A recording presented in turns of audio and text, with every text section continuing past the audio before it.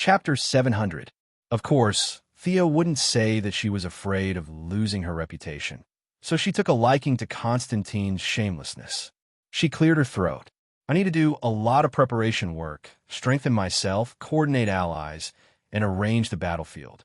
I need you to be a teacher for a period of time and teach this knowledge to the students. Constantine didn't know whether to laugh or cry.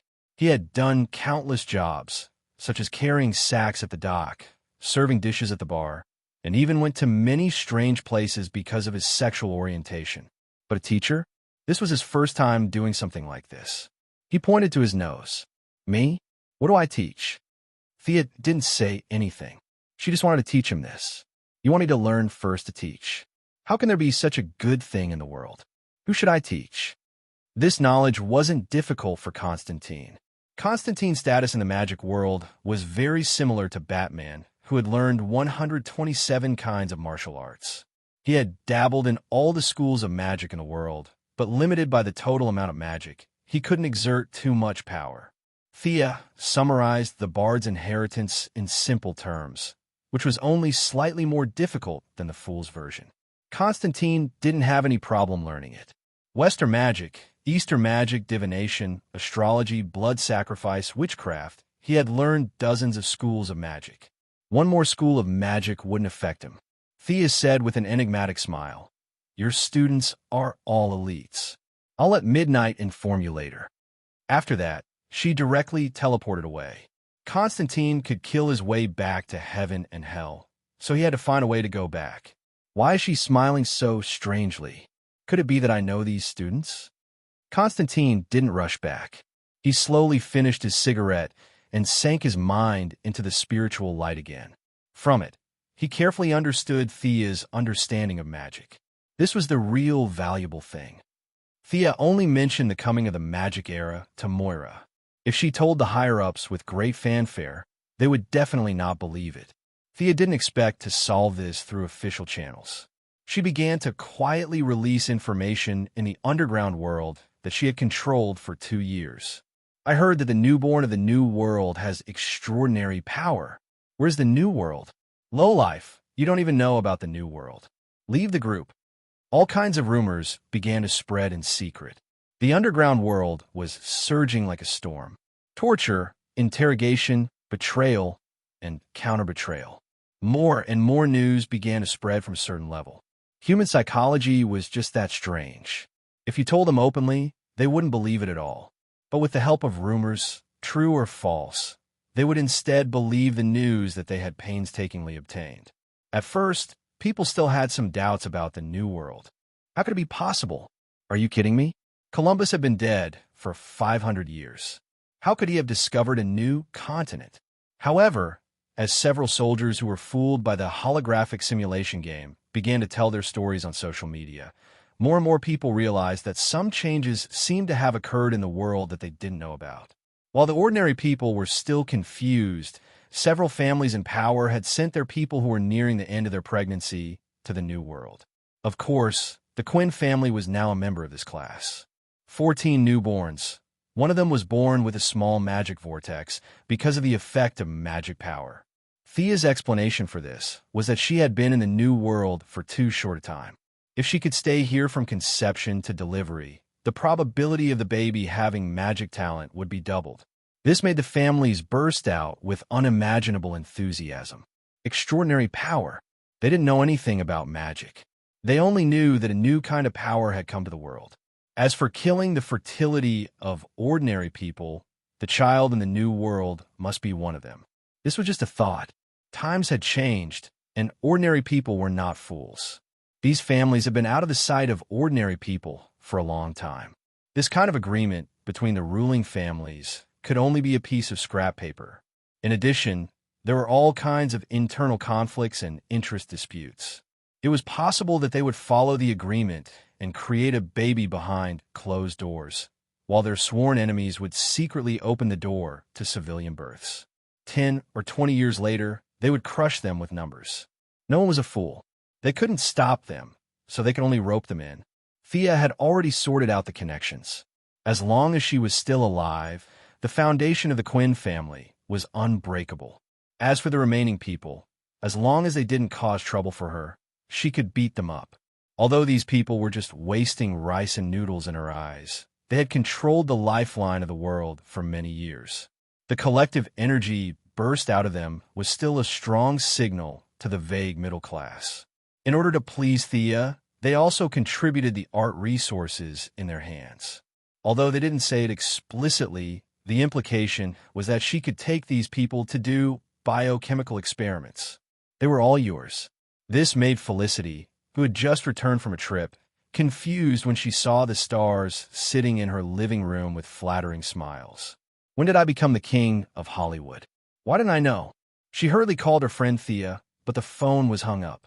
Miss Felicity, the former hacker, still had an absurd illusion. Her new boyfriend, the big clown Ray Palmer, was also secretly observing the stars that he had only seen in movies. It was true that they were both virtuous and artistic. When they put on the clothes, he almost didn't recognize them. What was this? This was acting. Seeing the two clowns looking at them like they were looking at rare animals, the crowd didn't dare to say anything. Instead, they put on a respectful smile. They had rushed back from all over the world because they had received all kinds of strict notices. They had to come unless they didn't want to live anymore. A few of them were ready to fight back, but they were forcefully suppressed. Seeing the outcome of those who stood out, the crowd came to report to Felicity with an expression as if they were going to the execution ground. In fact, some sculptors and painters were also related to art, but the effect was too slow. By the time they finished sculpting a stone statue, the battle would have already been over. Thea's bard was mainly aimed at singers and actors. Felicity understood it well and started the screening work at full speed. Those who were selected didn't know what their future would be, and those who weren't selected didn't feel very lucky either. They were really confused. From the beginning to the end, no one told them the ins and outs of the story. They came and went in a daze. Even if they were sold, they didn't know where to go. Although it was so strange, there weren't many who ran away in the middle. These people were all experienced in the world of fame and fortune and were all elites. Just for this selection, all the major companies received notices to stop the global entertainment industry. With such a huge amount of power, it wouldn't be just for a few celebrities. They knew this at least. A few smart ones were guessing the true intentions of the people behind the scenes. After a mess of tests, mental state tests, magic power tests, aptitude tests, and a mess of tests, Felicity handed the remaining 500 people to Midnight Daddy, who came to take over. Like the Portuguese, Midnight Daddy sent this group of people to the New World and gave his old friend Constantine a look that said, "You're lucky, kid." When he first saw more than 500 people, Constantine was really shocked. He didn't know that he would have to teach so many people. Magic had always been taught by a small number of people. It was already considered a lot for a teacher to teach 3 students. With 500 people, he would be exhausted to death. When he saw the stars who took off their blindfolds, his expression became a little strange. Thinking of his old friend Midnight Daddy's mysterious smile, the corners of his mouth rippled. This job would probably exhaust him to death, but he liked it. Chapter 701. All the celebrities were in a daze at this moment. What did we run to? The sky was dark and dark clouds were rolling in the distance. Thunder could be heard faintly. The ground was dry and cracked. There was not even a blade of grass on the ground. Was this some kind of reality TV show? Even the most rational people were at a loss. This was simply too unexpected. The background of the mastermind was too exaggerated. Even the celebrities who had participated in shooting training did not dare to carry weapons. Suddenly, they ran to this place in the middle of nowhere. A few small teams were formed in an instant. Most of them were waiting for others to take the lead so that they could take advantage of the situation. Constantine was dressed in rags. At first, no one paid attention to him. It was only when a certain celebrity was about to assign tasks and send people to search for water in all directions that they noticed him. Who was this sloppy guy? The circle of celebrities was not big. It was rare that they did not know each other. "Who are you?" a popular male celebrity asked suspiciously. Constantine's goal had always been to keep ordinary people away from magic. Now, he knew that he could no longer persist in his goal. In order to let these people understand a situation and leave a deep impression on them, he put on a smile and looked at the new students affectionately. Then he started the first class with magic. The rising airflow lifted him up. The shocked eyes of the gorgeous actresses brought him unprecedented satisfaction. He made a pose with ice in his left hand and fire in his right hand. Not to mention, he was quite handsome. Adding on the fact that he had dressed up before, Constantine's appearance, which was 70% handsome, increased to 80% with the help of the mysterious aura. The men and women of Hollywood were experienced and knowledgeable. A few of them were trying hard to find a flaw in Constantine's appearance. In their opinion, it was most likely some kind of lighting effect, or simply a trick. The artists in San Fernando couldn't do it. They didn't have much experience on the stage and usually shot indoors. Plus, they didn't have much knowledge. Many of them were poor people or even illegal immigrants. They were directly intimidated by Constantine's appearance. Seeing a few familiar artists, Jacques could no longer hide the rippling expression on his face. Originally, he only wanted to fool around for a few days and deal with it. Now he changed his mind. This glorious teaching mission was not something he would rest until he died. Even if Miss Thea chased him away, he would not leave. "Why did you bring us here? We will obey you unconditionally." The leading male star was still trying to negotiate and obtain more information.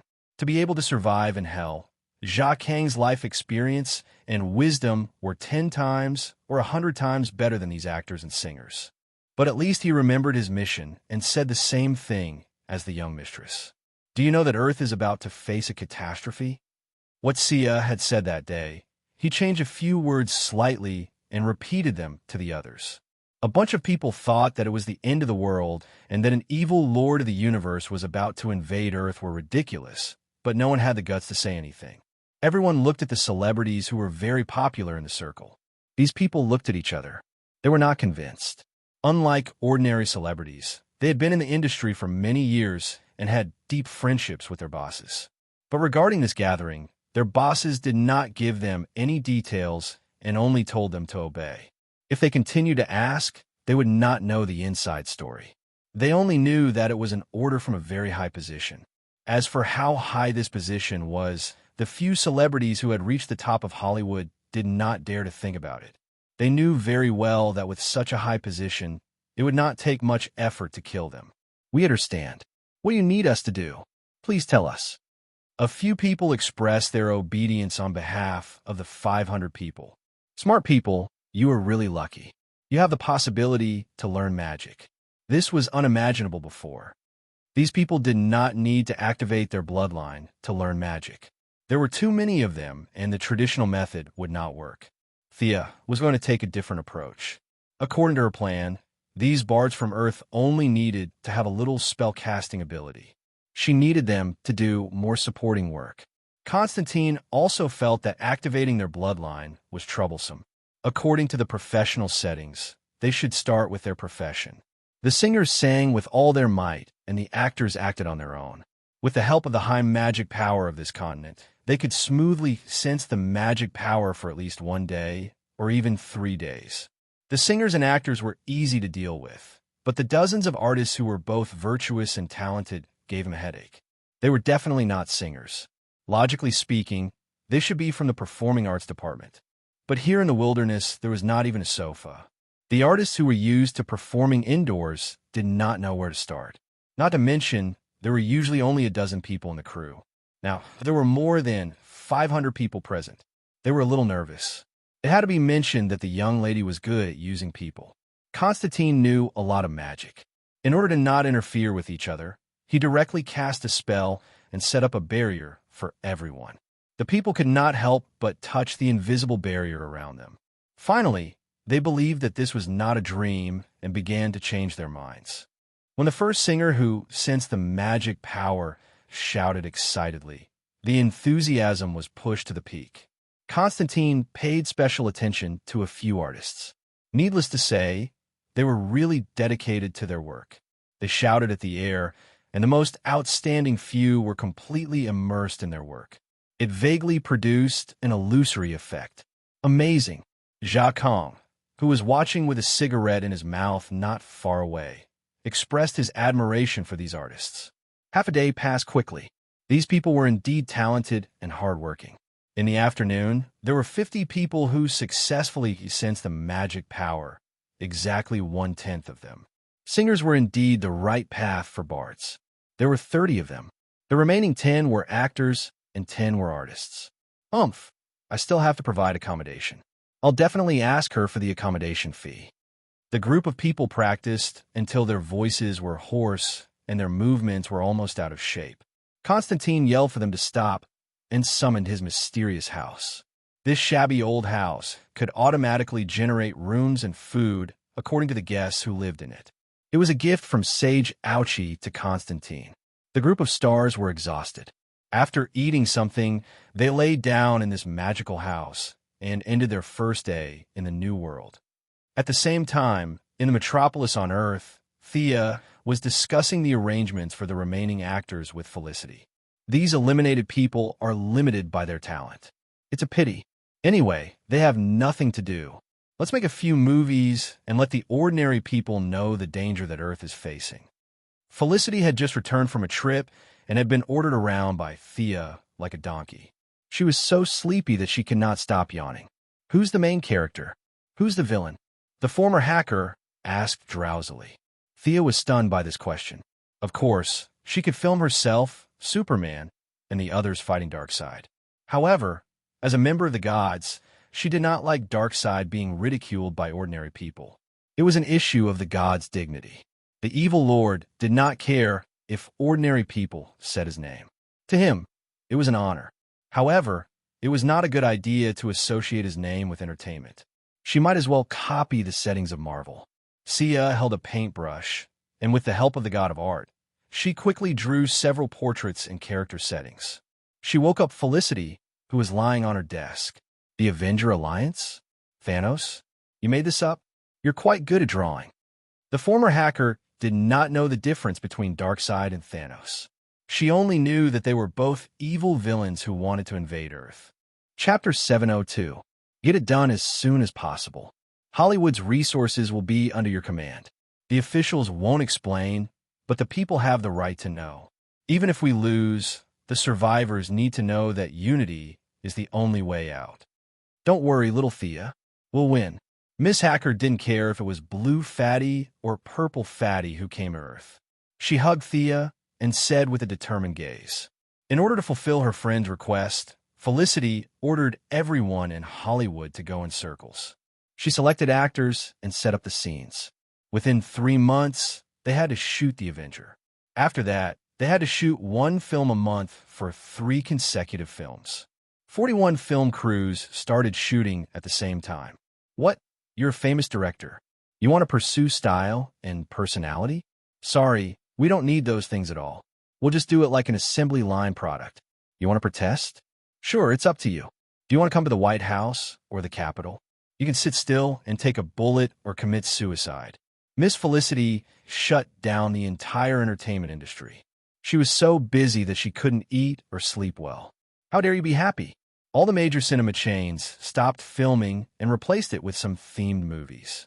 There were also post-disaster reconstruction and wilderness survival movies. The cinema chain owners were initially very dissatisfied. However, after the 2 bad guys were arrested for tax evasion, all of them became obedient.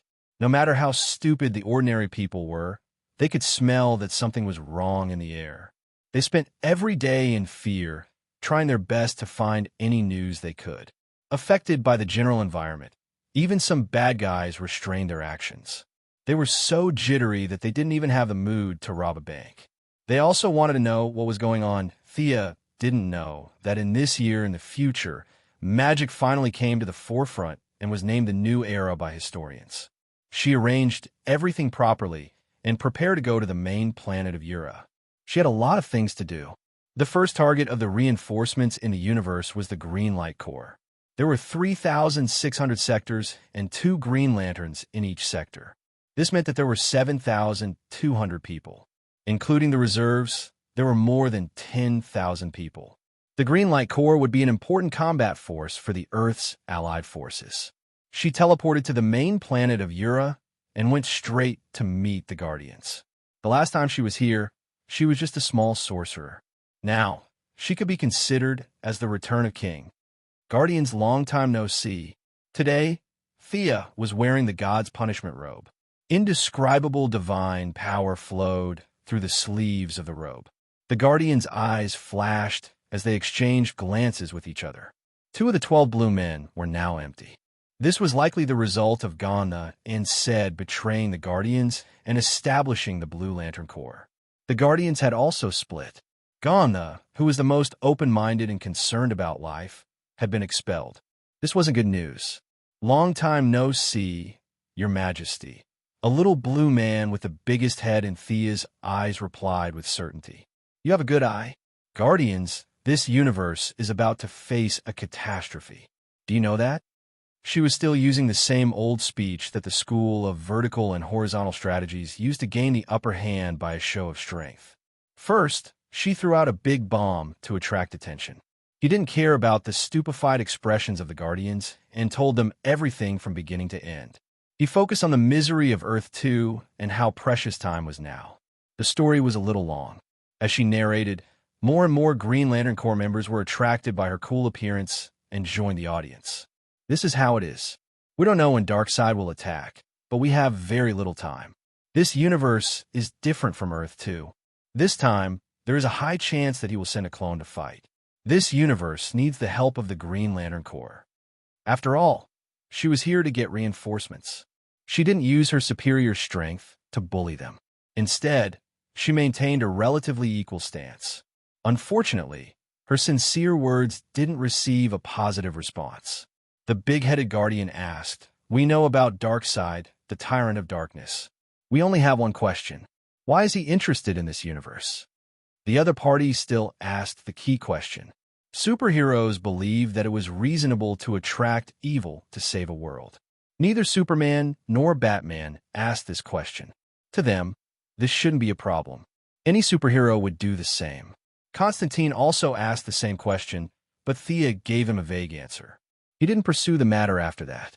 However, these little blue man guardians, whose minds were rigid and full of schemes, immediately got to the bottom of the matter. Thea didn't bother lying. It's because I stopped Darkseid and repelled the invasion of the Wasteland Wolves in that universe. That's why they're taking revenge. The Green Lantern Corps members began to whisper among themselves. Thea was comforted by the fact that many people supported her. Only a few thought that she had caused trouble. Her heart sank when she looked at the faces of the little blue men. They most likely thought the same way, too. As expected, the leader of the blue men said with a hint of mockery, "This is your fault. You should be responsible for it. If you really have a sense of honor, you should leave this universe and not bring disaster back." Thea almost thought that she had misheard. Had the righteousness of the Green Lantern Corps become so crooked? She was surprised, and so were the Green Lanterns of Justice. The Guardians wanted to banish a hero who fought for justice. This was better than kidnapping Thea and sending her to Darkseid to appease him, but there was a limit to how good it could be. Guardians, we should support Earth. Justice shouldn't retreat. The first to support Thea was Earth's Green Lantern, Hal Jordan.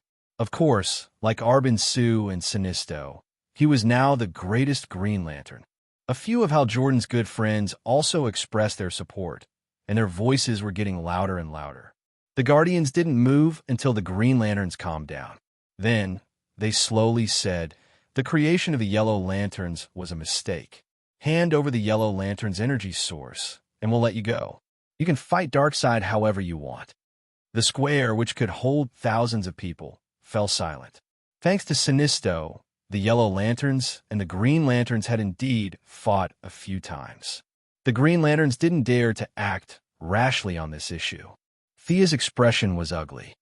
"Not only are you not responding to my call for help, but you also want my Yellow Lantern's energy source? Did I hear wrongly? Is the Yellow Lanterns more important than the universe? Hand over the energy source, and we'll let you go." The 10 Guardians spread out and surrounded Thea. "You're no match for us. Hand over the energy source, and we'll let you go." The leader continued to emphasize. Then, he turned to the Green Lanterns and said, prepare for battle. The Green Lanterns were a little confused. Weren't they talking about fighting the evil lord? How did it become a battle between the green and yellow lanterns in the blink of an eye? Most of the Green Lanterns obeyed the order instinctively and summoned their lanterns. Only Hal Jordan and a few of his friends chose to stand by and watch. Huh, I'm dying of laughter. You Guardians seem to have a good tradition of bragging. Thea was so angry that her face turned pale. She couldn't take it that someone still dared to treat her like a weakling.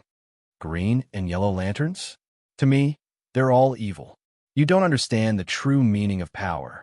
Do you think I'm using the yellow lanterns to stop Darkseid? Thea's soul power surged wildly, and the two eyes under the silver hood flashed with a deep and lonely gray light. Thea's aura changed. The tip of the whip danced wildly, and the grayish-white soul fire gave off a sense of death that drifted in all directions. Chapter 703. The sky of Ura's main planet, which was originally dark red with a few spots of green, was gradually covered by gray soul fire. Whispers could be heard in the wind, and the air seemed to become heavier. A faint mist covered the entire battlefield. Green Lantern Corps, attack. This is the power of evil. The Guardian with the head was very cunning. He floated to the rear and let the Green Lanterns attack. The power of evil ghosts? Ignorant. Thea would not let the Guardian accuse her. Your soul is evil? If you have a soul in your body, does that mean you're evil too? Even the Heavenly Father did not dare to call her evil. Of course, he might have chosen to ignore her because he was afraid that she would run over to Darkseid's side. The big boss did not even say anything. Who do you think you are? Countless Green Lanterns attacked her. The large ones were all kinds of spaceships and unknown machines, while the small ones were all kinds of cold weapons. There were all kinds of guns and cannons. Thea glanced at them casually. She had long since passed the point where she could fight against others. These attacks were indefensible in the eyes of ordinary people, but they were nothing to the new gods. As if to mock the Green Lanterns, she used the soul power around her to form soul armor. Those with strong beliefs would be resisted by the soul, while those with weak beliefs would be absorbed and become a part of the soul. As long as she mastered the 7 emotions, she could use the deity's seat of soul to form the deity's seat of emotions. Originally, it was just a vague thought, but now that she had obtained the deity's seat of soul, her thoughts became clearer. However, the laws of the world did not seem to want any gods to obtain the deity's seat of emotions. The more emotions she mastered, the more difficult it was to obtain new emotions. She had already mastered the anger emotion, but after obtaining the hope emotion, her progress fell by more than half. Fortunately, the laws of the world did not completely restrict her. In theory, she could still obtain the deity's seat of emotions, but it would take more effort. The attacks of the Green Lanterns came to an end. Thea did not fight back. She vaguely understood the intentions of these guardians. She had overestimated their sense of justice. If she had promised them some benefits in advance, it would not have been difficult for them to use the Green Lanterns as tools. Unfortunately, she had used empty words to get them to attack, which directly caused the conflict between the two sides. She had been dealing with too many righteous people recently. She was really busy. Although she regretted it, she did not intend to give in. These useless people were not that valuable. However, when he saw so many righteous green lights, he felt that it was a pity. The Green Lanterns used the emotional spectrum all year round. Plus, they were of different races, so they more or less had some magic resistance.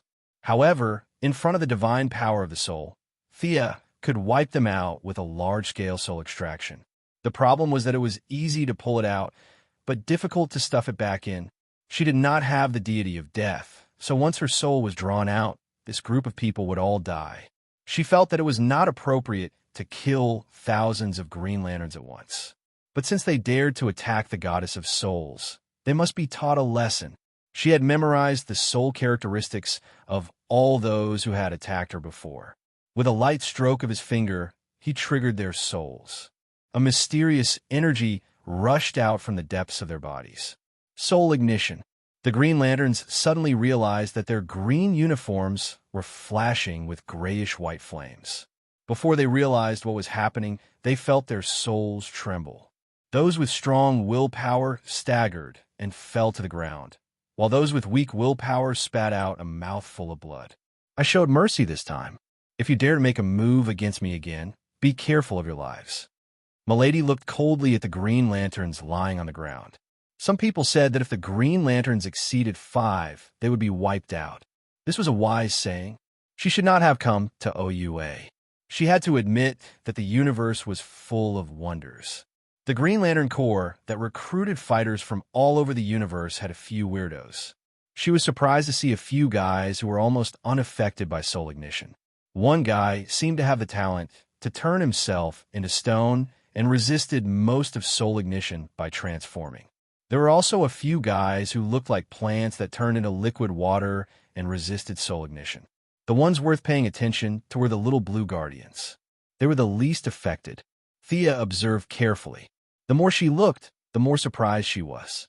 You guys not only abandoned your emotions, but also your willpower. Emotions are shackles. Willpower represents desire, the big-headed guardian said with some pride. So you guys exiled Gotham? You gave up on the only comrade you still have emotions for?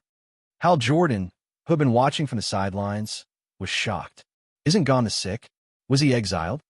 The remaining Green Lanterns who had interacted with Gotham also had unnatural expressions.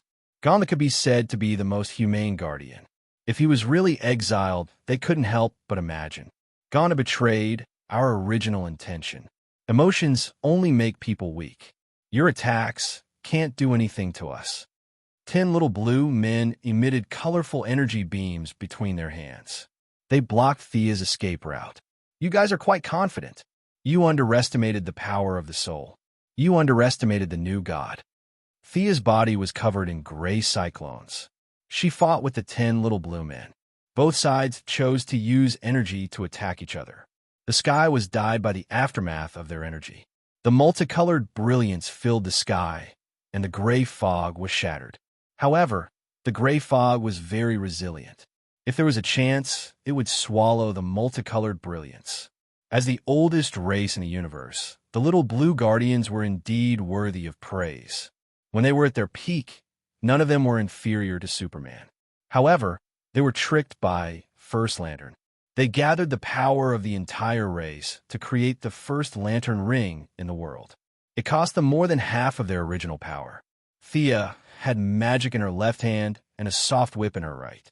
Numerous elemental spells were cast. The flame of the soul kept moving between the little blue men. The different types of energy caused explosions from time to time. The space of the battlefield began to expand. A bunch of Green Lanterns had to move away from the center of the battlefield. The Guardians are this powerful. This was the first reaction of many Green Lanterns. They originally thought that the Guardians were just a bunch of decorative mascots. The Green Lanterns relied on them to maintain the peace of the universe. Now, the energy of the Guardians made them realize how wrong they were. Your Earthling, do you need to help her? Hal Jordan's friend, Kilowog, who had a hippopotamus head, asked in a dull voice. After many years of experience, Hal Jordan now had the temperament of a leader. He was no longer as impatient as he was when he was young. He carefully observed the battlefield. Although Thea was fighting 1 against 10, he really couldn't tell who was winning. Let's wait and see. Will you go and help Earth? Kilowog asked quietly. However, his head and mouth were big. His vocal cords were different from ordinary people. Even if he deliberately lowered his voice and blocked it with his hand, it sounded like a normal person shouting. Chapter 704. Hal Jordan's face turned bitter. He glanced at his friend with a gloomy look. Do you dare to shout any louder? Are you afraid that others won't know? Seeing that his friends were also looking at him, he said without hesitation, I'll go back. That's my jurisdiction and my hometown. Although he knew that he was going against the Guardian's orders, he didn't care. Fighting against evil had always been his belief, and as the current greatest Green Lantern, he felt that the Guardian wouldn't expel him. They were whispering below, and the battle in the sky was still in a stalemate. Thea was in a passive position. She was here to ask for help, and she didn't want to kill anyone. Ghana was bragging, saying that the ghost was not as good as him. Although he was exaggerating, The Guardian's strength was not to be underestimated. Now it was 10 against 1, and Thea couldn't kill them. She had injured 2 of them, but they didn't have any emotional problems and didn't back down. This made her a little tired. The Guardian with the big head saw that they couldn't take down Thea, even if they were deprived of emotions, and felt a little embarrassed. He shouted, "Mogo!" The Green Lantern's expressions changed, and Hal Jordan's face was full of horror. The little blue people stopped attacking at the same time, as if victory was in their hands. Thea also stopped her magic, wanting to see what they were up to. A shadow covered the sky and covered the main planet of Ura. Thea looked up at the sky, and the more she looked, the more surprised she was. She saw a planet about 1/3 the size of Earth flying in from afar. It looked slow, but it was actually very fast. The surface of the planet was filled with a refreshing green. Wow, I heard that one of the Green Lantern Corps members is a planet? That's it, right? What's it called? Mogo? Thea had always known about this planet, but she didn't know its name. Now that she saw it for the first time, she was shocked. This was a planet that was alive and had its own will and soul. She wanted to communicate with it through the soul, but the other party rejected her directly. That's interesting. This planet, called Mogu, refused very reluctantly. The submissive voice was very cute and soft. It seemed to be a girl, although it was a bit of a stretch to classify a planet as male and female. Thea still felt that it should be addressed as she.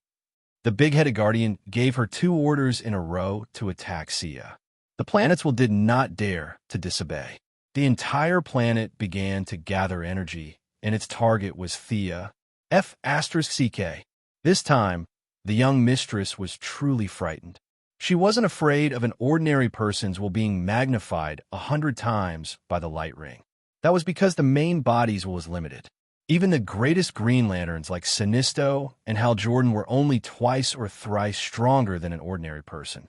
However, compared to the will of the planet, a person's will was nothing. Now that the will of a planet had been magnified 100 times, she did not dare to be careless. Even if the other party did not attack, she was very sure that the next attack would be earth-shattering.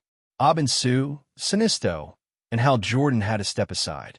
This planet was the greatest Green Lantern. This attack would destroy the main planet of OUA. The Guardians were very insidious. They knew that the superhero did not want to implicate the innocent, so they forced her to make a choice. Although Thea was not a righteous person, she did not want to destroy half of the Green Lantern because of her. The Green Lantern maintained the order of the universe and ensured the flow of trade in the universe. It was beneficial to her. She could not let the power of justice be sacrificed in the hands of her own people. Okay, you win. Thea left a sentence and disappeared from the main planet of OUA. Not to mention the celebration. There was nothing great about the Guardians who boasted about the new god. Thea disappeared and did not go far. She sneakily circled around, and when she appeared again, she was already on Mogo. At this time, Mogo was like a large satellite orbiting around the main planet of OUA. Thea patted the ground. Hey, big guy, do you still recognize me? Thea used her soul to communicate with the will of the planet. It was impossible that the other party could not hear her.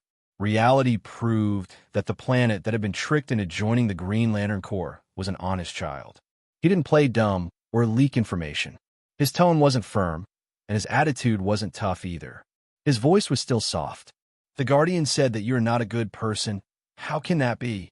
I am fighting for the welfare of all intelligent life in the universe. They're slandering me. Thea patted her large chest and said firmly. She felt that this time, she was fighting against Darkseid selflessly. She was more passionate than Batman and devoted herself to the cause of justice. The Guardians had no right to judge her. Perhaps it was because of her off-the-charts charm attribute, or perhaps it was because of the conversation between the two of them, but Mogo's hostility towards her quickly disappeared. Thea rambled on for a long time and finally revealed her purpose. Big guy, are you interested in changing your allegiance? What courage do you need for a planet? What do you think of the yellow light of fear? Doesn't it suit you? What? You don't like the yellow light? How about the green light of compassion? The yellow light was rejected. This was not surprising. This planet was too kind, and it was difficult for her to impose fear on others. When Thea took out the green light, Mogo was a little tempted. Between a planet full of courage and a planet full of compassion, the latter was obviously more suitable for her. However, he still rejected Thea, indicating that he did not want to leave the Green Lantern Corps. Very picky. Is it because compassion is too tolerant, and you don't like evil? Then you will definitely like the blue light of hope. Thea did not have a blue light ring, and she did not know if Gonda had established a blue light corps.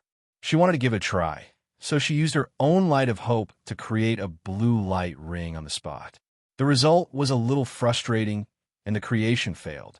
There was only one reason for this result, and that was that the energy source of hope in this universe had already been established. Gonda had already cut off the possibility of others creating blue lights at the source. Although he did this to prevent his former colleagues, it also stopped Thea. What kind of light is this? Mogo absorbed the remaining blue light in the air into the ground and asked carefully. It's a long story. In another universe, I don't know if you can understand parallel time and space. That universe was destroyed by a group of bad guys. The reason why I'm looking for Green Lantern is to deal with them. For the past few days, she had been telling the story of Earth 2 to everyone she met. She was already an eloquent speaker, and with the addition of her status as a god of literature, it was really touching and moving. This very young planet, which could even be considered a toddler, was angered by her words and immediately said that he would help. Originally, Thea had wanted to kidnap him, but now that he was so young, she could not bear to do so. If she jumped ship, everything would be over, and her relationship with the little blue people would be irreconcilable. However, this guy still wanted to stay in the Green Lantern Corps and disobeyed orders. Her future would be difficult. What should she do? Just as Thea was thinking, she saw 3 green lights flying in from afar. She was overjoyed. The scapegoat was here. Hey, how long time no see. Are these 2 your friends? Thea waved at them from afar. Naturally, the one who came was an old acquaintance, Hal Jordan.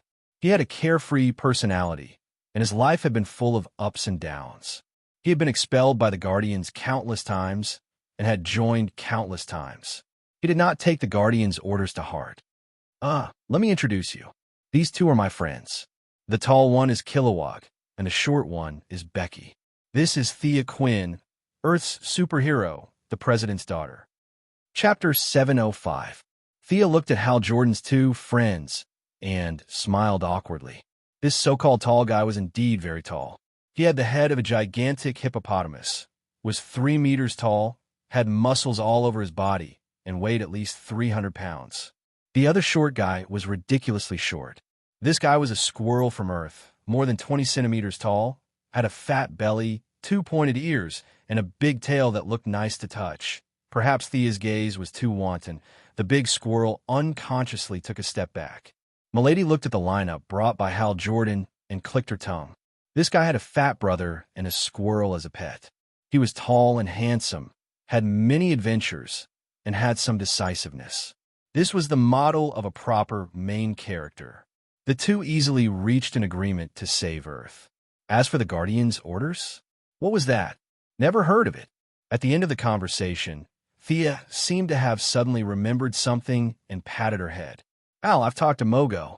She also wants to fight against evil. If the Guardian blames us, it's okay. I'm the one who instigated all of this. Hal Jordan patted his chest and promised. Would the Guardian eat me? It's not a big deal.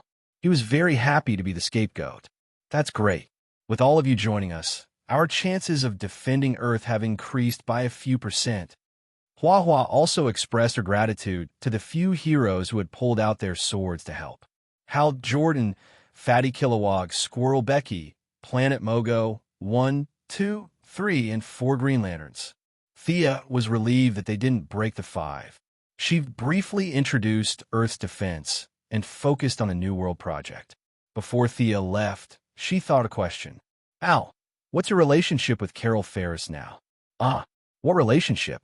Don't play dumb. Batman has seen the footage of your battle. I control the Yellow and Green Lanterns. I know that Carol is a member of the Purple Lanterns. Earth needs every bit of power. No matter what you do, pull her to Earth. If you can pull all the purple lanterns to Earth, even better. Thea gave Hal an extremely difficult task. Whether he had to kneel on the washboard or use the keyboard in front of his ex-girlfriend, he could do whatever he wanted as long as he could get her to join the war. Thea then left Mo Planet under Hal's bitter gaze. Most of Greenlight's troops were not fooled, and there were not many who dared to ignore the Guardian's orders. Thea could only look for reinforcements elsewhere. The Red Lanterns were driven mad by hatred. Each of them looked ferocious. They did not look like friends of justice. Orange Lantern was all alone, and he was also a bad guy with pus running all over his body, so he was also abandoned. Both the Yellow and Green Lanterns were not a problem. Hal Jordan could also convince the Purple Lanterns. The only option left was the Blue Lanterns. The Blue Lantern's power source had been established. She did not know how far Old Man Ganser had progressed. Thea still felt that she should give Mo a Blue Lantern ring. If she did not want to leave Green Lantern, she could just wear another Blue Lantern. Ordinary people were limited by their mental strength and willpower. Except for a few geniuses, they could not wear two rings at the same time. But for the planet's will, that mental burden was nothing. Mo might be young, but her willpower was many times stronger than a human's. Thea felt that Mo was more honest and did not like negative emotions. Otherwise, she would have been the first to wear the rainbow ring. Kyle Rayner would have had anything to do with it. Where was the Blue Lantern's base? Thea searched her Yellow and Green Lantern rings. There was no record of it. She returned to the main planet of Ura and asked the Guardian. Even if they knew, they would not tell her. She could only look for it herself. Fortunately, she also had hope. From time to time, she would use her soul to ask the ancestral spirits. Finally, after 4 days, she found some traces. This was a planet on the verge of extinction. The sky was blood red. Raging hurricanes destroyed houses and fields from time to time. They also carried a large amount of debris and destroyed the fragile ecological environment. The Earth was also spewing lava, and seawater was constantly flowing. Many intelligent life forms left their homes one after another, running here and there in an attempt to find a chance of survival. Sector 1? Estonia? I've come to such a remote place. There were 3,600 sectors in the universe. Earth belonged to Sector 2814, and this place belonged to Sector 1. It was far enough from Earth. Thea's eyes swept across the void and found her target.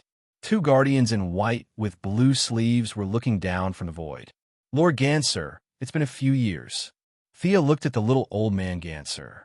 He also had a guardian beside him. It was his lover, said. The little old man Ganser looked at her for a long time. As if he suddenly realized something, he bowed slightly. Your Majesty, you've finally reached this step. The Guardians knew about Darkseid and had seen the new god before. This was not surprising. She was curious about what these two were looking at. She asked her question.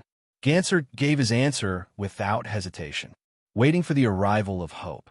The familiar sense of absurdity surged in her heart. Thea asked tentatively, "How's your Blue Lantern Corps?" Said answered, "We've collected the total energy. However, the first light has not been born among the intelligent beings. This planet is the place where the light of hope is most likely to appear," said hesitated. Ganser continued for her. Said peeked at the Book of Ura. The book prophesied the arrival of the Night of Darkness. We were banished because of that. The book mentioned that the light of hope would descend on this planet. I believe it deeply. Sia looked at the fleeing crowd on the ground, and her face twitched a little. Your Book of Ura is very powerful. The light of hope that will fall from the sky mentioned in this prophecy, it can't be referring to me, right? She was not trying to flatter herself. The Blue Lantern ring had the highest requirement among the 7 lanterns. The initial Blue Lantern ring's approval was the most difficult. Superman had saved so many people and brought so many hope. However, no one was touched by the Blue Lantern ring. This was because the emotion of hope was too precious. The hope of ordinary mortals was far from enough. Thea led an army of 1,000,000. On the eve of the world's destruction, she relied on Earth 2's will to give her the emotion of hope. Ordinary people did not have this opportunity. Could the light of hope be born when a planet was about to be destroyed? There were destroyed planets in the universe every day. Which one of them was not filled with hope? What happened in the end? They were all turned into dust in the universe. She did not think that this planet would be an exception. However, she did not recommend herself. Instead, she watched quietly with the two. She wanted to see if the first Blue Lantern ring could be born without her participation. As the fire raged, Thea's gaze followed the two guardians. The intelligent life on this planet was also in human form. Their skin was slightly pale, and they had a long antenna behind their head that looked like Majin Buu's. They were dressed in the style of the Middle Ages on Earth. The crowd was restless. Some were fighting for food. Most of them were helpless and panicked in the face of natural disasters. The young man that Ganser and said were paying attention to was chanting something in a small house. After ascending to godhood, Thea could understand the language of any intelligent life. The people in front of her were chanting the local Bible. The young man in front of her believed in many doubts and said that a savior would appear to save everyone. Stay here first. The Bible says that when death lights up the sky and the sea begins to boil, the Messiah will descend. He will be found by his believers at the peak of Mount Surlius. The young man raised the Bible in his hand and said loudly, Chapter 706. It seemed to be the young man's father. An old man pulled him back. No one has ever reached the peak of Mount Surlius alive. It will take a few days, and we don't have much time. Let's take refuge in the Dilly district now. I heard there's still some food there. Before the old man could finish, he was interrupted by the young man. Father, God will protect us. Please believe in me. The old man's eyes were filled with doubt, but he still chose to believe in his son. With an old father, a kind wife, and two young children, the young man ignored the doubtful gazes of the crowd. He brought his family members who believed in him and embarked on a journey to find the Holy Land and Messiah. Thea and Gantherside silently watched this family from the sky. They were no different from the ordinary people on this planet. They were helpless and panicked. It was only under the lead of the young man's devout faith that they began their arduous journey. Even though he knew that this journey would not be smooth, the young man still suffered a heavy blow from fate on the second day. His father, who had always supported him, walked last because of his old age. When the family was crossing a suspension bridge, the rope snapped. The old man helplessly reached out a hand to his son and fell into the mountain stream. Thea naturally saw this scene. The two guardians were indifferent, but she was not so cold-blooded. She was not a good person. It was just that when someone was in trouble, she would still help if she could. She acted decisively. The moment the old man was about to land on the ground, she switched places with him. God, save us. Please save our planet. The old man was able to educate the young man. He was also an extremely devout and loving person. He only felt that he was waiting for death a second ago, and the next second, he was running to the clouds. Even according to their aesthetic standards, the goddess beside him was unbelievably beautiful. He had been saved by God. He could not think of any other option. He wanted to kneel, but he was in the clouds. He was afraid that he would fall if he moved, so he could only plead with words. Thea was able to understand the language of all intelligent creatures. She had no problem understanding the old man's words. She waved her hand and healed the old man. I am a god, but not your god. Your son's test is still ongoing. Be quiet. Everything will be revealed in the next 2 days.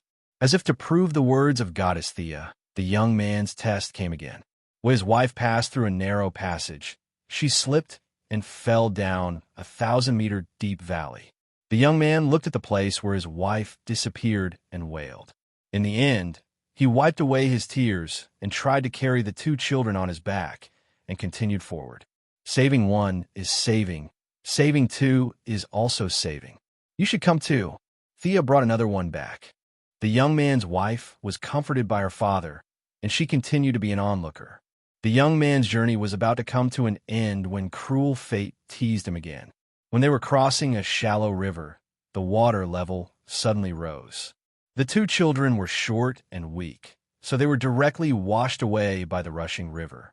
The young man could no longer suppress his grief. He pounded the ground angrily, as if he wanted to vent all the injustice. The two children were also pulled back by Thea. The young lady squinted at the old man Ghana. At this time, silence spoke louder than words. Is this the light of hope that the book of O and Op prophesied? You too gave up the companions of countless years. Is it really worth it? Why do I feel that the young man on the ground is about to turn black? Gant's face was very ugly. They, including Thea, did not do anything. This could only mean that the young man's encounter was arranged by fate, but this fate was a little cruel.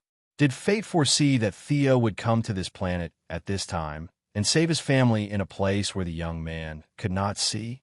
Ghana did not think that he would save people. He was a little stronger than his colleagues, but there was a limit to his strength. Not to mention a few ordinary people. Even if the entire planet exploded in front of him, he would not blink. Ghana quickly glanced at Thea, then continued to look down with a poker face. Unaware that there was a crowd of onlookers above him, the young man finally finished venting. Under Gant's excited gaze, he climbed up the sacred mountain not far away alone. Are you sure there will be some kind of miracle? I did not sense any fluctuation of divine power. Thea looked at the young man struggling to climb the mountain. When he was about to reach the top, she could not help but ask. How could Ghana answer? He did not sense any abnormalities. By right, there should be some signs at this time. Thea and the other two carefully sensed their surroundings. The young man's family was secretly encouraging their son, husband, and father. After the young man fell down 3 times and climbed up 3 times, he finally reached the top of the mountain. There was only a big rock on the bare mountaintop. Other than that, there was nothing else. There was no Messiah, no divine weapon to save the world, and naturally, there was no God. The young man could not stand the disappointment. He angrily punched the big rock. After 2 punches, blood stained the big rock red. However, the young man had already forgotten the pain. The pain in his body was far less than the torment in his heart. Because of his stubbornness, he had caused the death of his family. He hated it. Thea pursed her lips. At this time, the young man's body was faintly emitting a black aura. That was the aura of despair. Facing this so-called sacred rock and giving him a sword, he would be able to act out an alien version of 400 Years of Love. No, the Book of Euro will not be wrong. The light of hope should descend here. Ghana was completely flustered. Can we make a blue lamp for him? Said asked urgently. If the prophecy was wrong, their betrayal of their race would be a joke. Ghana looked carefully for a long time and answered sadly. There is no hope in his body. The lamp ring will not choose him. Said did not give up. He made one on the spot. This was the first blue lamp in this universe. Unfortunately, the lamp ring did not care about the young man. If it were not for Sed's control, the lamp ring would have flown away. The 2 little blue people were completely speechless. Thea looked left and right. She felt that it was time for her to clean up the mess. She muttered to herself, in another parallel universe, the will of the world there gave me something. I don't know if this is a prophecy in your book or a coincidence. After saying that, she ignored the 2 little blue people. She gathered a small ball of hope between her fingers and projected it into the young man's body like a beam of light. Hope emotion. I don't need the lamp ring's hope emotion. The 2 guardians knew what was good for them. The 2 of them watched as the pure emotional energy entered the young man's heart. Seems like it's just a little bit more. Thea was experienced.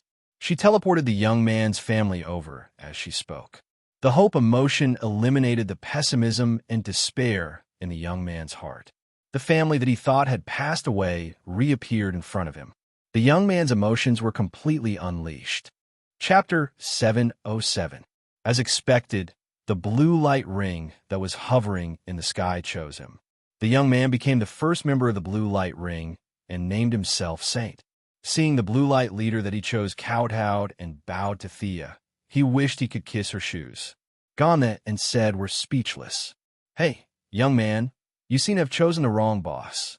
The lady showed off her acting skills on the spot. She skillfully combined the majesty and kindness of a god. The saint's family shed tears of gratitude. As soon as they helped one up, the other kneeled down again.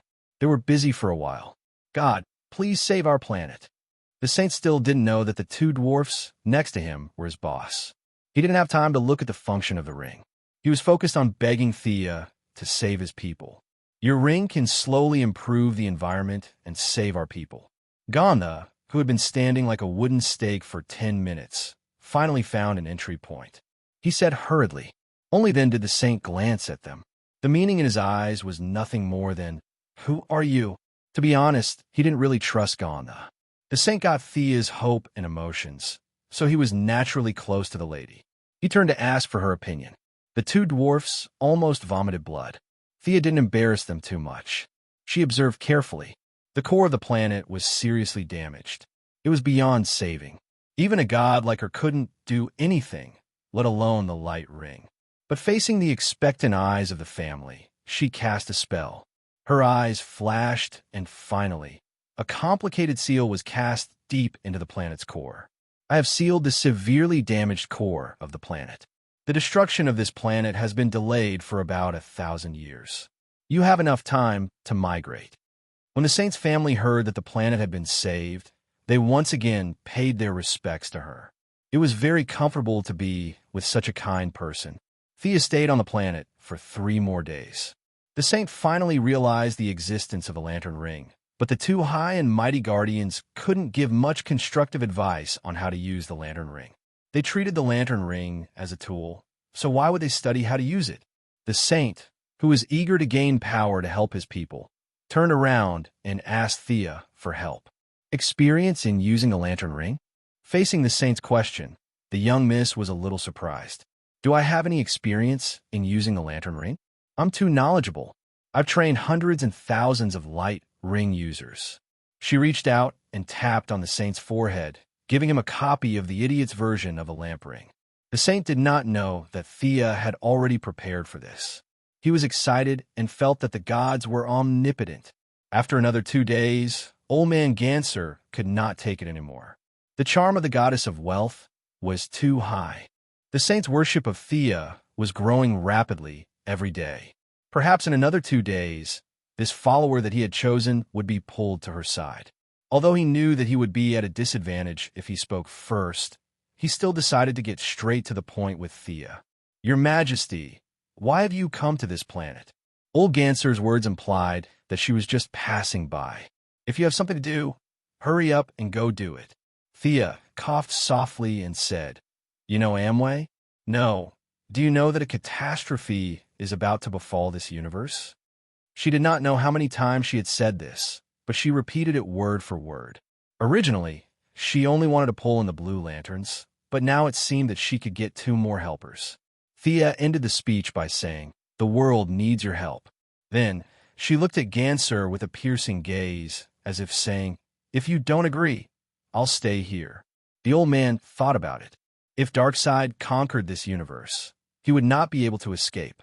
In the end, he nodded and agreed. Thea was overjoyed. As an ancient race, the Guardians were not to be trifled with. She had experienced the 10 versus 1 a few days ago. Their individual strength was weaker than Superman's, but the difference was not huge. Both sides agreed that when Darkseid arrived, Ganser and said would lead the Blue Lanterns into battle. Before she left, she remembered her original purpose. "Do you know Mogo of the Green Lantern Corps?" The old man glared at her. "I was just exiled. My memory was not erased." "How could I not know?" He nodded sulkily to show that he knew. Actually, I think that Mogo is a planet's consciousness. Wearing the green light of courage is not very suitable. A planet with courage? How strange. Don't you think the Blue Lanterns suit her?" Seeing that Ganser's attention was drawn, she continued, "Absorbing Mogo into the Blue Lanterns will solve the problem of the Saint and the other's future planet. Isn't this the best of both worlds?" Old Ganser only thought about it for a second before he agreed to the idea of poaching his former colleague. His only condition was that he had to do it himself. Thea looked at him with a half-smile. This old man was eager to save his reputation in front of the Saint and help her solve her future problems. He could indeed gain her loyalty, but the price was naturally the anger of his former colleague. Thea also did not want to fall out with the Green Lanterns. After all, maintaining order in the universe was a big deal. This universe could not do without the Green Lantern Corps. Now that Ganser, the traitor, was in front of her, she would be more at ease. What happened next was logical. Ganser took the Saint to see Mogo. The submissive planet's consciousness did not know that there was a split between the Guardians. Facing Ganser's recruitment, she thought that it was an internal personnel change. Without hesitation, she gave up on the Green Lantern and put on a Blue Lantern ring. Thea originally planned to let Mogo wear 2 rings. Unfortunately, the Guardians were too strict with the Green Lanterns. Ganser wanted to cut off the Green Lantern's restraint on Mogo, so he could only let her wear 1 Blue Lantern. The result was not bad. Hope's emotions were more suitable for her. After a few days of simple contact, she became good friends with the pure-hearted Saint. Thea's trip to the universe finally came to an end. She had found all the reinforcements she needed. The Green Lanterns and Orange Lanterns were both bad guys. There was no need to rope them in, so she returned to Earth directly. After being away for almost half a month, the atmosphere on Earth became more and more tense. Large amounts of resources would always leave traces. It was impossible not to be discovered. Later on, the higher-ups did not hide it anymore. They just did not give a direct response. Botanists mysteriously disappeared for 45 days. Plumbers and welders are in high demand. They may be the new job choice next year. Many movie company stocks plummeted. It is suspected that there is a mastermind behind the scenes. Many news media carefully probed and found that the government did not respond at all. They became bolder and bolder. Many speculations were slowly approaching the terrifying truth. Not long after returning to Earth, Batman invited her to the Batcave for a chat. He said that he had caught an apocalyptic demon soldier in the new world that Thea had described. Chapter 708. That's right. Its outer shell is made of super alloy, and its internal muscles and bones are connected by mechanical nerves. This is the basic combat unit of the Apocalypse Star. They have already begun to infiltrate this place. The war is coming faster than I expected, Thea said worriedly as she looked at the Apocalypse demon in the cage. If we can study the characteristics of this thing, then perhaps... Batman wanted to say something, but Thea interrupted him. I've thought about this before, but their original bodies are not of a single race. They are captives left behind by Darkseid when they conquered many planets. They are mechanically modified creatures. If you want to use some kind of special sound wave or resonance to try and get rid of all the enemies once and for all, I can only say that it will be very difficult because they are of different races. Thea took out a thick stack of documents and handed them to Batman. These are the data I collected and the records of the dissection. Take them for reference.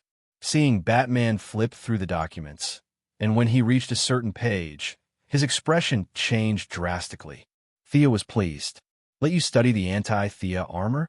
I'll make you so worried that you can't sleep for 3 days.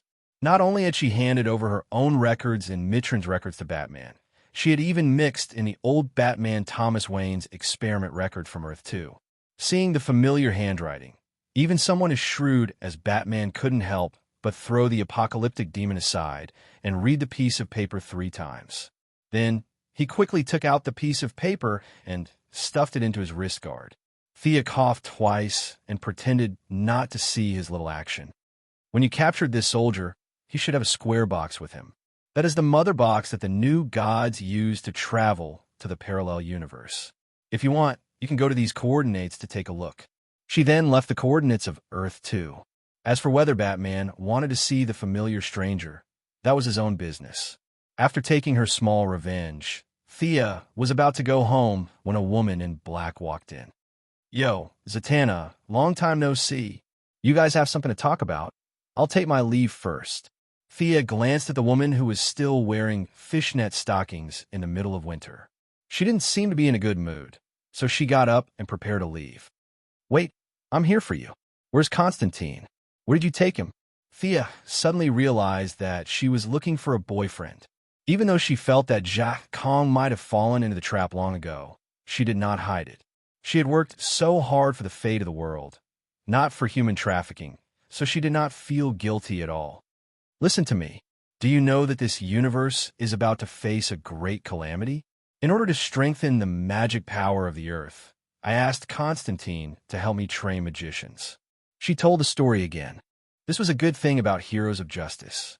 They were very tolerant for the sake of justice. Zatanna, who was originally unhappy, immediately calmed down. Perhaps in her heart, she felt proud that a piece of trash like Constantine could do something beneficial to the world. After that, Zatanna mentioned that she wanted to go to the New World to observe and contribute to the cause of justice. Batman, who had a premonition that something terrible was about to happen, also came over to watch the show.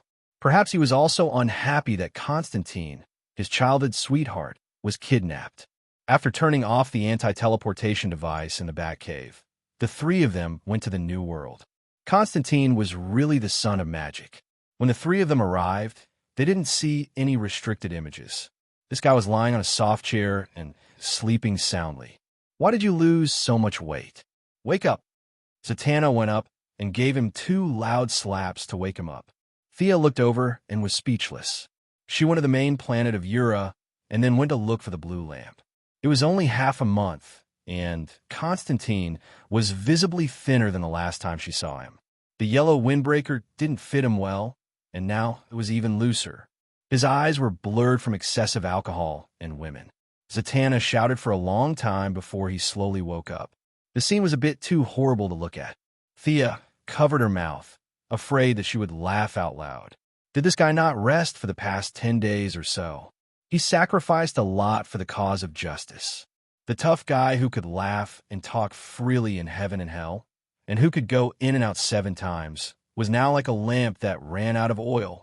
None of the people present were 1 or 2 years old. If they couldn't see the reason for Jia Kang's appearance, they would have lived in vain. I heard that you were teaching. Zatanna's voice was so cold that it could condense frost. Comrade Jia Kang was indeed a brave man with a tough mouth. He insisted that he had worked his heart out and that he had collapsed from exhaustion from his teaching duties.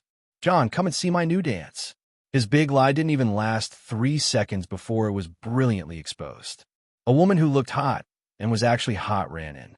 She definitely didn't know Zatanna, but she knew Batman, who stood like a javelin, and Thea, the first daughter. The government and superheroes came to rescue us? This idea came and went quickly. She directly rejected it. It was the government's doing to throw them into this desolate wilderness. This was their current consensus. A normal businessman wouldn't be able to cover the sky with one hand and sweep Hollywood clean. Moreover, she had experienced extraordinary power. If she was asked to go back to that indoor art film, she might not be willing to go back. John, you call me so intimately. Zatanna looked at the porn star. Her expression was full of displeasure. However, the other party did indeed have magic in her body. This made her very surprised. Magic was too precious. Even if her family was a direct descendant of Da Vinci and continuously married into several big magic families, less than 1/5 of her family members could awaken magic talent. The porn star in front of her didn't look like she had inherited magic from her bloodline. Thea gently patted her on the shoulder. Let's go. Let's see the results of Constantine's teaching. They walked into the House of Mystery, which was divided into hundreds of rooms. Many students had already abandoned their celebrity status and worked hard for fear of being left behind. They didn't know their fate of being provided food, accommodation, and distribution. They still thought about the problem according to the logic of the previous modern society. In their opinion, this should be a precious opportunity. If they didn't seize it, they would regret it for the rest of their lives. Thea and the others saw that everyone was working so hard that they almost forgot to eat and sleep, almost to the point of madness. The porn star led them into the room, took off her coat to reveal her professional attire, and began to dance around a steel pipe. The originally faint magic was swaying according to a special rhythm. The air temperature in the room began to rise, and there was a faint sound. Zatanna suppressed her displeasure and tried to identify the spell. Chaos spell? It seems to be mixed with human charm and a slight morale-boosting effect. This spell is very powerful. Is the learning threshold high? Zach Kong couldn't answer this question. Thea said, these people were selected from 100 practitioners. Their qualifications are the best. Zatanna nodded. The learning threshold of this new inheritance was far lower than that of traditional mages. It was suitable for ordinary people, but its shortcomings were also obvious. There was no potential for improvement, and the user had no defensive abilities. Thea didn't expect them to use haste to fight the apocalyptic demon, nor did she expect them to be proficient in everything. Based on their current profession, they would be qualified if they could help a little. Chapter 709. Just as she was about to turn and leave, Zach Kong stopped her. "Sister, you don't even have a school building? You're occupying my house now." School building. She had indeed forgotten about this problem. If it were another teacher who did not have a magical tool like the mysterious house, they would have already come to her. Thea thought about it. A magic school was imperative. Not to mention the people in front of her, the new generation of magicians also needed systematic, scientific education. The previous master-apprentice relationship was not suitable for modern times. And from a long-term perspective, building a magic school in the new world could also effectively block high-level attacks. She taught magic to the people on Earth in the hope that the magicians could protect Earth, not enslave Earth. Magic was a talent, but it was more of a responsibility. People who learn magic should have the ambition to protect the world. That was what she thought, and that was what she did. How about this? Oliver brought the people from Quinn's construction department to the new world. You know him, don't you? Ask him to lend some people to help you build a school. There will be more and more students in the future. John, you, and Zatanna can both stay here to teach. The era of magic has arrived. The knowledge you have is very precious to mankind. Zatanna was a little moved. As for whether she wanted to spy on Zach Kong, Thea did not care. She'd clench her right fist and punch her left palm. I'll also bring Midnight and Mr. E from Cold Flame here. The four of you will each build a school in the school. In the future, even 10-year-old children who have awakened magic talent can come here to learn magic. What do you think? The more Thea thought about it, the more she felt it was feasible. She even thought of a name for the school. It would be called Hogwarts School of Magic, to give the two space to solve their personal problems and to let them think about her proposal. Thea pulled Batman, who still wanted to continue to observe the mysteries of the magic world, back to Earth. The next day, Thea called Mr. E and Mr. E to the new world again. Constantine had been here for more than half a month and had already figured out the situation. This place was slightly higher than Earth's plane and would be the first stop to intercept all threats from other dimensions. It could be said that if they could guard this place, Earth would be safe. Under his persuasion, Zatanna also gave up on the principle of keeping magic a secret and set up a grassroots team. The four of them had no objections at all. Midnight and Mr. E were her subordinates, and Constantine and Zatanna's fists were not as big as hers. What's more, the First Miss was always talking about the approval of the Ministry of Education and the White House. They couldn't interfere with the secular world, so they naturally didn't have the confidence to fight for the position of principal. My plan is to divide them into 4 academies: Constantine of Courage, Zatanna of Wisdom, Mr. E of Tenacity, and Midnight of Shrewdness. In order to satisfy her bad taste, Thea found 4 animal spirits overnight. As she had the divine position of the soul, those animal spirits did not dare to resist her at all. They were all dragged to the new world by her, after promising her some benefits. This golden lion is Gryffindor, the blue eagle is Ravenclaw, the gray badger is Hufflepuff, and the black snake is Slytherin. Their combat power is not bad. Usually, they can stay in the school as guardians. If you're in trouble, you can also summon them across space to fight. With the approval of the government, the construction of the school building will be under me. As for the teaching and enrollment, you will be responsible for it. Midnight and Mr. E had no objections. Slag Kong and Zatanna had received some benefits and were spurred on by a sense of mission, so they also agreed. The 4 of them had been in the magic world for many years, and finding some students was not a problem. The most important thing was that the air in the new world was rich in magic. Back on Earth, meditation was an idle process. Just look at Mr. E, who practiced 18 types of meditation techniques a day until he went blind. It was easy to understand. However, it was different in this world. It was too rare to see significant results after one meditation. Zatanna knew many children of magic families who could come to learn. Mr. E's Cold Flame Church and Midnight's father subordinates could all come to make the school look good. Thea did not care about their discussion and teleported to find Oliver. Her brother was the first to know about the new world. He did not know that his 10-year-old son was hidden by his evil mother and evil sister. When he heard that the children born in the new world would have magic talent, he dragged Shadow here for a long time to make child. After a month of hard work, there was finally a result. In order to reunite their family, Moira and Thea worked together to get the indescribable country to withdraw the arrest warrant for Yao Fei. Old Yao could finally see the light of day again. He left Purgatory Island and brought Shadow's sister with him to take care of their pregnant daughter.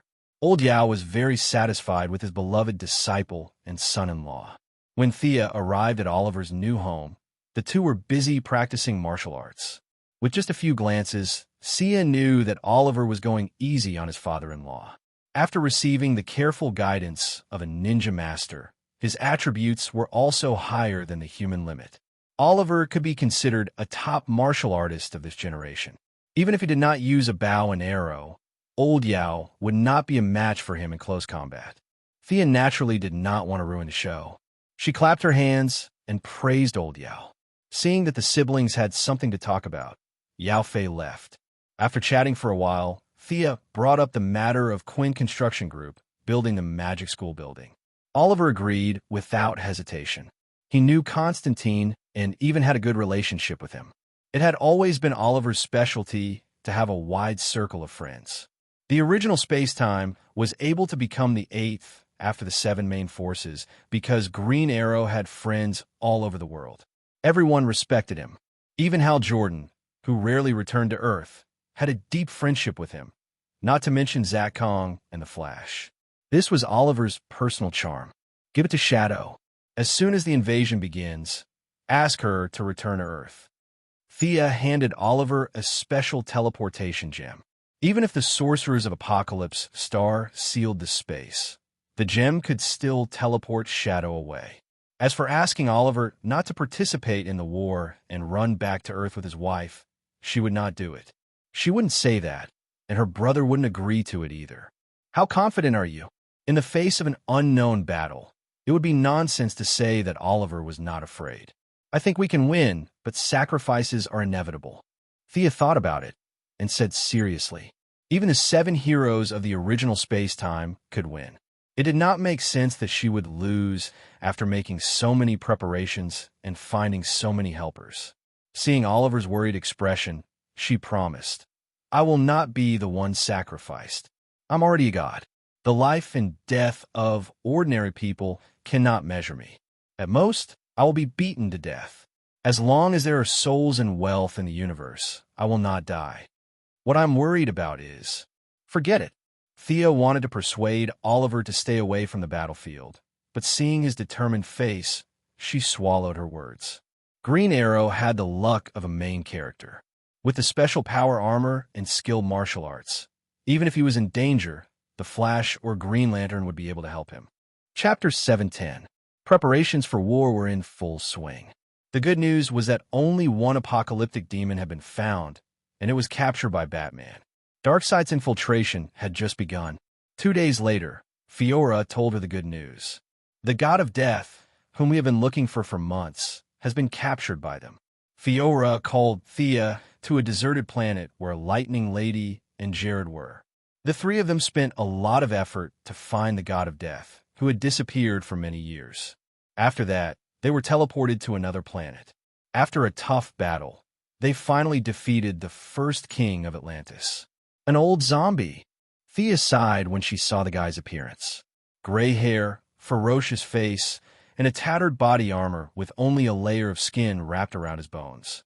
He could play the role of the king of the dead without any makeup. The god of death was furious when he was awakened in his long slumber. The 3 of them attacked him together and threw out all kinds of control skills. In the end, it was Fiora who knocked the old zombie out. Can you read his memory? Thea asked. The gorilla nodded. Jared then began to show the god of death's life to Thea through their spiritual connection. Thea quickly went through the memory of the god of death. He was ambitious when he was young. He unified the four seas in his middle age. He was betrayed by his family in his later years and sank Atlantis. He is still hiding something. Continue to investigate, she ordered. The gorilla increased the level of control. After repeated searches 4 times, Thea finally saw what she was looking for in the depths of the god of death's memory. TSK, this guy is so wasteful. He actually squandered Poseidon's origin. Thea felt sorry for him. As the chosen of Poseidon, their attributes were exactly the same. In order to live for a long time, the god of death was ruthless to Poseidon, who was in a deep slumber after sinking Atlantis. It was different from when Thea absorbed Black Adam's divine power to increase the upper limit of her own divine power and enhance the essence of life. The god of death had used the same attributes as Poseidon to artificially downgrade his divine power. Like a hamster going through winter, he stored his divine power to sustain his own consumption. Sia watched for a long time and clicked her tongue. The god of death's technique was far from brilliant. Just by looking at how old he was now, she knew that he did not understand the mystery of divine power at all. Instead, he used it as a power on the same level as magic power. It was a waste of the essence of Poseidon's divine power. The original essence of Poseidon's divine power was squandered away. Thea felt sorry for Poseidon. He would never be able to regain his divine power. The god of death had been turned into a zombie by time. Even if Poseidon were to bring him back, he would never be able to regain his former divine power. It would be better for him to continue being the number 2 in the Greek pantheon. Find an asteroid without water and lock him up. Thea instructed Fiora. The identity of the god of death still had some value. Whether to give it to Poseidon or the Atlanteans in the future still needed to be considered. His method of absorbing divine power seemed stupid in the mortal demigod stage, but in the divine stage, it made up for Thea and Diana's lack of divine power. It was just that the god of death's simple and crude method of forcibly absorbing and transforming divine power was too inefficient. Thea's understanding of divine power, coupled with sufficient knowledge of magic, would definitely be able to develop a more efficient method. With the help of the god of death's ideas, Thea returned to Earth and began to discuss with Diana behind closed doors. While it was a very serious study, in the end, the two were busy for 5 days. They smelted the magic sword from the ninja master and used its essence to create 2 necklaces. A small space was sealed inside the necklaces, and a powerful energy absorption spell was cast on the outside. The blessing of the Greek gods that Diana gave up on the day of her ascension could be used once to test the effect.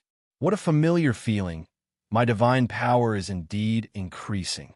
The Valkyrie put on the necklace and closed her eyes to feel it. The blessing of the gods was stored inside the necklace space.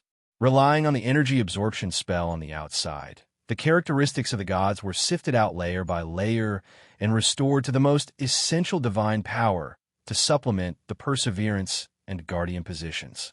These divine powers have been with you for thousands of years, so the conversion rate is the highest. Thea's understanding of divine power was already higher than Diana's, and she explained with experience. Diana originally proposed to return these divine powers to the gods, but was forcibly suppressed by Thea. What a joke. Return the meat that was already in your mouth. Don't even think about taking it back. Her lover strongly objected, and Diana also had no love for her brothers and sisters, so she tacitly agreed to this matter. The Valkyrie let out a long moan. The position that was almost dried up was finally replenished. That kind of comfortable feeling made her exclaim, even though she was calm. The new gods are too troublesome. After stopping the absorption for a day, Diana frowned her beautiful eyebrows and said in a rather dissatisfied tone. Thea could only spread out her hands to express her helplessness. The nature of the divine power of the old gods and the new gods is different.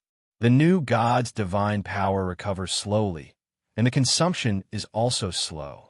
There are pros and cons to each. Diana's divine power recovery problem was barely solved. By absorbing the blessings of the gods and self-recovery, it was estimated that she could recover 70 to 80% before the war. Thea's own recovery problem had not been solved. The god of death could absorb Poseidon, and Diana could absorb the blessings of the gods because they were either of the same attributes or deeply involved. This kind of opportunity was not common. Thea, who had all 6 attributes, had to absorb those with comprehensive attributes. Black Adam had already been sucked dry, and the remaining divine power was with Dr. Savannah. She would not do anything to her own people, so Shazan was the only choice. It was just that Billy Batson was still his naughty child and had not received any divine power. Thea felt that it was most likely that she had killed Black Adam. Old Shazan was not as anxious as the original time. He was not anxious, but she was. Thea changed her strategy and decided not to wait passively. She wanted to take the initiative and take down old Shazan by force. This old guy was hiding in the Stone of Eternity, which was a space created by the fusion of a stone from heaven and a stone from hell. The mighty power of heaven and hell worked there at the same time, and it was not limited by the rules of space and time. Whether it was Thea or Madame Xanadu's divination, they could not find this space. Since there was no way out using magic, she was ready to use scientific means. Psyker's shockwave ability could find the space of the god of speed, so it should not be too difficult to find in Stone of Eternity that was not in time and space. However, it was a little difficult for him to find it out of thin air. Thea still needed to find someone who had entered the Stone of Eternity and find the entrance from this person's past memories. There were only a few candidates. Billy Batson had not entered so far, and Black Adam had died of old age without leaving a single cell. There was no way to clone him. What was left was the triple evil body. Chapter 711. The Phantom Stranger, the Questioner, and Pandora. They were the triple evil bodies. The first 2 were elusive, often wandering outside of hell and heaven. It was impossible to find them. Pandora, who was believed to have released the 7 deadly sins, was her only choice now. Pandora was a pitiful woman, whether in myths or in real life. The originally innocent tribal girl opened a metal box out of curiosity and was nailed to the pillar of shame, accused of releasing the 7 deadly sins. Ridiculous. The emotions originally possessed by humans were forcibly pressed onto the head of a girl, just because she opened a box that no one knew the purpose of at that time. Old and dim-sighted, neither wise nor good at listening, irritable, stubborn, and unreasonable. Old Shazan, who claimed to be the guardian of mankind, sentenced the girl to life imprisonment with a groundless accusation, punishing her to stay in the world forever to atone for her evil deeds. Old Shazan would not admit that he did not know what the box was, but he claimed to be the guardian of mankind. He could not give any constructive suggestions, so he pushed all the blame to the ignorant girl, saying that she had to atone for her sins. Then he closed the door and went to sleep. This was just one of the countless good deeds that the old fool Shazan had done in his life. Thea was now going to find the girl who had wandered the world for thousands of years, then enter the Stone of Eternity, take away his divine power, and cut off the old dog's head. Justice needed to be upheld, but it could not be dealt with by just finding a scapegoat. The more good people like Shazan there were, the more chaotic the world would be. Gideon, search all the databases for a woman. Purple clothes, but I don't know what she looks like. The only clue I have is that she has always appeared in remote places. She should have been born around 800 BC. Traces of her should have been seen in many human wars. Search according to these conditions from ancient books, then use modern facial recognition to filter out the target. Thea set the search range, then put her 2 long legs on the table, waiting for the search results. 2620 BC, Memphis, ancient Egypt. Well, this era is too old to judge. In 44 AD, a woman in purple appeared in the Druid forest of Antrim. This news should be true. 113 AD, Jerusalem. Master alchemist Bowens accepted a female disciple. 1328 AD, Mount Song. 1416 AD, Osaka. What a pitiful woman. She's just an ordinary person. She doesn't have any talent, yet she has eternal life. Thea looked at the results of the search and sighed. Vandal Savage was like that. Ninja Master was like that. and so was this pitiful woman. She had a long lifespan, determination, and willpower, but she lacked the talent to turn something rotten into something magical. This woman, who was known as Pandora in the ancient books, began to travel alone and traveled all over the world. At first, she was still searching for extraordinary powers, lowering her head to seek guidance from those who were less than a fraction of her age. Unfortunately, she had no talent at all. Other than practicing martial arts, she had no other strong points. Some of the results were confirmed, but most of them were discarded. Gideon's search area was rapidly narrowing. It was not until 2 hours later that he finally determined the target's current address. In Aleppo, it's really a good place to nurture outstanding people. Thea put on her coat and teleported over.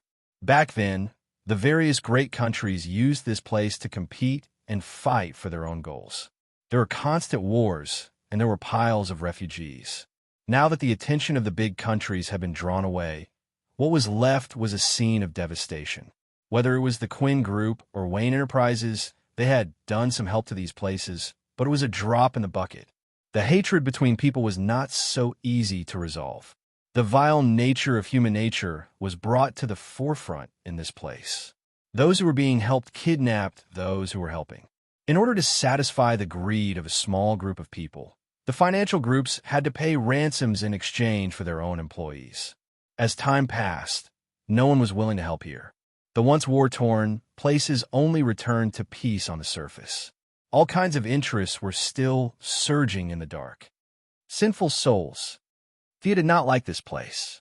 She could see without a trial that people were dying here every day. However, the killers were not necessarily bad people, and the dead were not good people.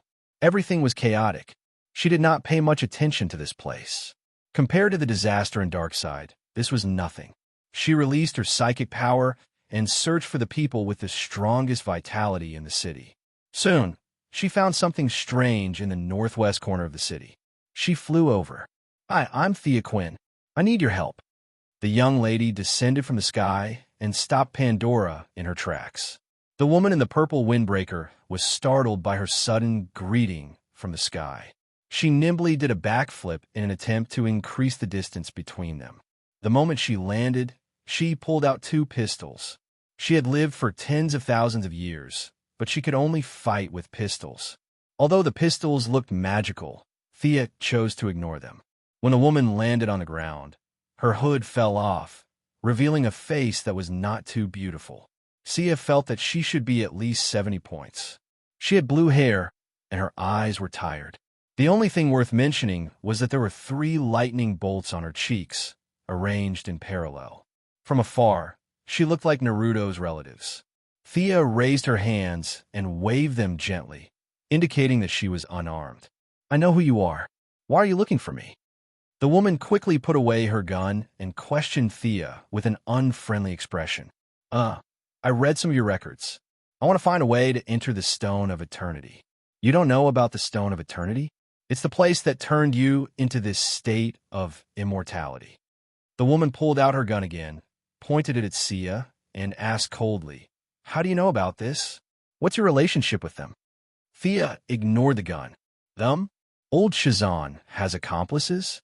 She could easily teleport a sorcerer like Constantine, let alone a pistol." The woman was waiting for her answer.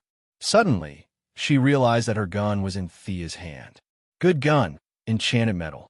Is this the Jewish alchemy you learned from Master Bowens? The barrel is engraved with Sanskrit, and the bullets are silver. You're really a hodgepodge." Thea chuckled and threw the pistol back to the woman. "I have nothing to do with that old guy. I just need a little bit of your memory. What happens after has nothing to do with you." Thea said sincerely. The woman was very reasonable.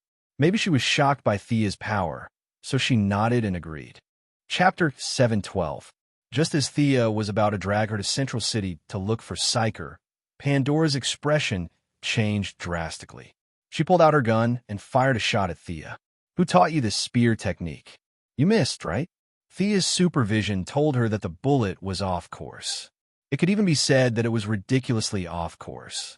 The distance between the two of them was very close, less than 3 meters. Your marksmanship was too lousy. However, Thea felt that something was wrong when she looked at Pandora's expression again. She was gritting her teeth. Did she have such a huge grudge with her? The two of them had only exchanged a few words. Even the god of hatred, the wasteland wolf, wouldn't be able to pull aggro so quickly. Bang! The bullet hit the wall in the distance. From this angle, it missed Thea by at least 30 degrees, eliminating the possibility of her ambush. Did that mean that there was an enemy behind her? But how was that possible? Anything that could move had a soul. Even the sludge monsters had souls. To ambush her silently, one had to be at least at the level of the Ghost Eclipse. Thea didn't think that there was such a big shot in Aleppo. The woman ignored Thea and jumped up. She kept firing with her guns. Bang, bang, bang. The walls, street lamps, and trash cans in the alley flew everywhere. Thea felt 3 black lines flashing across her forehead. She was dumbfounded. Big sister, who are you fighting with? Is there a hidden enemy here? However, she used her god power, magic power, and spirit power to search several times. There was only Pandora in front of her. She jumped up and down, dancing with her guns. Between her left and right hands, she fired without stopping. Her action of reloading was also extremely smooth. From Thea's perspective, it was very beautiful. Of course, if she wasn't shooting at the air, it was still pretty good. Even though Thea was intelligent, she was still confused. Performing gunfighting for me? Now that you know I'm in control of Hollywood, do you want to play the role of a Tauropocalypse? Sister Pandora's performance soon ended. She said to her feet in a very stylish manner, "Jealousy, this is what you deserve. Go to hell." As she spoke, she fired 2 shots into the empty space beside her feet. "Let's go. How are you going to take me there? Are you going to fly?" Pandora put away her pistols and put on her hood. When she saw Thea stretching her neck and looking into the distance, she patiently explained that green skin monster is envy, one of the 7 deadly sins. The war between us has lasted for 10,000 years, 3 million days and nights. This is my eternal mission. Thea glanced at the empty ground and then looked at her solemn face. She was completely speechless. "My elder sister, you've suffered quite a bit of shock. Were there any of the 7 deadly sins?" From a broad perspective, it could be said that there was.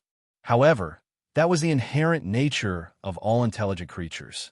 It was not as simple as opening a box and causing humans to commit all sorts of sins.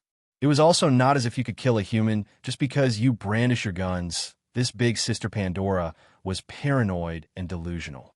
Thanks to old Shazan, in order to solve the various negative emotions of humans, she imagined 7 demons in her mind. These were her so-called 7 deadly sins. However, as her thoughts continued, the demons in her mind would always exist. She fell into a vicious cycle of eating, sleeping, and fighting the 7 deadly sins. The war between humans had nothing to do with Ares. Greed also had nothing to do with the 7 demons in her mind. She was a pitiful woman who fell into her own world. The so-called Pandora's box was actually a technological creation on Earth. Due to the disorder of time and space, it was thrown into the ancient times of this world. It had nothing to do with magic, and it could not release any of the 7 deadly sins. Old Shazan was usually a fool. He did not understand the purpose of the box at all. Pandora, who was a tribal girl in a primitive society, could only rely on her own understanding and her own worldview to do this. Normal people's delusions could be cured, but she could not. This illusion had lasted for tens of thousands of years. Once she was told that it was all fake and that the 7 deadly sins in her mind did not exist, even if she could accept it rationally, the mental pressure would cause her to collapse. This part of the memory was so deeply rooted that even Thea did not dare to erase it easily. She could only sigh and maintain the status quo for now. After teleporting to Central City, Thea was afraid that Pandora would perform gunfighting in public and scare the Flash's friends. She called Psyker out. "You want me to shock a place that is not in time and space? Is there such a place in this universe?" Psyker was shocked by Miss Pandora's high request. "Isn't it the seraphic space? I heard from Barry last time that you blocked the seraphic space for nearly 2 milliseconds. You just need to help me find the coordinates." I can go on myself. Thea felt that this was not difficult. However, Psyker did not dare to speak in front of Pandora. After trembling in fear for half an hour, he still did not find anything. This kind of past that can't be sensed so deeply through clothes. Psyker's shocking words made Miss Pandora roll her eyes. What did he mean? You can't do it through clothes, and you want to communicate deeply? So that's how you are, Psyker. Reality proved that her thoughts were a little dirty. Psyker was still a good kid. The three of them had to return to the Advanced Technology Laboratory. He had to make 2 brainwave readers, one for each of them. Only then could they investigate deeply. Oh, so many people. I hope I'm not disturbing you. Thea entered the laboratory and found that there were surprisingly many people. The Flash, Barry Allen, Black Girl Ayers, and her father were all there. There was also a black young man beside them. Apparently, he was Ayers' younger brother, Wally West. Dr. Wales and Jesse Thacker, whom Sia had met on Earth 2, were also there. Jesse Thacker had been flirting with the black lad. From afar, it looked like the parents of both sides were meeting to discuss something important. We're fine. Thea, what's the matter? The Flash hurriedly stood up. Nothing. You guys continue chatting. I need Psyker's help. Dr. Wales, how did you guys get here? The skinny old man sighed, and the chubby girl beside him told him everything that had happened. The story was very simple. The war on Earth 2 had ended, and the humans had reclaimed the city. Before they rewarded the merit points, they had to do one more thing, and that was to punish the culprits. Catch the Great Plains wolf and shoot it? They did not have the ability to do so they could only find someone from Earth to take the blame.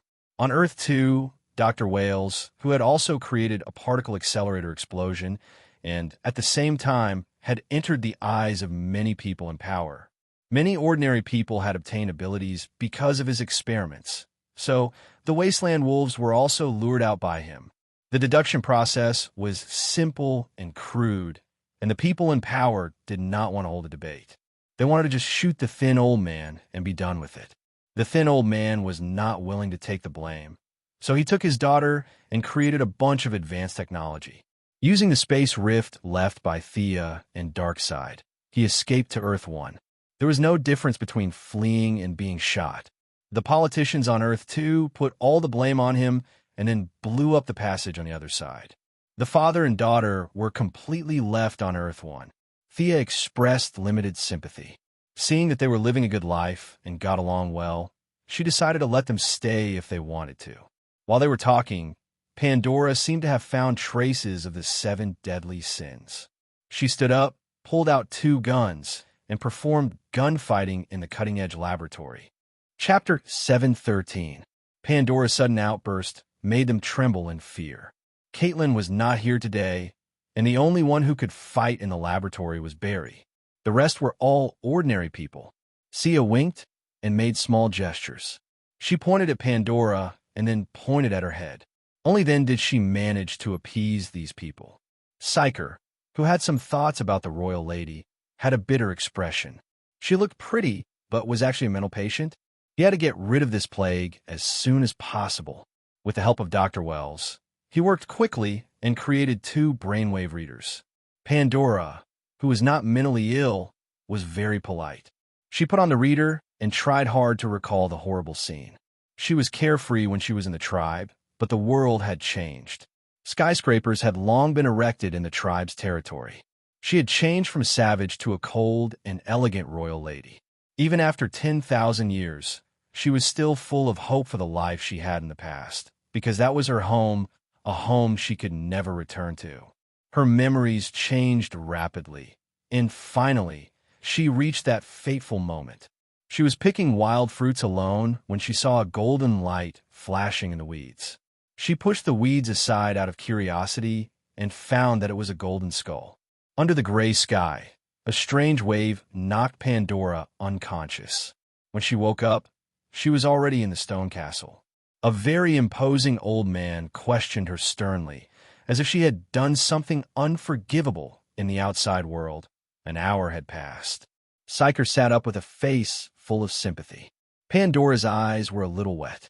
Recalling this memory was not pleasant. I won't guarantee anything, but I will help you seek justice for what happened to you back then. Thea knew that this memory had hurt her again. She would feel at ease if she sought justice for her. Pandora's face was full of struggle. No matter how much she lied to herself, saying that she had released evil and that the 7 deadly sins had wreaked havoc in the world, her subconscious mind and the accumulation of 10,000 years of knowledge made her vaguely understand that she was nothing. Those extraordinary wizards could change the color of the sky with a wave of their hands, and the sun and moon would lose their light. The druids in the forest could communicate with the will of the world. Their wisdom was as deep as the sea. Even if they did not do anything to destroy the world, she was just a girl from a primitive tribe. Releasing evil? Am I really that capable? This thought was very vague and had long been suppressed to the deepest part of his memory. In the past, it wouldn't have appeared at all, but today, with the help of Psyker's brainwave reader, it finally appeared. I don't know if what he did was right, but I don't think I should be punished like this. Pandora was hesitant at first, but in the last sentence, she almost used all her strength to shout out. The confusion that had settled down for thousands of years was now broken, and Pandora saw her own heart. What 7 deadly sins? What grave sins? They were all fake. She spat out a mouthful of blood and fell to the ground with a thud. Psyker, who was still connected to her mentally, turned pale as well. The group of people busied themselves again. Miss Thea, the medical authority of the current era, checked both of them. She looked at Barry's concerned eyes and said, "Both of them are fine. Pandora's emotions are surging. She'll be fine after a while. She should be able to recover by now." Fortunately, Psyker helped her share a lot of the burden this time. The few of them had to take care of Pandora.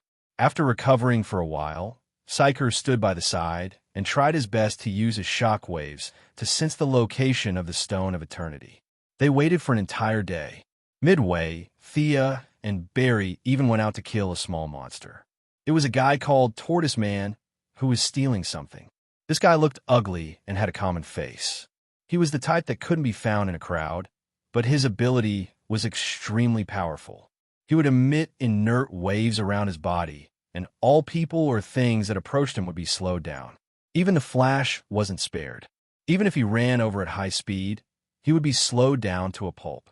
In the end, Thea used a large area of effect soul shock to defeat this small monster. She was the one who took him down, so it was natural for her to deal with him. Furthermore, Miss Thea frequently used the name of government requisition, so ordinary superheroes couldn't refuse. Tortoise Man was thrown to death now by her. She didn't have the time now, but she would study it in detail in the future. This guy was simply a sharp weapon against extremely fast people. In the morning of the second day, Psyker experimented hundreds of times. He used a lot of advanced technology that made Thea dizzy just by looking at it. And combined with his own ability, he finally found the entrance to the Stone of Eternity. Thea sensed that the spatial coordinates were very stable, and there was no problem using the mother box to travel. "Thank you for your hard work.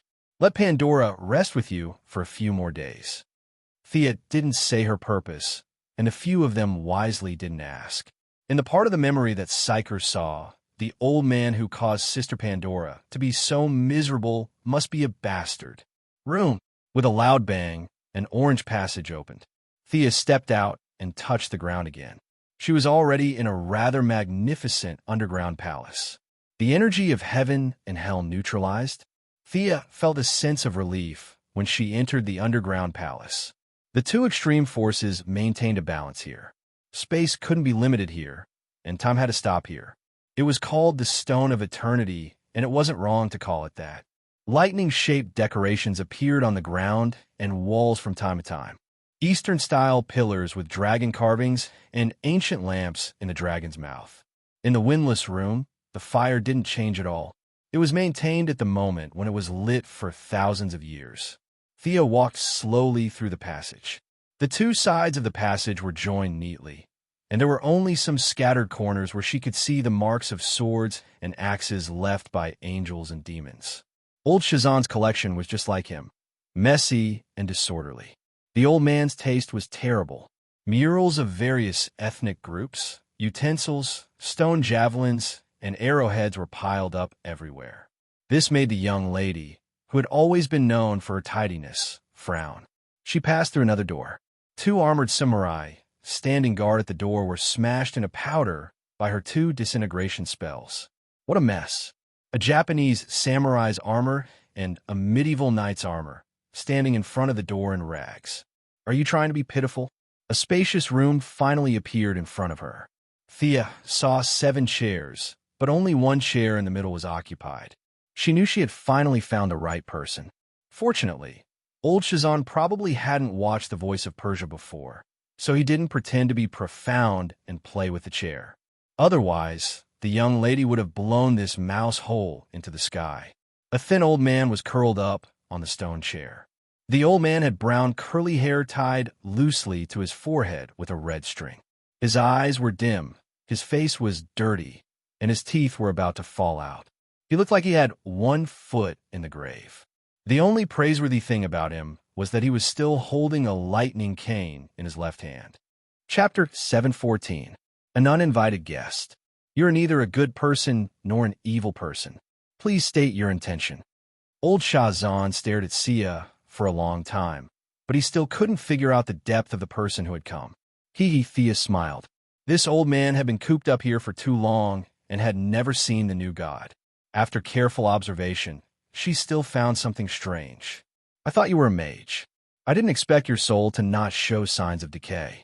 Normal people can't withstand a lifespan of tens of thousands of years. I didn't expect you to have divinity too. Old Shazan was silent. Thea continued her analysis. According to the records, you should be a Canaanite, chosen by the gods and given divine power to maintain the order of the world. But you have divine power in you. It doesn't look like it was given by the gods. Are you a god yourself? Old Shazan, who looked like a homeless man, was finally moved. I'm the Canaanite you speak of, and also, I was once a god. My name is Mamalawang. Sia chuckles, indicating that she has never heard of it. You must be a god that came out from some corner. Soon, old Shah's praise answers her doubts. I come from the place you call Australia now. I'm the god of thunder there. Thea was still expressionless. The god of thunder, how classy.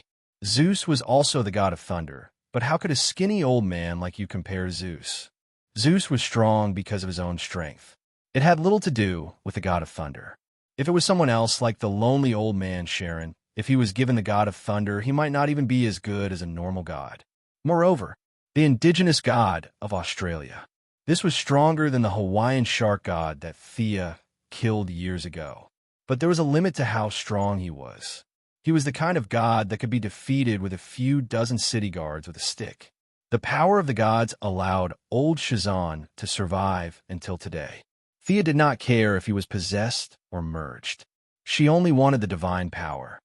I'm here today to receive the divine power of the gods.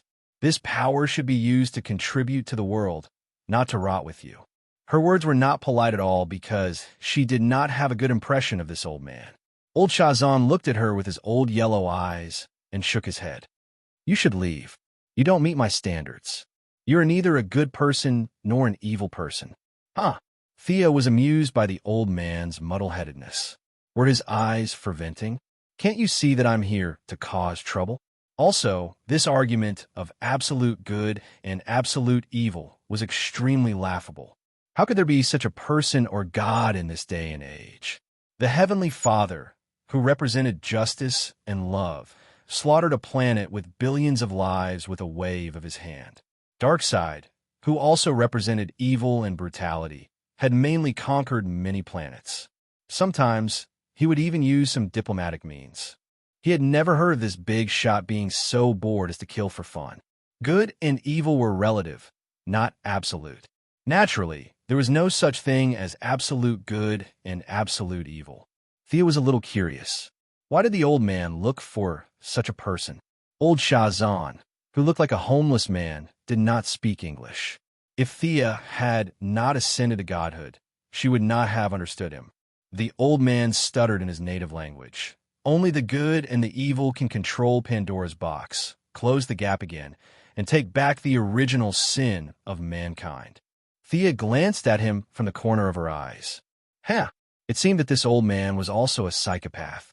She had wronged him when she said that he threw all the problems to Pandora and closed the door to sleep. He was also doing some work in silence. Most likely, he had tried all means in the past 10,000 years, and after all his efforts had failed, he came up with the idea of an absolute good and an absolute evil person as his successor. That box was not a magic item at all. The original sin and evil were all fake. It was a teleportation device, the result of the technology of the 3 imitations of the mother box on Earth. Only the people of that time and space could open it. Old Shazan was completely screwed over. For the sake of Pandora, she could still save him, but old Shazan looked dirty. She did not care about him at all. I don't care about your absolute good and evil. Hand over the divine power of the gods. Thea's cold tone finally made the slow, old Shazan realize that something was wrong. Why was she so fierce? Did he owe her anything? Only I can give it to you. Mortals have no right to demand it. Old Shazan stood up. His words were beautiful, but unfortunately, his hunchback was less than 7 meters tall. He was a little weak in front of Thea, who was 8 meters tall. This Australian god still could not see through Thea's background. In order to strengthen his persuasion, he slammed the lightning short staff on the ground and shouted, "Shazan." A brilliant golden lightning wrapped around old Shazan. When he appeared again, he had changed from a homeless man to a middle-aged, muscular man wearing a red tights and a white cloak. Your appearance is not bad, but it's a pity that this power is not yours. Thea took out her holy sword and rushed out like an arrow. The sword was slanted towards Shazan's head. Clang! A crisp sound was heard. Old Shazan held his staff with both hands and blocked the sword. Old Shazan was not used to Thea's style of fighting. He had just completed his transformation and had a lot of lines to say. Why did she rush over? Young people nowadays were too impatient. But no matter how dissatisfied he was, Thea's big sword was aimed at his vital points, and each strike was faster than the last. Old Shazan was a herdsman back then, and then he stayed at home for thousands of years. Occasionally, he would fight with his divine power to crush the enemy. Old Shazan had almost no experience in fighting an enemy. Faced with Sia's holy sword, he could only stupidly block left and right. His flashy tight clothes and large cloak became a burden, and he was slashed twice by Sia's sword as if he was a sandbag. What do you want? I want the divine power in your body. Old Shazan had no way to deal with such a tough opponent. Without his divine power, he would die. With only the divine power of the Australian gods, he could not have lived until today. There was nothing else to say. Let's continue fighting. Thunder and lightning. Old Shazan spoke in a long-lost language. As soon as his voice fell, a golden lightning as thick as a child's arm shot out from his staff. It was like a dragon, baring its fangs and claws at Thea. Old man, do you think you're the only one who knows how to use thunder and lightning? Thea moved her sword to her left hand and summoned a ball of lightning with an equally imposing manner to meet the dragon. In the flash of lightning, old Shazan flew back. His beard was as long as halberd, and his whole body swelled up visibly. He seemed to have used all his strength and spat out a simple syllable. Ow! A sense of desolation shrouded the abandoned land of heaven and hell. After the smoke disappeared, a giant beast that looked like a hippopotamus, was 3 meters tall, had huge fangs, and walked upright, appeared in sight. The giant beast's body was surrounded by a large amount of golden lightning, which proved that this was old Shazan from before. Chapter 7:15. The space inside the Stone of Eternity began to expand proportionally due to the battle between the two, seemingly without end. Originally, she was worried that the fierce battle would destroy the space, but now that she saw this function, she was relieved. Thea's fighting spirit also rose. Is this a behemoth? This transformation spell is not bad. He knows that he is no match for me in close combat, so he wants to crush me like this. This old man is not so stupid. Old Shazan's move was completely different from the transformation spell in magic. Thea did not know whether this thing was a behemoth or not, so she could only name it according to the game. Is this the original body of your Australian god? Thea asked tentatively, but her hands did not stop casting at all. The giant beast had lost the ability to speak. It roared at her, and like a mountain, it charged at her with heavy footsteps. Roar! Thea's legendary transformation spell was also completed. She chose the Overlord of the Sky, the giant dragon. In the midst of the smoke, a thick dragon tail fiercely hit the side of the giant beast. The giant beast, that weighed several tons, was hit, and it staggered 2 steps before stabilizing its body. Thea transformed into a giant dragon that was most suitable for magic, the blue dragon. Her whole body was covered in orchid scales, and the scales were full of profound and unknown spells. She looked at old Shazan with eyes full of wisdom. Barbaric god, hand over the divine power of the gods. Blue dragons had always been known for their slender bodies. Thea's giant dragon naturally did not have those hindrances of muscles. She flew very dexterously in the air and faced the giant beast with a dragon's breath. Old Shazan, who had turned into a giant beast, acted completely according to instinct. Known as the king of the land, the behemoth also had the confidence to challenge the giant dragon. Its 2 claws that were longer than its knees slammed the ground fiercely, and at the same time, its feet kicked hard. The giant beast jumped into the air, not only dodging the dragon's breath, but also taking the opportunity to pounce on the giant dragon. The opponent was dominated by the beast's instincts, but Thea did not have this problem. Fighting with a dirty giant beast? How is that possible? With a nimble twist of his body, he flew a few meters into the air. When he saw that the huge beast had lost its strength, he immediately spat out a mouthful of dragon breath. Shazan, the god of thunder and lightning, should not be very useful to him. Thea extracted a huge amount of magic power and turned it into bone-chilling ice. She tilted her neck and blew a big breath at Shazan's back. Roar! The entire back of the giant beast was covered in frost. The ice formed by magic was constantly eroding its body. The giant beast was in midair and could no longer maintain its balance. It fell to the ground with a loud bang. Brainless fellow. Thea followed up her victory with a large-scale mud spell that enveloped the battlefield. The giant beast struggled several times, but it sank into the mud because of its heavy weight. Thea threw out countless wind blades, and a layer of golden shield appeared on the surface of the giant beast in an attempt to resist. Unfortunately, the shield only lasted for 3 minutes before it was broken. The giant beast covered its vital parts with its hands and tried to get out of the mud. She did not want to go down into the muddy battlefield. Thea used magic again. Great summoning spell to summon her subordinates. A sky blue portal opened. Fiora, who had been on standby and wearing black armor, finally entered this space. She turned back into her human form. Thea pointed at the giant beast, and the female adjutant punched the giant beast in a loud explosion. She grabbed the giant beast's hair and punched its hippopotamus head twice. The giant beast struggled hard, but its weakness of not being able to fly limited its movements. The female adjutant had been basking in the sun on Earth for so many years. Even if she was not as good as Superman, she was not far behind. This kind of pure physical attack was simply fearless. The giant beast seemed to be irritated by the flying insect. It roared again and again, and its 2 giant claws kept dancing. The giant beast wanted to catch Fiora and drag her into its battle rhythm. However, as the leader of the younger generation on Krypton, Fiora's combat skills were also tempered by the Kryptonians.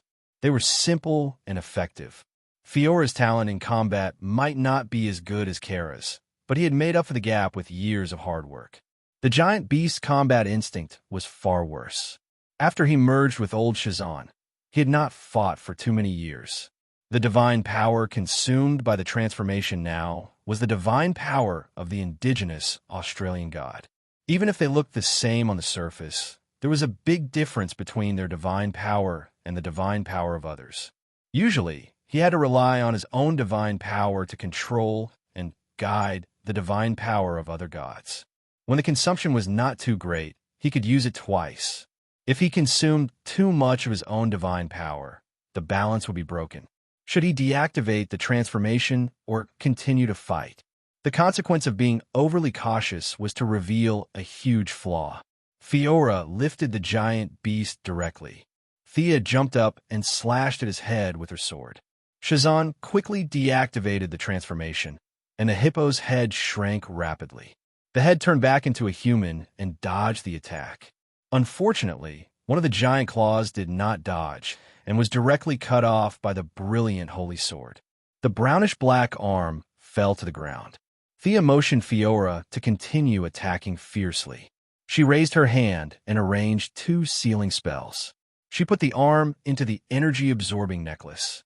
The necklace operated automatically, and traces of pure divine power were filtered layer by layer and turned into her own divine power. The total amount is too little. It seems that a part of it has dissipated, but it is still faster than natural recovery. Thea gave Fiora a look. The female adjutant immediately understood that she wanted to capture the target alive. Fiora took a deep breath. The energy in his body was quickly converted, and a bone-chilling cold was directly ejected. Thea waved her hands repeatedly. Ice Storm, Icicle, Frost Ray, and Frost Nova were continuously thrown out. With one of his arms cut off, old Shazan was a little overwhelmed by the 2 of them. He could only rely on the lightning enchantment to hold on.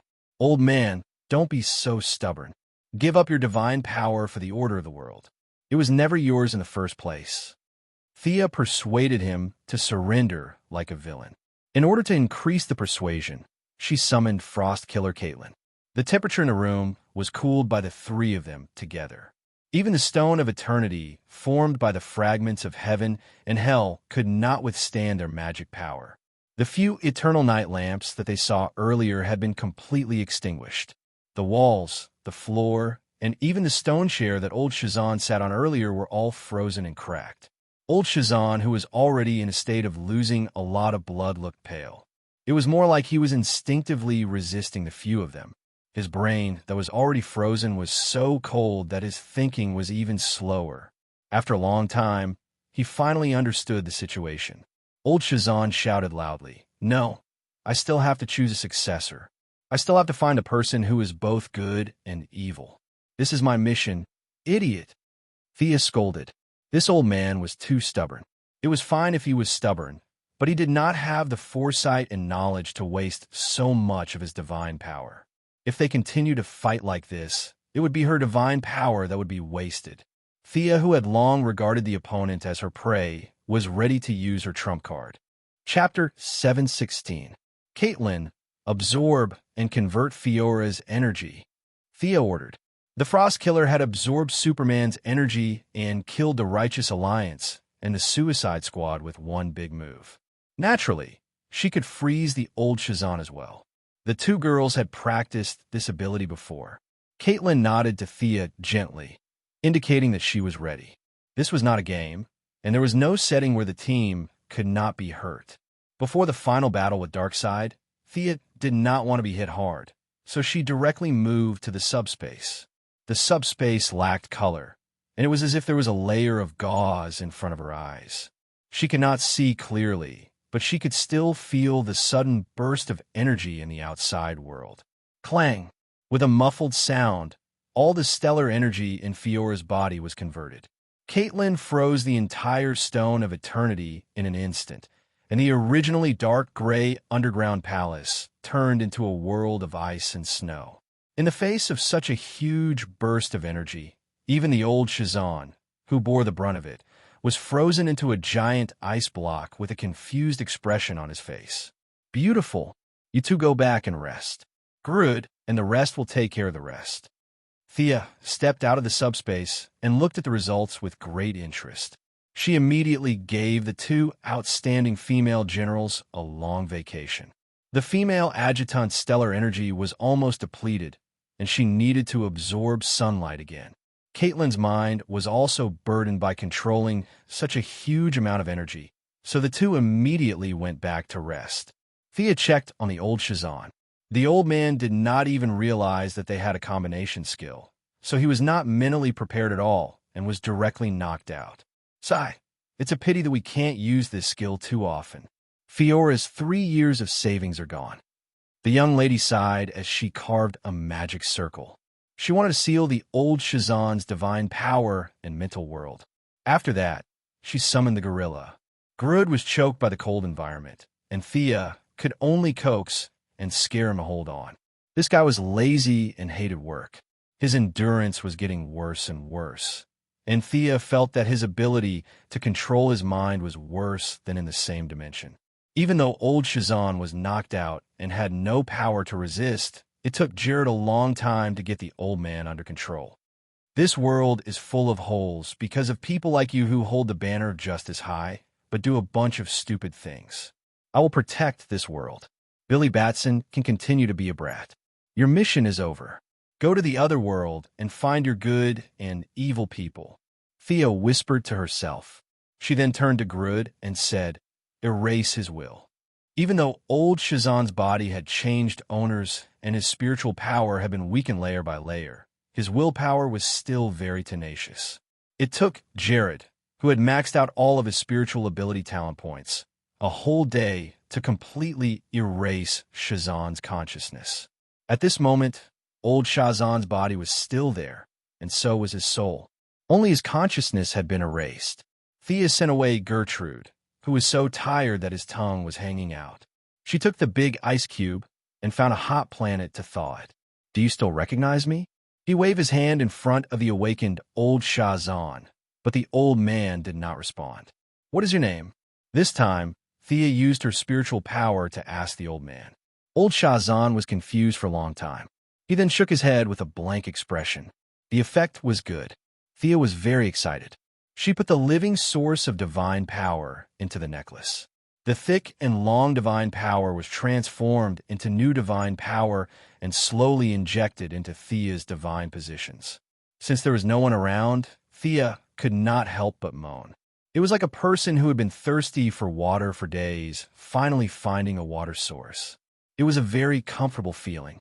With her divine power fully replenished, even if she still could not defeat Darkseid's clone, she was confident that she could last 30 to 50 moves. This old man is not simple. As she slowly absorbed the divine power, she felt something strange. Old Shazan not only had the divine power of the Australian native god, but he also had another divine power in his body that he probably did not even know existed. Sia carefully identified it and nodded. She chuckled. It has a trace of Zeus's original power? This old man is actually Zeus's chosen one. It was not difficult to guess that old Shazan did not know that he had this power. Similar to Diana, this was another one of Zeus's hidden pawns. This was also why old Shazan could use lightning freely. Among the 6 divine powers of old Shazan, there was Zeus' divine power. However, that was only pure divine power and was completely different from the original power. Originally, Thea wanted to suck the old man dry. Now, she changed her mind. She wanted to keep old Shazan captive and use his connection with Zeus's original body to continuously absorb Zeus' divine power. Anyway, the king of God's main body was in hibernation. He was happily training his Smuff, so he would not mind. Thea did not care whether Zeus' level would drop if she took too much of the original power. Back then, Zeus was like an unreachable mountain to her. Now that she was going to fight Darkseid head-on, she was 100 times more confident. She was not afraid of him.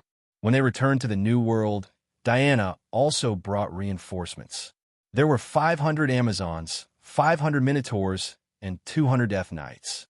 Hercules, the god of strength, who was suffering in Mount Olympus, also came to the New World.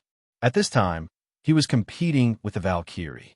Hera was busy arguing with Athena and could not leave, so she sent god of wine, Dionysus to help her.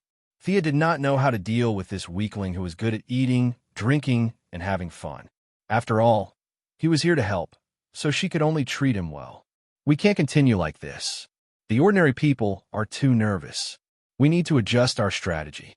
When she returned to the White House, her mother told her this news. She then handed her a few reports. The ordinary people had all kinds of guesses. Some said that the Earth was going to explode. Some said that it was going to be World War III. And of course, the most common was that it was an alien invasion. Thea scratched her head. She also realized that she had been too nervous during this period. The pressure of shouldering the fate of the entire world was only part of the reason. More importantly, it was the influence of the divine position of the soul on her. 99% of the souls were filled with resentment. Being in charge of the divine position was not optimistic at all. Announce the truth. The people have the right to know what happened. Moira sat behind the president's desk and deeply felt that it was not easy for her predecessor. I'll do as you say. I'll make some adjustments accordingly. On Friday night, a group of technicians was adjusting the equipment in the president's office in the White House. Moira was preparing for a televised speech. This was not the traditional fireside chat, so it would take a long time to prepare. Milady was more low-key in the White House. She found a chair and sat by the side, watching a group of people busying themselves. Suddenly, she saw a familiar figure. It was the little Supergirl, Kara Danvers. How did she get into the White House? Chapter 717. She casually crumpled a ball of paper and threw it over with a whoosh. Little Supergirl reacted quickly and reached out to catch it. She stared blankly at Sia. Thea waved at her. Little Supergirl looked around and shook her head. She came to the White House for business? Thea looked at the pass hanging around Supergirl's neck and thought. Tonight's matter had nothing to do with her. She just needed to ensure that there would be no trouble. She thought that it was just a briefing to inform the people of the current problems, but it turned out that the politicians were not on the same wavelength as her. In order to maintain stability as much as possible, Moira asked sociologists, psychologists, international relations experts, and a bunch of staff to come up with a package plan. Thea's words like, "Do you know that Earth is in trouble?" were definitely not going to work. According to the staff, the people would collapse directly. The plan they came up with was to talk about it step by step. They would talk about it a little bit today and a little bit tomorrow, so that the ordinary people would accept the reality.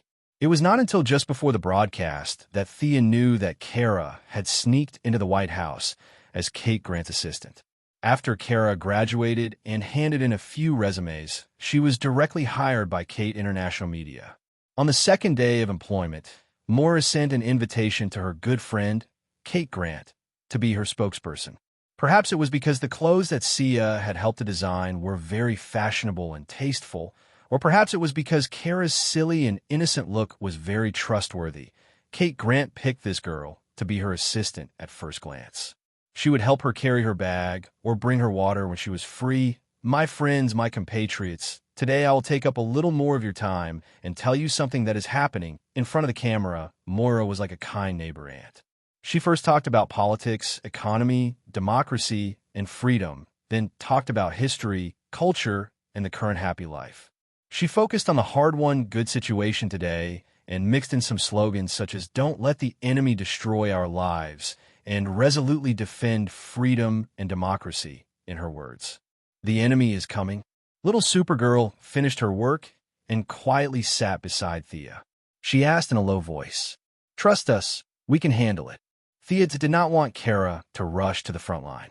She was too naive and had not experienced any hardships. Her willpower and faith were not enough to deal with the upcoming battle. It was best for her to be the reserve team. Her policy was to find more reinforcements from the universe and reduce the losses on Earth.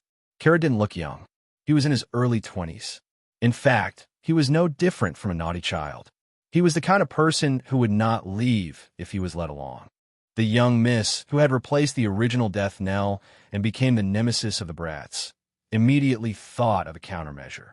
She looked at her with an extremely serious expression. "Even if you can't go to the front lines, your mission is still very difficult.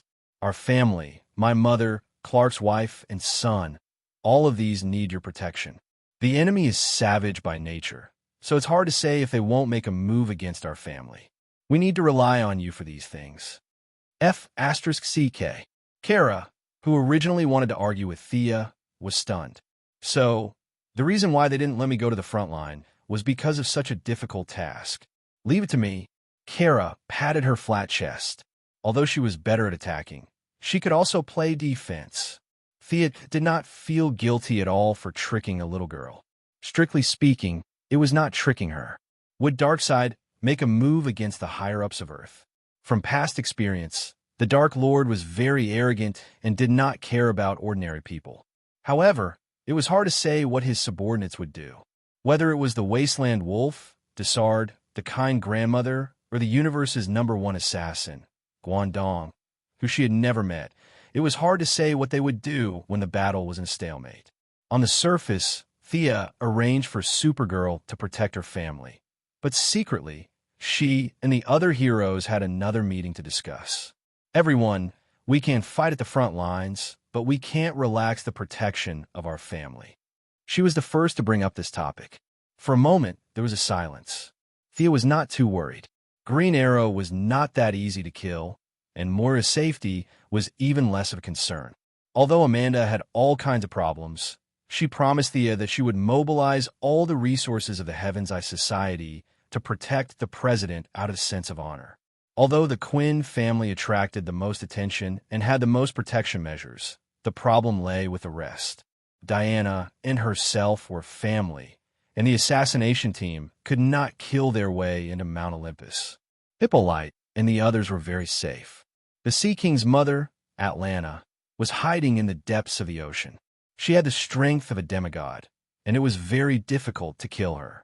The Martian hunters' family members had all died, and only a few spiritual bodies were left alive in the spiritual world. Ordinary people wouldn't be able to kill their way in. His niece, Megan, was one of the best among the Martians. Her superpowers could be written twice, and her combat strength was off the charts. Only Superman, Batman, and the Flash needed to protect their families. My family is safe. Batman threw out a sentence coolly and did not say anything else. Superman hesitated for a moment. My family will be placed in Fortress Ditto. Where is this place? They wisely chose not to ask, and only the Flash was left. Me? It was the Flash's second time attending this kind of meeting. Seeing Batman's attitude as if someone owed him millions, he did not know if he should reveal his true identity. After all, if he mentioned protection, his identity would be exposed, especially his family's heirs, who was a super burden. Since Louise Ryan had a child, she had restrained herself a lot. Now, the #1 in the world of death was none other than Ayers West. Other honest people could just find a place to hide, but Ayers was the one who was dishonest. She asked all kinds of questions, and her curiosity was boundless. She wanted to touch everything. As long as it was a locked door, she wanted to go in and take a look. Places like Thea and Batman's secret places were definitely not for her to enter. "Let your friends stay with my wife," Superman said sincerely. Benefiting from Superman's good reputation, the Flash agreed to this proposal. "What kind of reinforcements are there now?" The Martian hunter asked Thea after the family issue was over. Different from the original timeline, because of Moira's support and her relationship with Diana, Thea's words had a lot of weight here. Batman did not need to run around to contact people, and he and Superman had a tendency to stand aside. Fortunately, heroes of justice were not selfish. Since someone took the lead, they just had to do their own thing. There'll be a few Green Lanterns. Purple Lanterns, Blue Lanterns, Yellow Lanterns, and Green Lanterns. Each of them is comparable to a superhero, and their combat power is very strong. There may also be some space mercenaries participating in the battle, about 3,000 people. In addition, Green of all things, Red of all things, and Black of Decay will help us to a certain extent. Chapter 718. With the control of the Neutral Business Alliance, it was not difficult to find some mercenaries.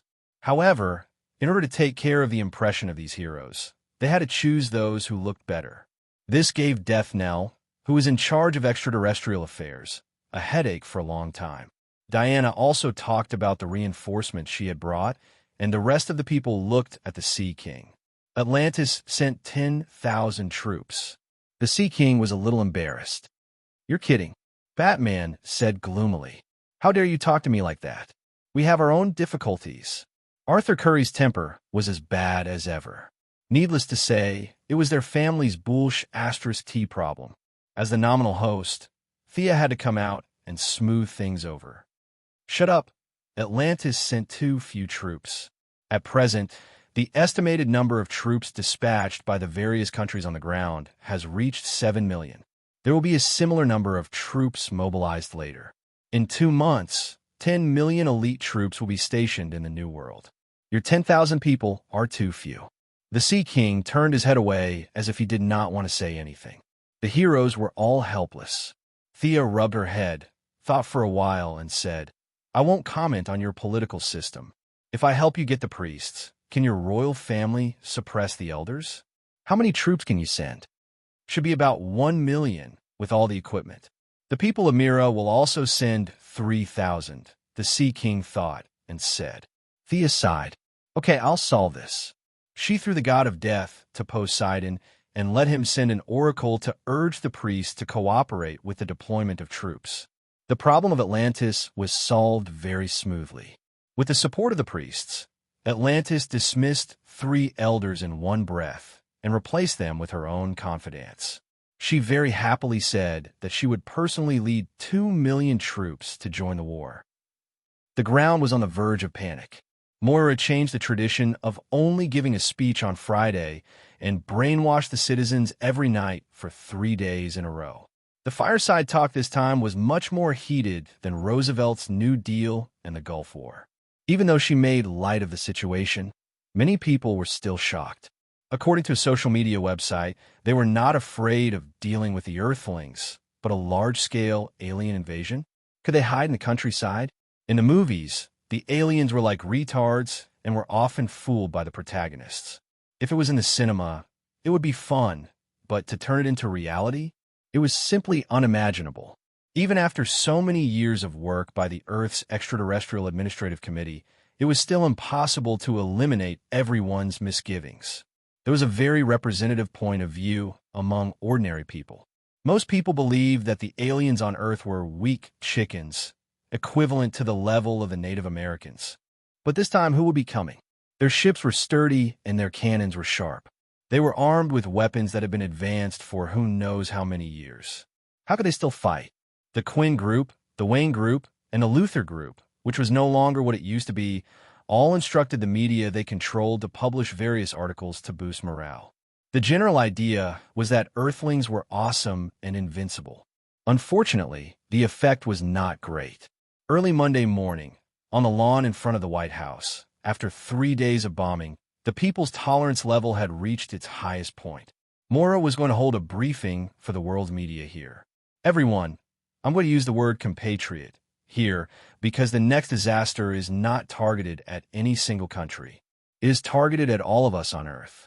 We have to put aside our disputes, put down our hatred, pick up the weapons at your hands, and protect your family. Because our enemy is coming. He is powerful and cunning. And if someone is lucky, then his future will only be filled with pain. Perhaps there are some people who don't believe it and even use the viewpoint of conspiracy theories to think that I want to seize power. For such people who still have malice in the face of the survival of mankind, I can only say that they should take care of themselves because I can't care so much. Myself, my son, and daughter will all join this battle. As an ordinary mother, I am proud and worried. If they die on the battlefield, what rights do I, a poor old woman, need? Moira's talent for acting pitiful was already maxed out. Many reporters at the scene were infected by her tragedy. For example, Kara Danvers, an honest child, had red eyes. Moira saw that the effect was good and changed the topic.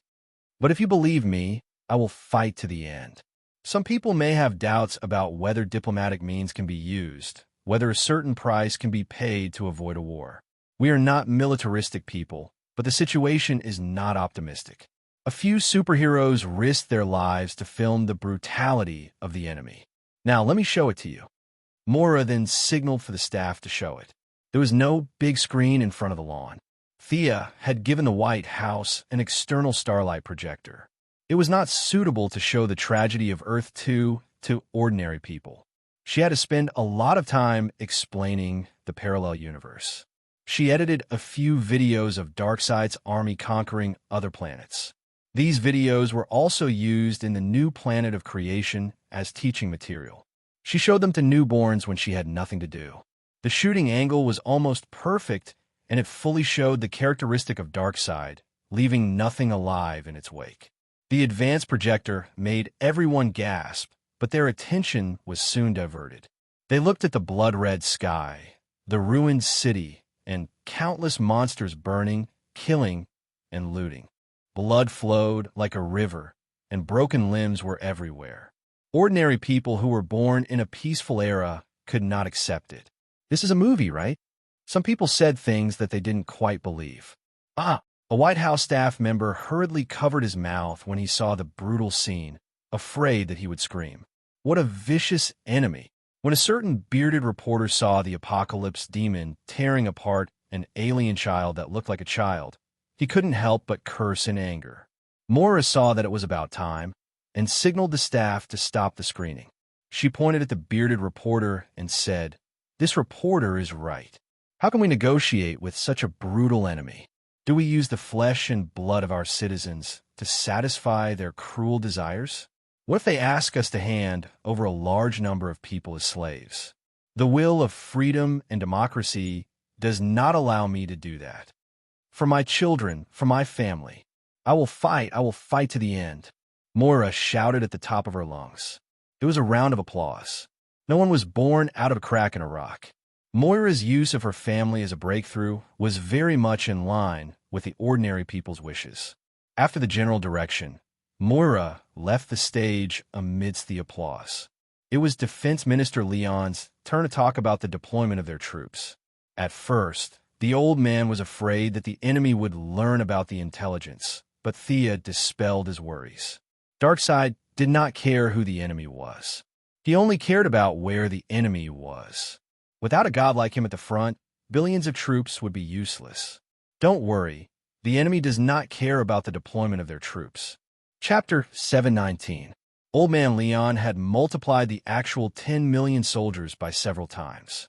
In front of the reporters, he claimed that Earth had already gathered 50 million regular soldiers, vowing to defend democracy and freedom. Of course, if ordinary people could join the army, that would be even better. Where's our battlefield? Will it destroy the current city and cause great harm to ordinary people? A reporter asked a question that many people were concerned about. Ordinary people were really scared by the previous 2 battles in the metropolis. Several heroes and enemies flew in the sky, sometimes in the east and sometimes in the west. Ordinary people could only run on the ground like headless flies. If they were lucky, they could survive. If they were unlucky, a brick might fly from somewhere and smash them to death. Having this kind of experience twice in one's life was enough to be proud of and bragging. Don't let it happen a 3rd time. Before the news conference, several people had unified their statements. They definitely couldn't say that magic had built a continent. That was too fantastical. Ryan used scientific words and vaguely said, "It's a new continent that we have discovered." The old man wasn't in charge of answering questions. He just rambled on and on about the size of their army, how many troops they had, how many battleships and mechas they had. In short, it was the same thing. Don't be fooled by how brutal the enemy was. They weren't weak either. The last bit of time was given to Kate Grant, the media woman who was known for her sharp tongue. At first, she was not very used to the role of a news spokesperson.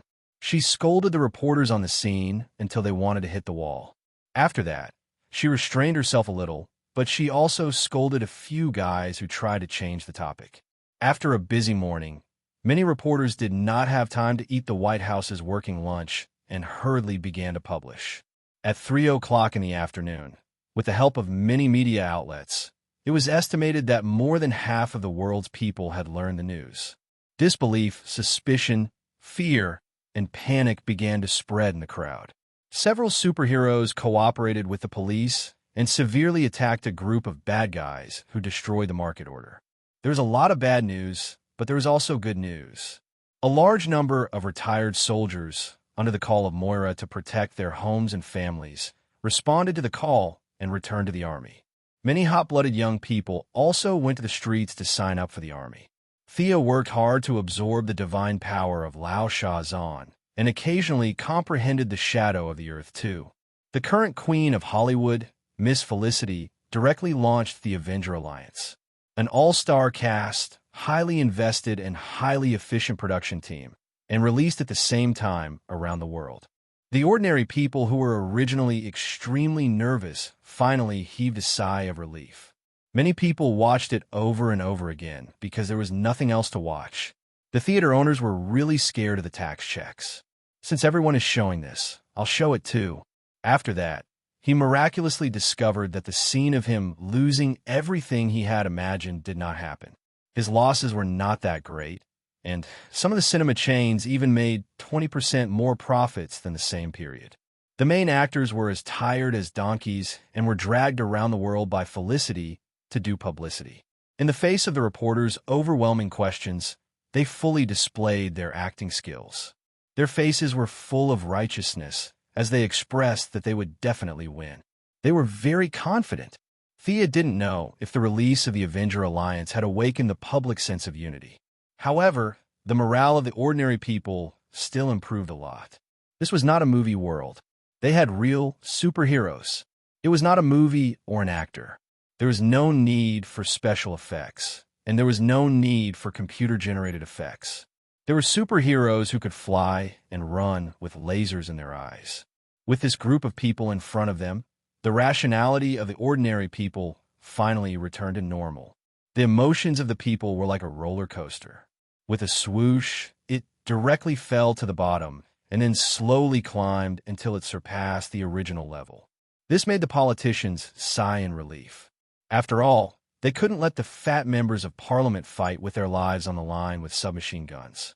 The soldiers were ordinary people, and their emotional stability was more important than anything else. Time passed. In the process of preparing weapons, transporting supplies, and building a frontier military base in the New World, a month passed quickly. With the fat brothers and pets, Hal Jordan, who was dressed like a protagonist, rushed to Earth. Together with him was Carol Ferris of the Purple Lantern Corps. This former airline executive was wearing a purple combat suit with a deep V that reached to her belly button. Her elbows and calves were tightly wrapped, and her thighs and shoulders were exposed. Thea pouted. This suit was comparable to the uniform of the Blue Lantern Corps. The Purple Lantern was indeed the symbol of love. It was indeed hot. To be honest, Hal Jordan's personality was a little flamboyant, especially now that he was already the greatest Green Lantern. Thea was afraid that a fight would break out between the superheroes to introduce him at a hero convention. In the battle that followed, Thea had to fight Darkseid head-on, so she didn't have the energy to command. The superheroes didn't have it easy either. Intentionally or unintentionally, they left the command to Batman. After all, he was just an ordinary person. With 127 types of martial arts, he might be able to kill a random soldier with a little effort, but that was all he could do. It was better to leave such a big shot to the rear and come up with ideas. Thea introduced Hal Jordan to him. In fact, they had met a few years ago when they were fighting the Parallax monsters. However, so many years had passed, so there was no problem in introducing him again. After the introduction, she stood at the back, ready to watch a good show. As expected, as the current greatest Green Lantern, Hal Jordan was very proud. When he heard that he was going to cooperate with Batman, he exploded. After living alone in the universe for a few years, Hal Jordan's knowledge and vision were no longer what it used to be. He looked at Batman with a scrutinizing gaze. What abilities do you have? Can you fly? No. Super strength? No. Hal Jordan looked at Thea in disbelief. You're not just an ordinary person in a bat suit, are you? Batman stared at Hal Jordan with a fierce expression. His eyes seemed to emit omega rays as he stared at Hal Jordan. The greatest Green Lantern was a little confused.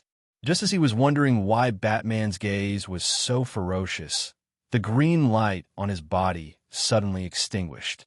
His transformation was deactivated. An emerald ring was in Batman's hand. Master Bruce smiled happily. I can help you focus. Carol Ferris, Hal Jordan's ex-girlfriend, laughed happily when she saw Hal Jordan being taken advantage of. Batman looked at the ring and threw it back to him. The enemy's vanguard is infiltrating more and more. I need you and your partners to join the hunt. After that, Batman picked up a square mother box. We need to gather these things together so that the enemy will appear on the battlefield we designed in advance. After sending Hal Jordan, who had brought his own food, away, Batman sighed. Thea was busy improving herself, and he had to coordinate everything. It was tiring for him. Hold on a little longer. We only have a month at most. Thea was racing against time to convert her divine power. She really did not have the energy to care about chores. She was not the only one. Diana and Superman were also working hard to make use of every minute and second to train.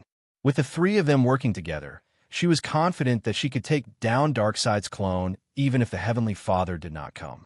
If the Dark Lord himself joined the battle, then she would have to lead the retreat. Time seemed to pass quickly, but also slowly.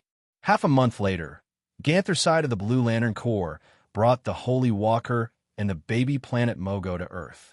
In order to teleport Mogo to the New World, Thea brought 300 Blue Lanterns and used her teleportation circle.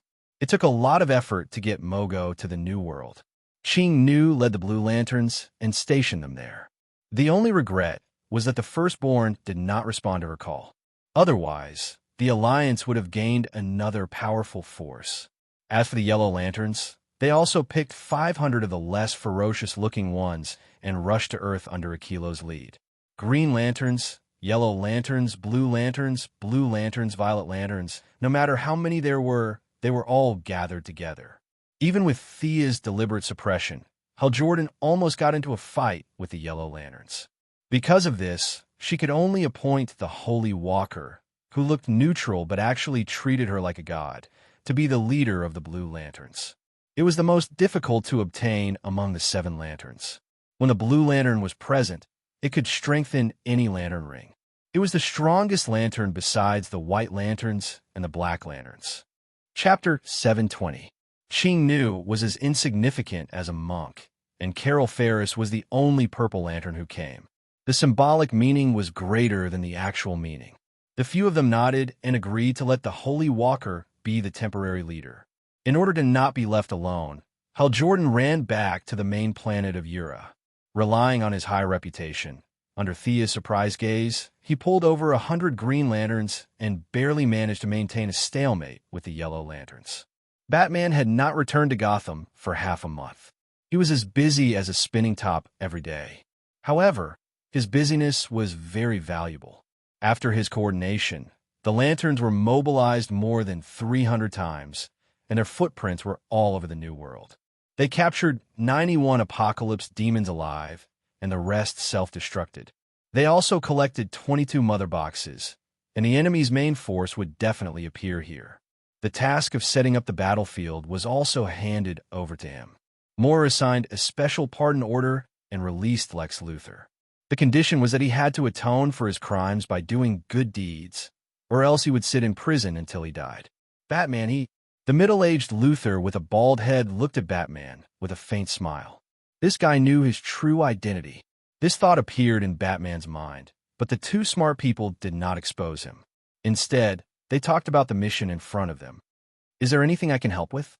We plan to set up the battlefield in District East 12. It's near the sea, and the space is wide.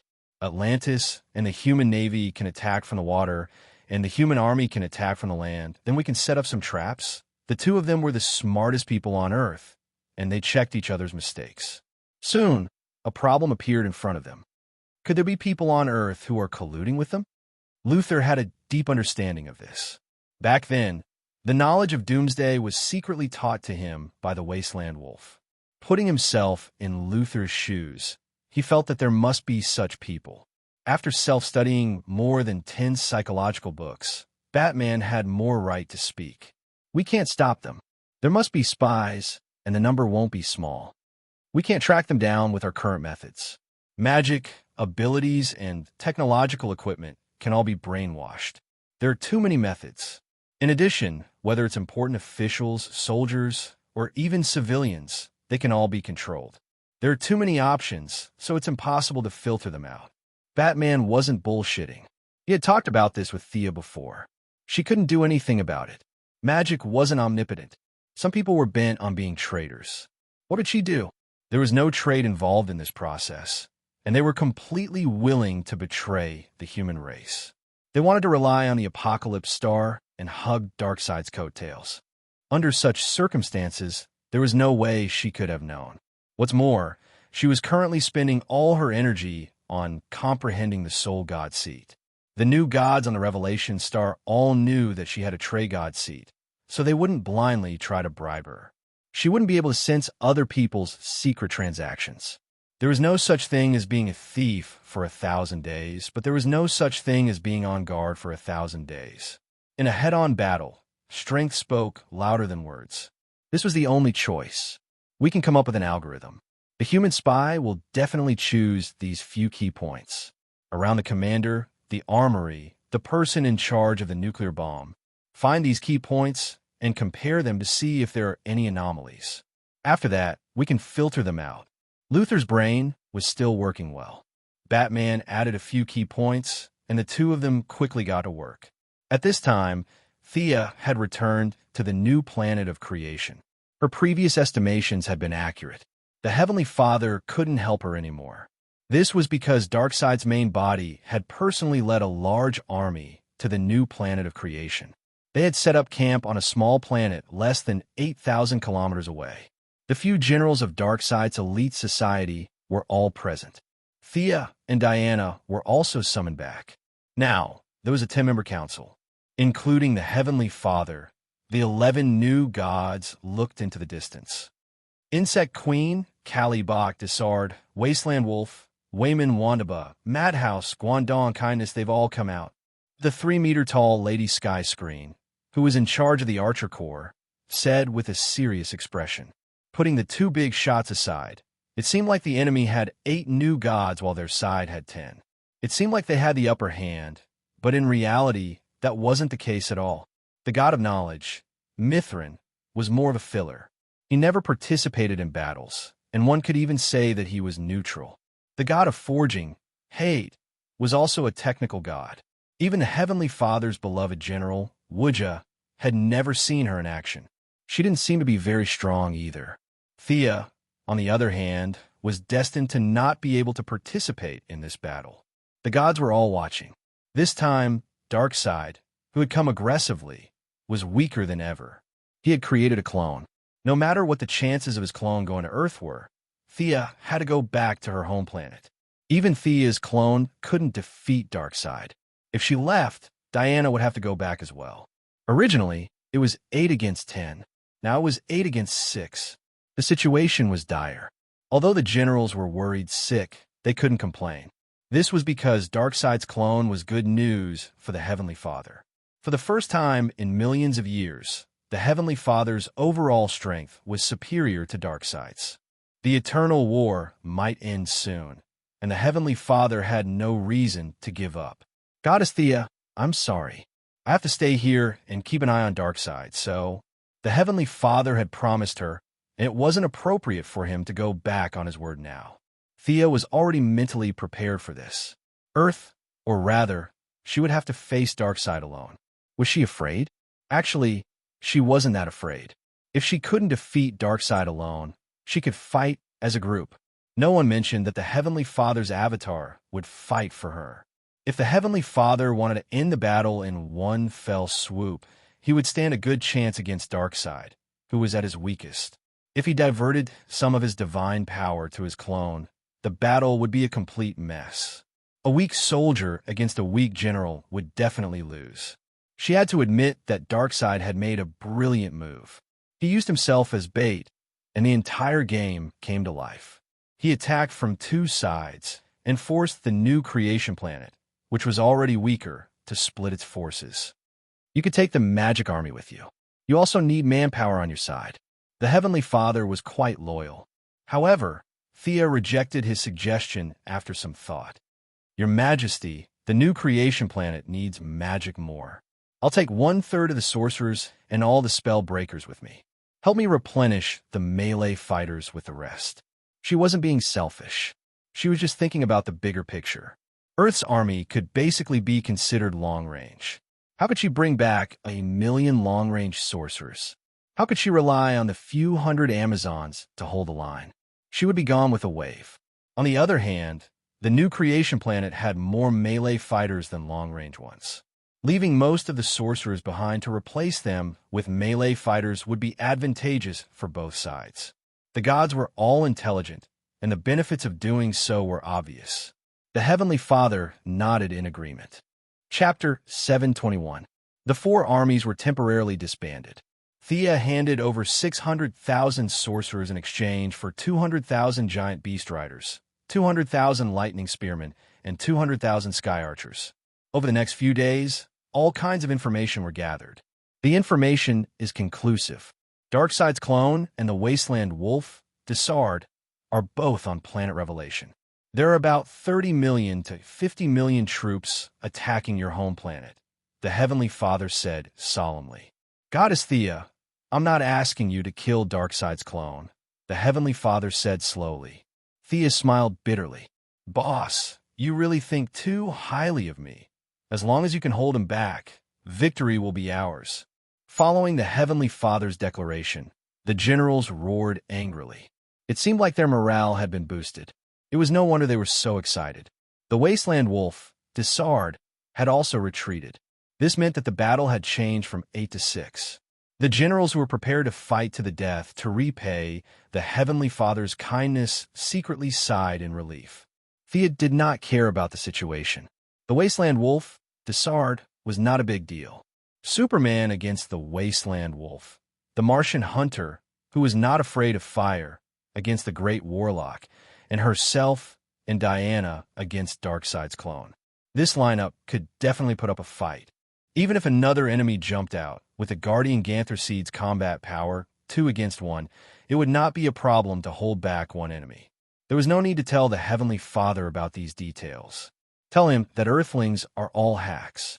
Can you give me more responsibility? Impossible. Sia looked like she was about to cry and bid farewell.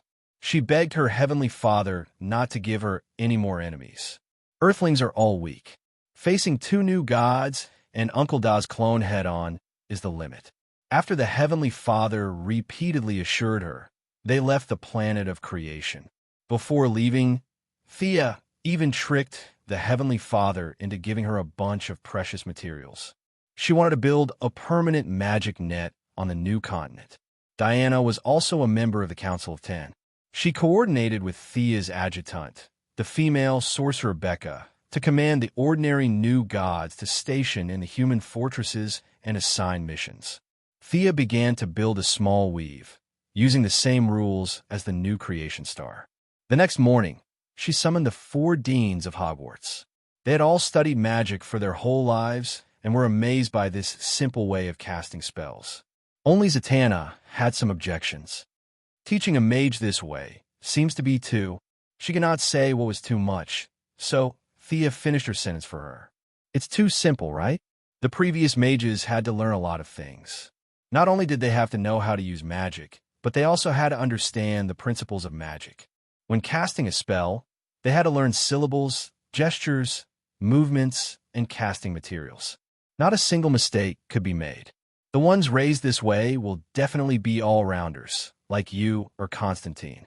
You can use all kinds of magic at will. That's definitely true, but it's just not suitable for the current era. Magic is about to enter the eyes of ordinary people. Those with high talent should not be abandoned as long as they can use it proficiently. Several mages with professional backgrounds had nothing to say. Thea asked about the current situation of the magic school. Including the artists, there were only 1,000 mages in the magic school. Their strength was uneven.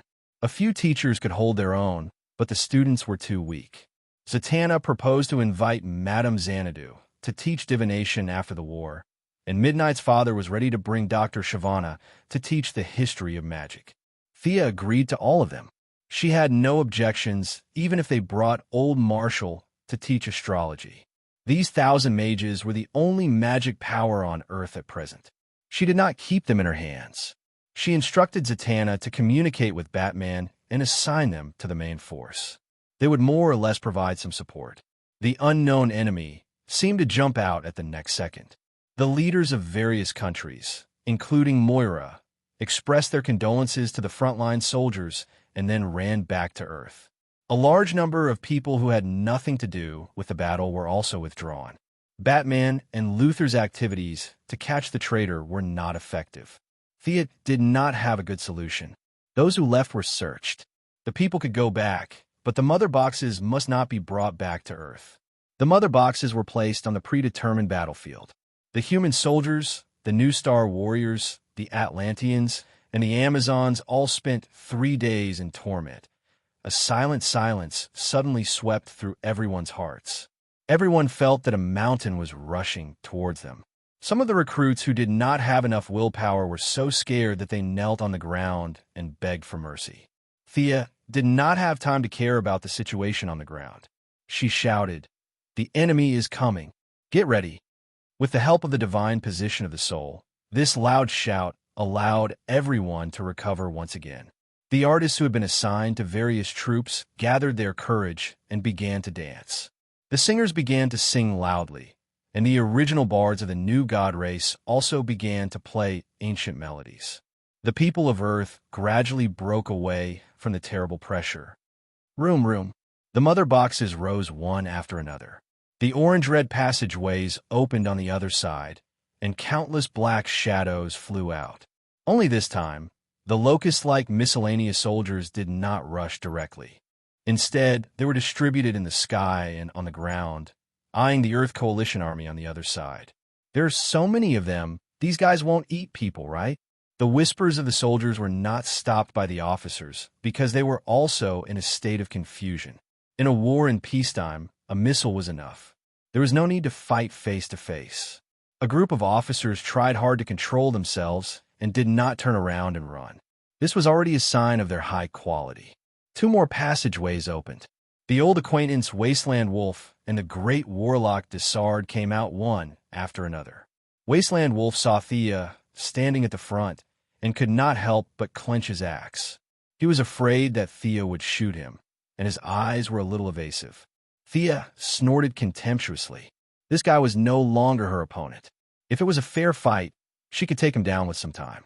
Unfortunately, Diana wanted to take revenge for Wonder Woman in the other world, and Wasteland Wolf was her target.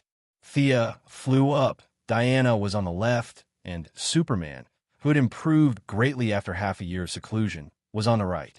The Martian hunter finally revealed his true form and flew to a position behind Superman. The 4 of them lined up and looked at the largest passageway. Thump, thump, thump. Heavy footsteps seemed to be stepping on everyone's hearts. The Dark Lord, who was 4 meters tall, had green skin, wore blue heavy armor, and had a big Omega symbol on his chest, slowly walked out.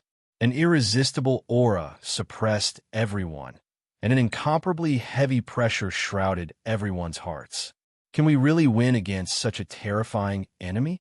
This time, even the dancers and bards could not withstand it. They all shrunk their bodies and collapsed on the ground, trembling. It was not that they did not want to run, but their legs were weak, and they could not run. Hee, Dark Lord, don't you think it's beneath your dignity to bully these ordinary people? Just when the ordinary people were about to take out their guns and commit suicide, Thea's light words entered everyone's hearts. Chapter 722. Thea was going to fight Darkseid head-on. His aura was like a light breeze to her. It was not enough to overwhelm her. However, it was too much for ordinary people. She had no choice but to use some of her soul's divine power to break Darkseid's mental suppression. However, Darkseid had only released his aura, and she had to use her divine power to deal with it. The difference in their strength aside, the difference in their understanding of divine power was obvious. Darkseid hovered in the air, his hands behind his back as he looked at her coldly. His eyes were filled with killing intent and coldness. "What's the matter, Your Majesty? Do you want to fight again?" Thea asked tentatively.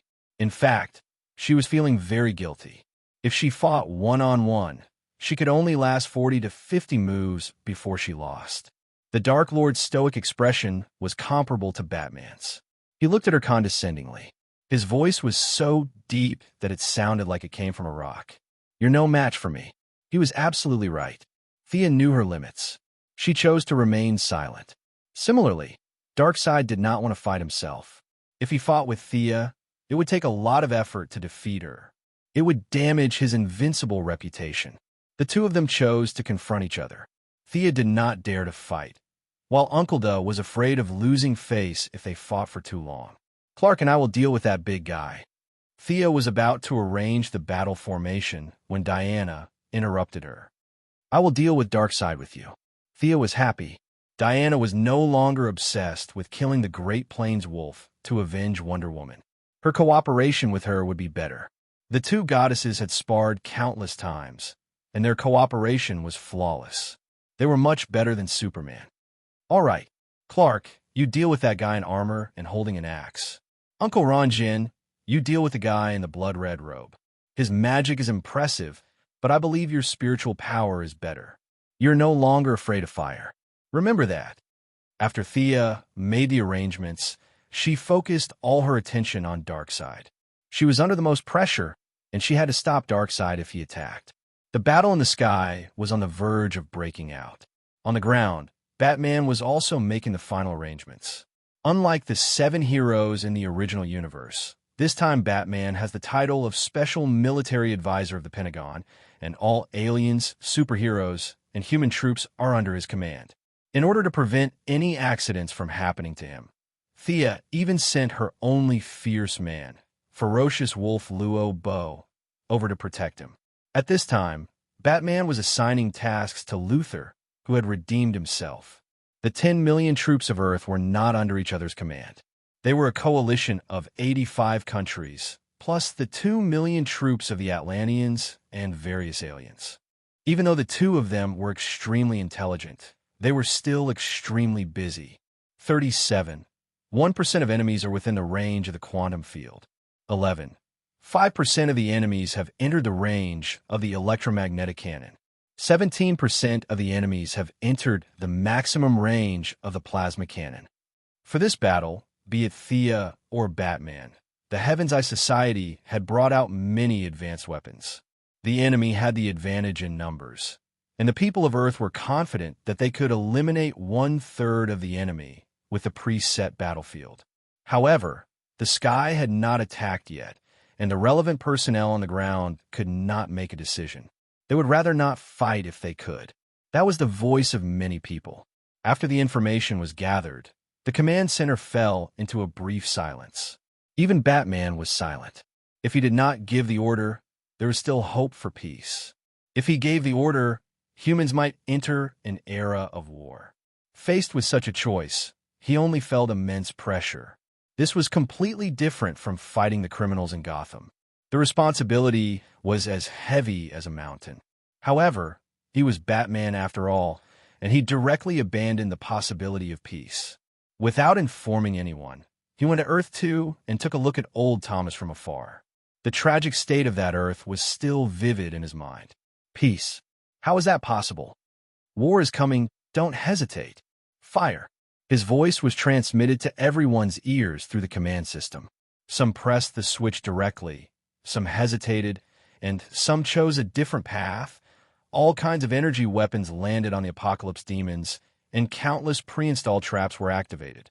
5 motherships opened fire at the same time.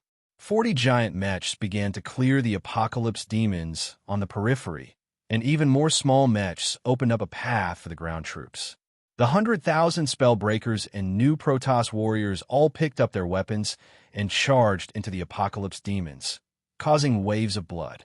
The Behemoth cavalry demonstrated what it meant to go on a rampage. Just like their commander, Wuja, these rough-looking warriors wielded giant hammers and rode their behemoths into the enemy's midst, leaving behind a trail of broken limbs. The Lightning Lancers and Sky Archers cooperated well, one in close combat and one in long range. Any enemy that entered their attack range did not survive for more than 3 seconds. They were either pierced in the chest or shot in the throat. It was efficient and fatal, completely different from the Behemoth cavalry. The Spellbreakers, who held long swords and kite shields, marched in an orderly manner. Following their commander's orders, a rain of swords rained down. They were like an iron wall that constantly compressed the front line. The remaining Taurens, fully armed Amazon warriors, and Death Knights were also killing their own enemies. Realizing the strength of their allies, Many of the human armies finally abandoned their worries, picked up their weapons, and joined the war in an organized manner. In the command center, Batman kept looking at the feedback from various parts of the battlefield. The human alliance's morale was high, and all kinds of preset traps had been activated. The situation was completely within his expectations. However, his heart still clenched. The danger premonition that he had honed over the years was attacking his brain. Soon, something bad would happen. After 20 years of fighting in Gotham, he trusted his intuition very much. How many enemies are there on the battlefield now? Seeing a few generals in the command center rejoicing, Batman was furious. Do you think you've won? What a joke. The statistics were calculated very quickly. A staff member reported loudly, "There are now 25 million enemies on the battlefield. The original number should be less than 30 million, but the Human Alliance has eliminated more than 1 million enemies in just 1 minute." The excitement in the staff member's voice could not be suppressed. The enemy had hidden a portion of their army. Thea had previously said that there were between 30 to 50 million enemies. Although Batman studied the anti-Thea armor when he had nothing to do, he still firmly believed in Thea's words. Where was the enemy going to attack? Was it his command center or the rear?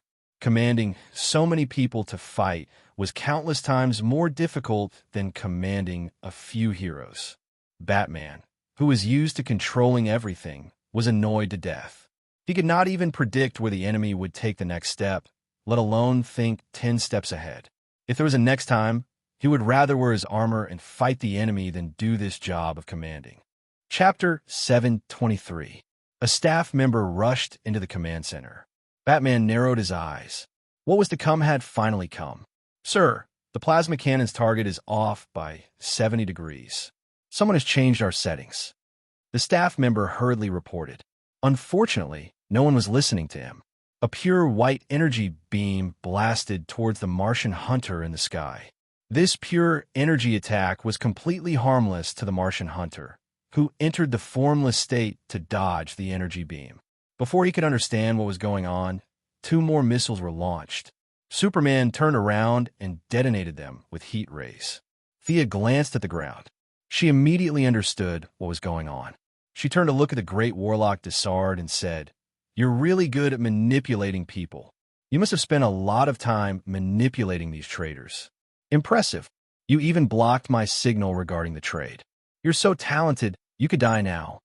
A sharp arrow composed purely of soul force converged in her palm, faintly transmitting the mournful wails of souls. Afterwards, she threw the arrow, dragging an ash-colored flame tail, towards the great warlock. "Your attack is even more evil than mine." Desard's face turned bitter. The soul flame in the arrow could burn away half of his life. Normally, he would have turned around and fled. However, there was no such problem now. His dog had a master by its side. As expected, the giant blue hand caught the soul arrow. Darkseid was a little angry. He did not expect Thea to make the first move. He activated his unparalleled strength and crushed the soul arrow. Something felt wrong. In less than 1/10 of a second, he realized that he had been tricked. There was a huge problem with the soul flame. You've realized it? Too late. Thea was already past the age of being angry. She had already expected that there were traitors among the humans. She was just a little surprised that the great warlock could bypass her position as the deity of trade and secretly develop spies on Earth. However, it was only a small surprise. As long as she could defeat Darkseid, all problems would be solved. While she was comprehending the deity of souls, she went to see the shadow of the first twice. The pure and supreme shadow energy gave her countless inspirations. This was one of them. She added a new material to the soul flame. It was a bit like the corrosion spell in magic, but the effect was completely different. "Cover me," Thea shouted loudly. Her golden hair danced in the wind as she bent her right arm and spread her fingers, aiming at Darkseid's left hand. A strange energy with unique corrosive properties began to corrode the great Dark Monarch's left hand as a gray-white vortex connected the two of them. Diana hurriedly held a giant shield to protect her. Thea wanted to extract Darkseid's soul. Of course, this could only be done literally. It would be too difficult to actually do it. Instant kill of Darkseid? Even Ghost and the others couldn't do it, let alone Missy. However, whether or not she could do it was one thing, and whether or not she could do it was another. Even if she couldn't do it, she wanted to discuss Darkseid. She wanted him to put his hands behind his back and act all high and mighty. She used Soul Siphon to the maximum, but even with her Soul Corrosion spell, she could not absorb much from Darkseid's body. Darkseid was like a towering mountain. Her Soul Siphon was like using a rope to drag the mountain. Even after using all her strength, she could only drag some soil away. It had no effect on the mountain at all. Thea was not disheartened. This was within her expectations. If the mountain did not come looking for her, she would go looking for the mountain herself. Her right hand continued Soul Siphon, and her left hand used what she had absorbed earlier to create a purple chain of light. Darkseid was in an awkward position. He had been ambushed at the beginning, and if he had cut off his left hand, none of this would have happened. But how could that be? Even if it was just a clone, it was still Darkseid's clone. If he cut off his hand in front of everyone, it would be embarrassing. Darkseid chose to take it head-on. With the support of a greater god, Thea could not do anything to him. After all, there was still a big gap between their levels. However, Missy kept coming up with strange moves.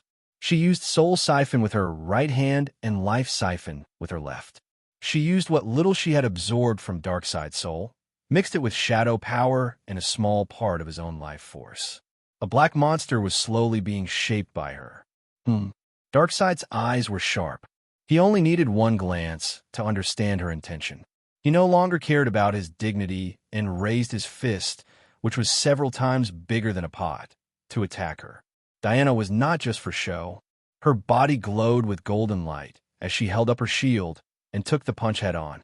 If it had been Darkseid himself, she would not have been able to withstand it. But now it was just a clone. The Valkyrie relied on her divine armor and her position as the guardian deity to barely withstand Darkseid's attack. The Dark Lord attacked again and again, but he could not take down Diana. In fact, because he was too anxious, he was hit by her sword. Kill her. His two henchmen, Desolate Wolf and Dissad, saw that their boss had been hit by a sword. Regardless of how much damage was done, they were definitely embarrassed. The two of them rushed forward anxiously. Of course, Superman and the Martian Manhunter would not just stand by and watch. They each found an opponent to fight. Desolate Wolf had seen Superman from Earth 2 before. Superman was strong, fast, and had great endurance. He was just a little weaker than Desolate Wolf, so Desolate Wolf had underestimated him. He was also afraid that Darkseid would come after him after the battle, so he was distracted. After 3 moves, Superman landed a heavy punch on his lower abdomen. In the face of Superman, who had gone into seclusion, sleep, in the sun for several months, even the Great Plains Wolf's divine body could not withstand it. A large piece of his armor was shattered, and he almost spat out a mouthful of blood. He forcefully endured it and waved his axe with all his might. It took 7 or 8 moves to stop the decline. After being beaten up by Batman for 3 days, it was impossible for Desolate Wolf to have any profound martial arts skills. However, Superman's talent in combat and his well-honed martial arts skills made the two of them greater than 1+1. With a feint, Superman dodged the Wasteland Wolf and threw an uppercut straight at his chin. The Wasteland Wolf's martial arts, which had been practiced for countless years, were also not bad. He slightly retreated to avoid the uppercut, and at the same time he swung his axe at Superman's waist. Both of them had similar fighting styles. The difference was that Superman had more talent, while Desolate Wolf relied more on experience. Superman was afraid that the aftershock of the attack would affect the ordinary people below, so he deliberately led the battle to a place with no one around. Desolate Wolf also did not want to see his boss in trouble, so he ran to the other side. He was afraid of the consequences, but Desolate Wolf was even more afraid. Desolate Wolf was a relative of the royal family, but Desolate Wolf was nothing compared to him. If Desolate Wolf had not helped him block that soul arrow, would he have been ambushed? Darkseid's style was to vent his anger on others.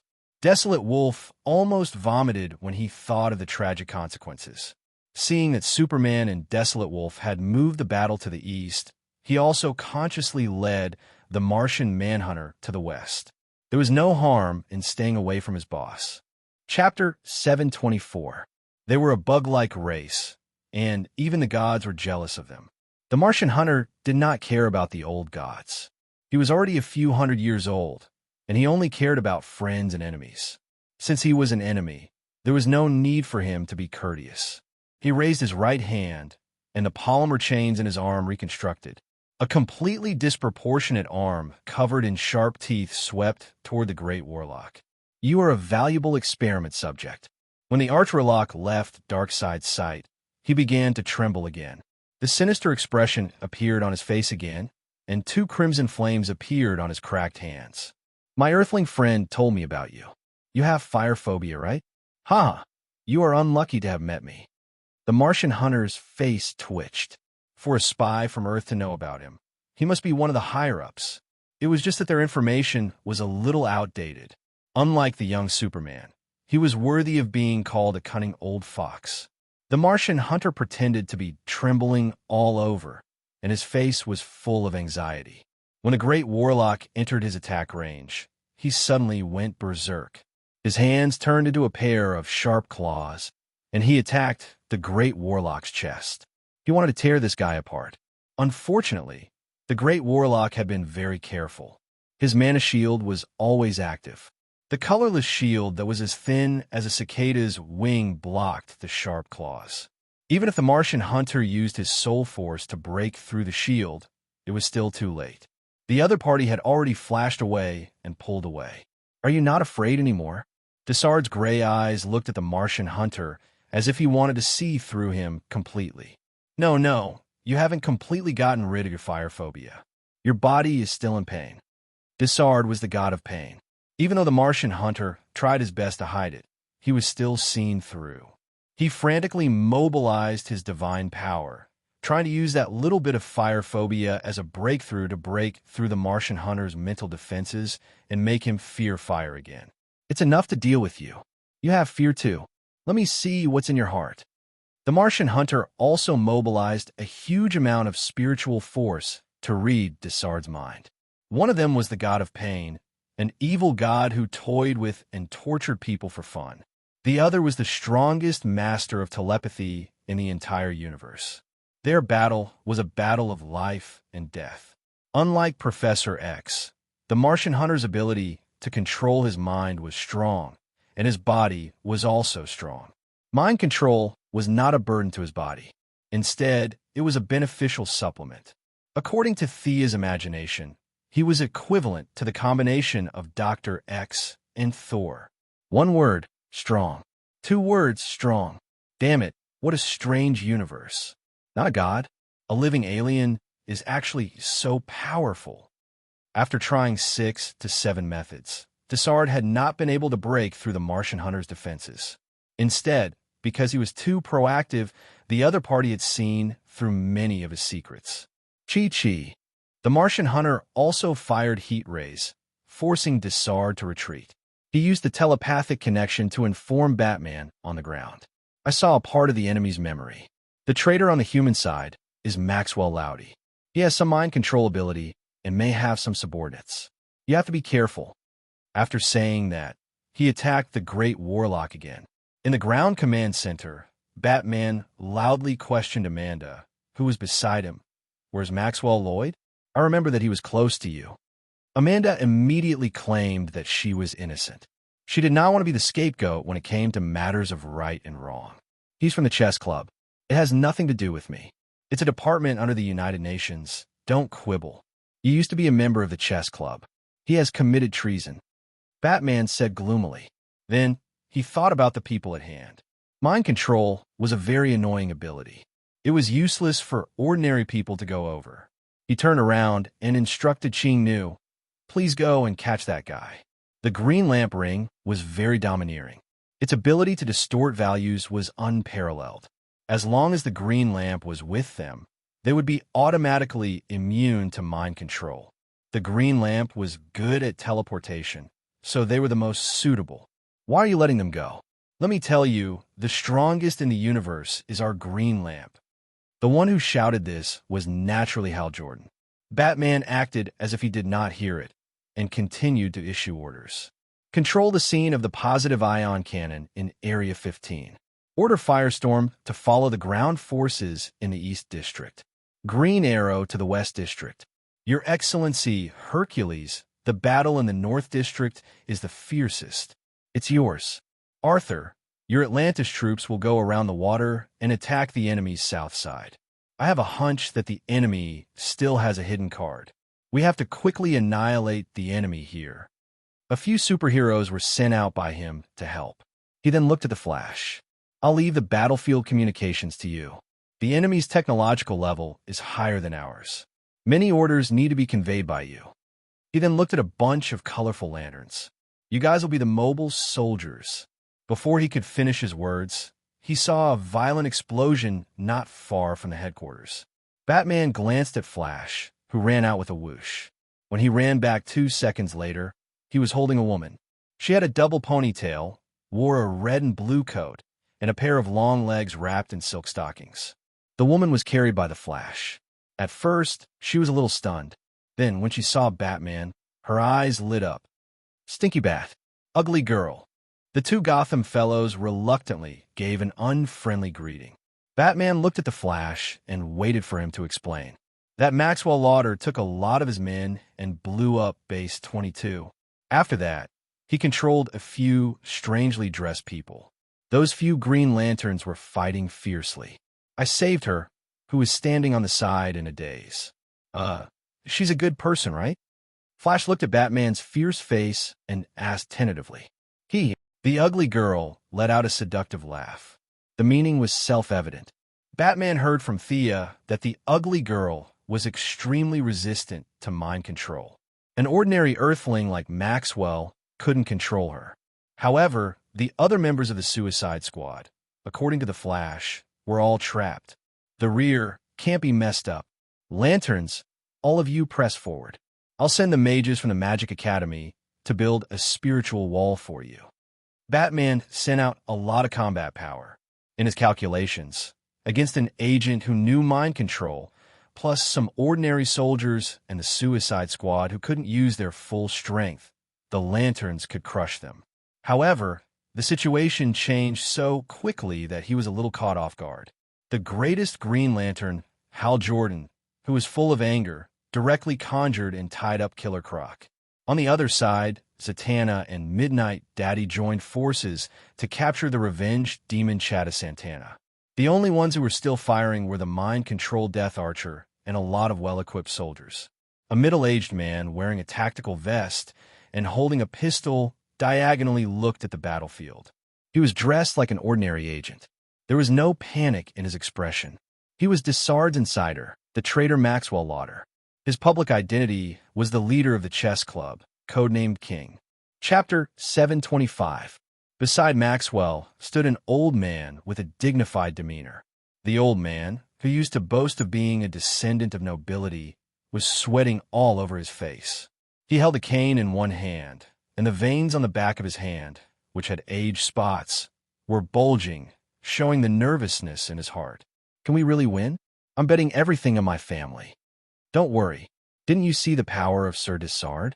He personally promised that Earth will be ruled by the Morgan family in the future. How can you not take any risks? Maxwell was comforting them verbally, but in fact, he despised them in his heart. These greedy old bastards, pouncing on the slightest benefit like dogs. They were a disgrace to humanity. He looked at Thea, who was fighting with Darkseid at the highest altitude. He wanted to reach that height too. For this goal, he could abandon any human honor. Earth? It has nothing to do with me. His comforting words had almost no effect.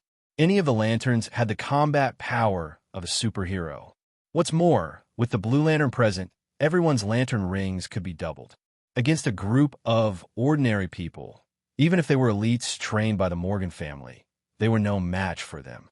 The mechanical power armor made by the Morgan family was directly dismantled, and the energy guns were like children's toys in front of the lantern rings. I'm going to find reinforcements. I'll leave this to you. The old man saw his own armed forces being cut down like wheat and panicked. He wanted to leave Maxwell to buy himself time. Unfortunately, there was a gunshot, and the old man only felt a warm liquid flowing over his old face. After that, he fell to the ground and did not know anything. Hee, old dog, you're still not honest even when you're about to die. Maxwell put away his gun and pulled down the curtain with a smile on his face. A 3-meter-tall box stood there. He quickly entered the password, and a muscular man with a livid complexion slowly walked out. Copy the abilities of those people in the sky. Let's use Superman's ability first to show these guys outside the power of Yamojua. Ha ha ha. Maxwell saw all kinds of 0101 flashing through the eyes of the muscular man. He could not suppress his joy and laughed wantonly. Let's start with this guy. He instructed Muscle Man to attack Hal Jordan, who was charging the furthest. Before the Husky could understand what was going on, it saw a burly figure rushing over at an irresistible speed. Who are you? Esper? He did not show any signs of weakness. He set up a green barrier in front of him. According to his experience, the barrier would wrap around the enemy after blocking them. He had always used this method to win when fighting against countless huge aliens. Unfortunately, this time, he met a super ferocious subdemon Jua, who had the legendary ability to impregnate anyone he looked at. No, to learn the opponent's ability with just a glance. He had copied all of Superman's abilities and didn't have any of Superman's weaknesses. He crashed into Hal's shield like a wild boar. The green light lasted for less than half a second before it was destroyed by the huge force. With a crack, it shattered into powder. The demo Jua was almost unhindered as it charged straight at Hal Jordan. Now that he had gone through hundreds of battles, Hal was no longer the rookie he used to be. He did not panic in the face of danger. He conjured a giant fist and slammed it on the ground. With the help of the reaction force, he rose up a lot and dodged the demo Jua's charge. Before Hal Jordan could rejoice, he heard Carol Ferris shout, "Be careful." He did not look back foolishly. Instead, he curled his body into a ball in the air and rolled to the left. Chi-chi! 2 crimson rays hit the place where he was just a moment ago. The rays flew out for a long time before disappearing. Kryptonian? Hal had seen Superman and Fiora with the yellow light. He knew about Kryptonians, but weren't Kryptonians said to be extinct? Now, how many of these 1, 2, 3, and 4 had appeared? The Demoja did not know what he was thinking. With a huge amount of energy in his mouth, he spat out another frost breath at Hal. Damn it, big guy, let me show you this. Hal dodged the frost breath. The green light on his ring shone brightly, and a giant emerald sword was created out of thin air. Simulating kryptonite waves was something only a few Green Lanterns could do. It required a strong emotional ability and fine structural ability. The seemingly careless Hal Jordan had specially practiced this move. According to his estimation, it was impossible to simulate it 100%. It should be at least 60% or 70% similar. Just as he was waiting for his opponent to wail and fall to the ground so that he could fly over and brag, he saw the green lightsaber pierce the demo Jua's rock-like chest.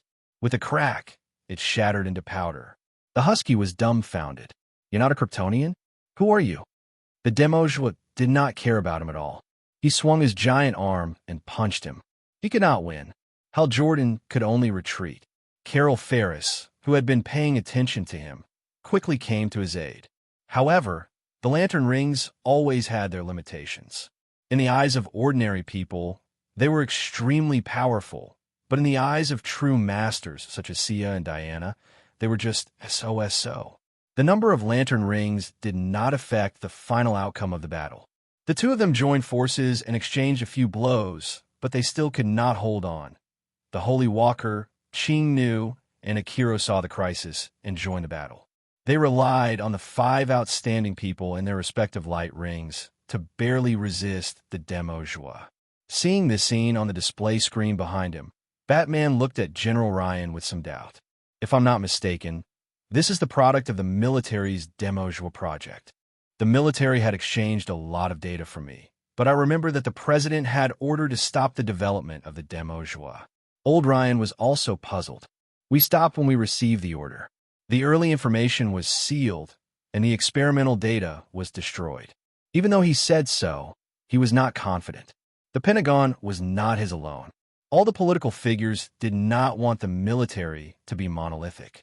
Various forces were trying their best to interfere. As the Minister of Defense, he was more like a butler, a spokesperson for the military. There were too many people who did not listen to orders and acted on their own. Now, no matter who had secretly developed the demo joie, it was a fact. Does it have any weaknesses? Batman looked at the demo joie on the screen.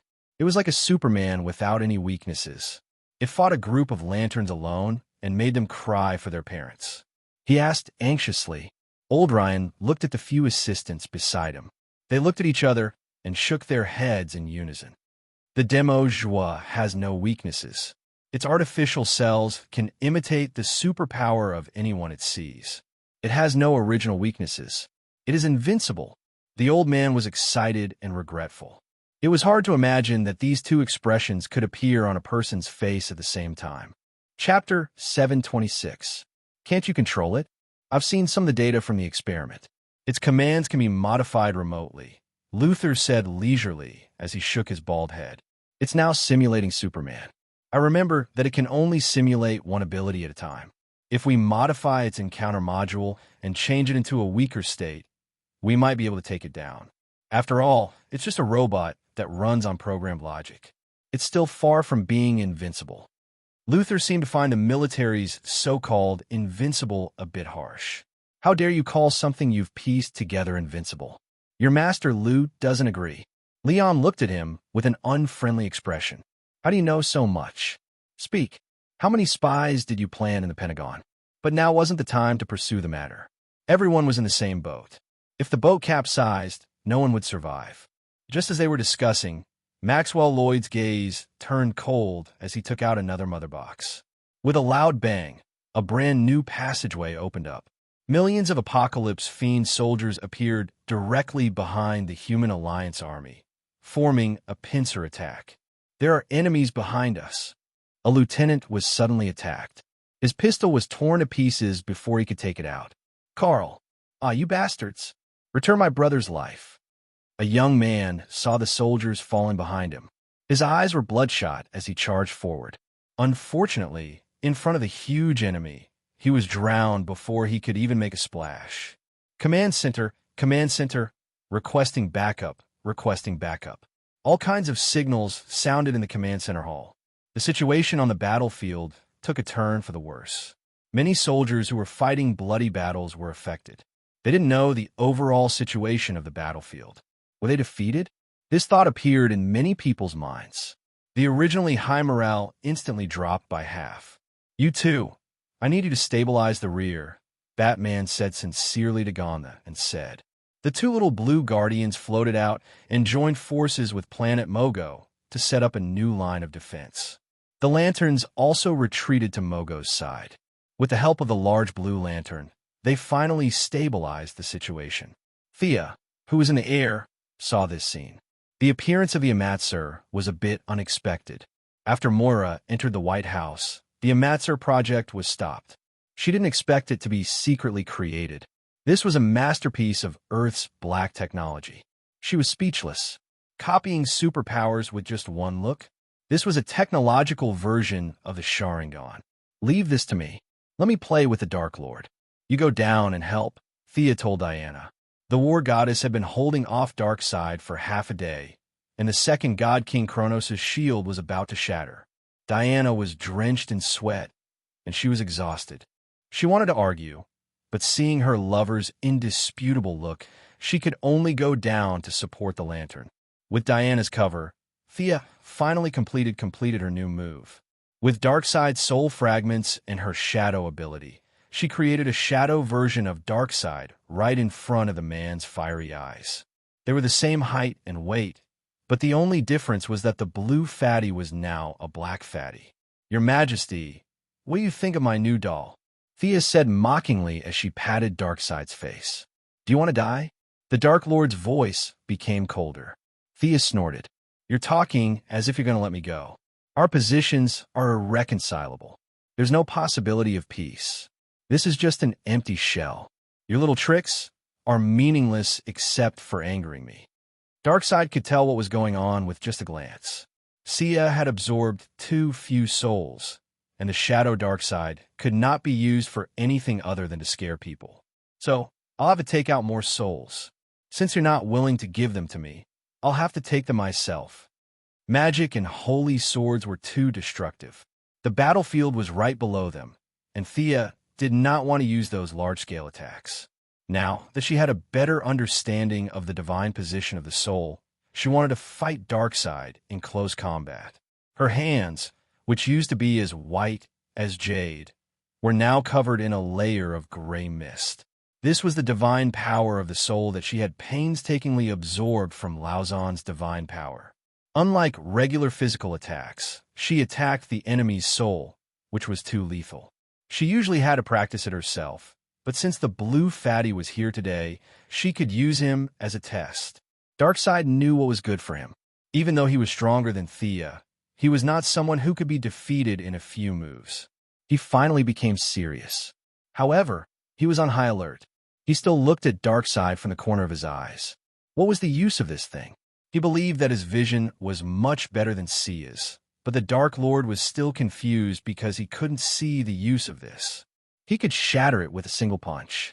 Spending so much effort and relying on Diana to stall for time was useless no matter how he looked at it. Thea soon revealed the answer. Darkseid flew into the Apocalypse Demon army like a marionette. Wah! The Apocalypse Demon minions were in an uproar. They ran all over the place, afraid that they would be killed if they took a wrong step. Several battlefields where the Apocalypse demons had the upper hand immediately collapsed, and the allied army began to attack. Thea was very cunning. Wherever the situation was dangerous, she would control Darkseid to rush there. The fear of the Dark Monarch was deeply rooted in the hearts of the soldiers. Even if Darkseid was a weakling that could be easily defeated with a few slashes, the fear that had persisted for so long made them not dare to do so. 3 battlefields where the Apocalypse demons had the upper hand were all destroyed. The allied army did not know where this dark fatty came from or why he was helping them, but they still knew how to beat the enemy when they were down. Darkseid's eyeballs almost fell out of their sockets when he saw this. He was so proud of himself. Proud my *SS. Are my subordinates all pigs? Can't you see that this is fake? When he saw Darkseid causing trouble for the Great Plains Wolf, he was right. In the eyes of the Dark Lord, this was just a troublemaker at best. However, the result was shocking. The Great Plains Wolf turned around and ran like an idiot. Superman chased after him. Darkseid was speechless. It was understandable that a normal soldier could not see through this. But how could a Great Plains Wolf not see through this fake? Thea would not explain to him. This was not a matter of strength, but of politics. The Great Plains Wolf was the embodiment of political correctness in the Apocalypse Star. The old Great Plains Wolf was a perfect example of this. Darkseid was obviously thinking the wrong way. His focus had always been on the divine power of the God's Seat. Thea did not waste any more time. She started attacking with lines. Chapter 7:27. This guy was really strong. The two had only exchanged a single blow, but Thea already felt as if her fingers were grabbing onto steel. Darkseid's arm was thicker than her waist, and she could feel a faint murderous aura from his counterattack. This guy's mastery of soul power was really deep. Thea instantly understood that Darkseid also wanted to get his hands on the soul godhood. Unfortunately, she had taken it first, and all his preparations had gone to waste. The conflict between the two was even more irreconcilable. Thea used her small size to grab his wrist with her left hand and his arm with her right. She activated her soul power and extracted another strand of Darkseid's soul. The price she had to pay was a backhanded slap from the Dark Lord. Thea looked at the soul in her hand and threw it to the fatty in the distance. She wiped the golden blood from the corner of her mouth and said, "Your Majesty, your doppelganger is not strong enough. Why don't you summon more from your main body? You will definitely fall here today. Haha, let's try again." Thea began to attack crazily without caring about the consumption of her divine power. Darkseid was not used to this kind of crazy fighting style and was a little embarrassed for a while. However, the Dark Lord was finally annoyed after being caught twice. Do you think I'm a sick cat if I don't show my might? The Dark Lord was finally serious. Even though it was only a doppelganger, it quickly turned the tables and forced Thea to retreat. At this moment, Diana, who had returned to the surface, had already exchanged blows with the inferior demon joie. She had replaced the lanterns and guardians while simultaneously facing the tide of miscellaneous soldiers and inferior demon joie. The two guardians couldn't take it anymore. Now that the inferior demon joie was blocked by Diana, they were only facing some miscellaneous soldiers. Even if the other party's numbers were several hundred times greater than theirs, it was still enough to deal with them. Yemo Joie and Diana exchanged more than 10 blows. It could see that Diana was a close-range fighter, so it canceled its imitation of Superman and switched to the Lantern's fighting style. At this time, Yemo Joie was imitating Mogo from the baby planet. It was wantonly squandering its emotions like the ocean. Diana could not get close to it, even after using all her skills. Batman, hurry up. Thea won't be able to hold on for long. Valkyrie's two treasured swords danced up and down. Unfortunately, Yemo's AI was very high. Even if he didn't fight her head-on, she wouldn't be able to do anything for a while. We're working hard. Batman quickly hung up. His plan was to hand over the rear to the lanterns with outstanding combat power to intercept, gather the enemy's main force in the front, and then turn around to attack the enemy behind. On the western battlefield, Green Arrow in his power armor was covered in blood. What was the principle of not killing? To hell with it. Oliver, who was obsessed with his sister, wanted nothing more than to rush up and chop that blue fatty to death. These little soldiers couldn't contain his anger at all. The Hercules on the north side and the Sea King on the south side also began to exert their strength. The Hercules' giant axe and the Sea King's trident gathered a large amount of energy from time to time and unleashed it on the enemy. Only the Firestorm on the east side was a little weak. Even if the two scholars combined, they were not considered warriors. They fought hesitantly, but under Batman's strict orders, they finally began to attack fiercely.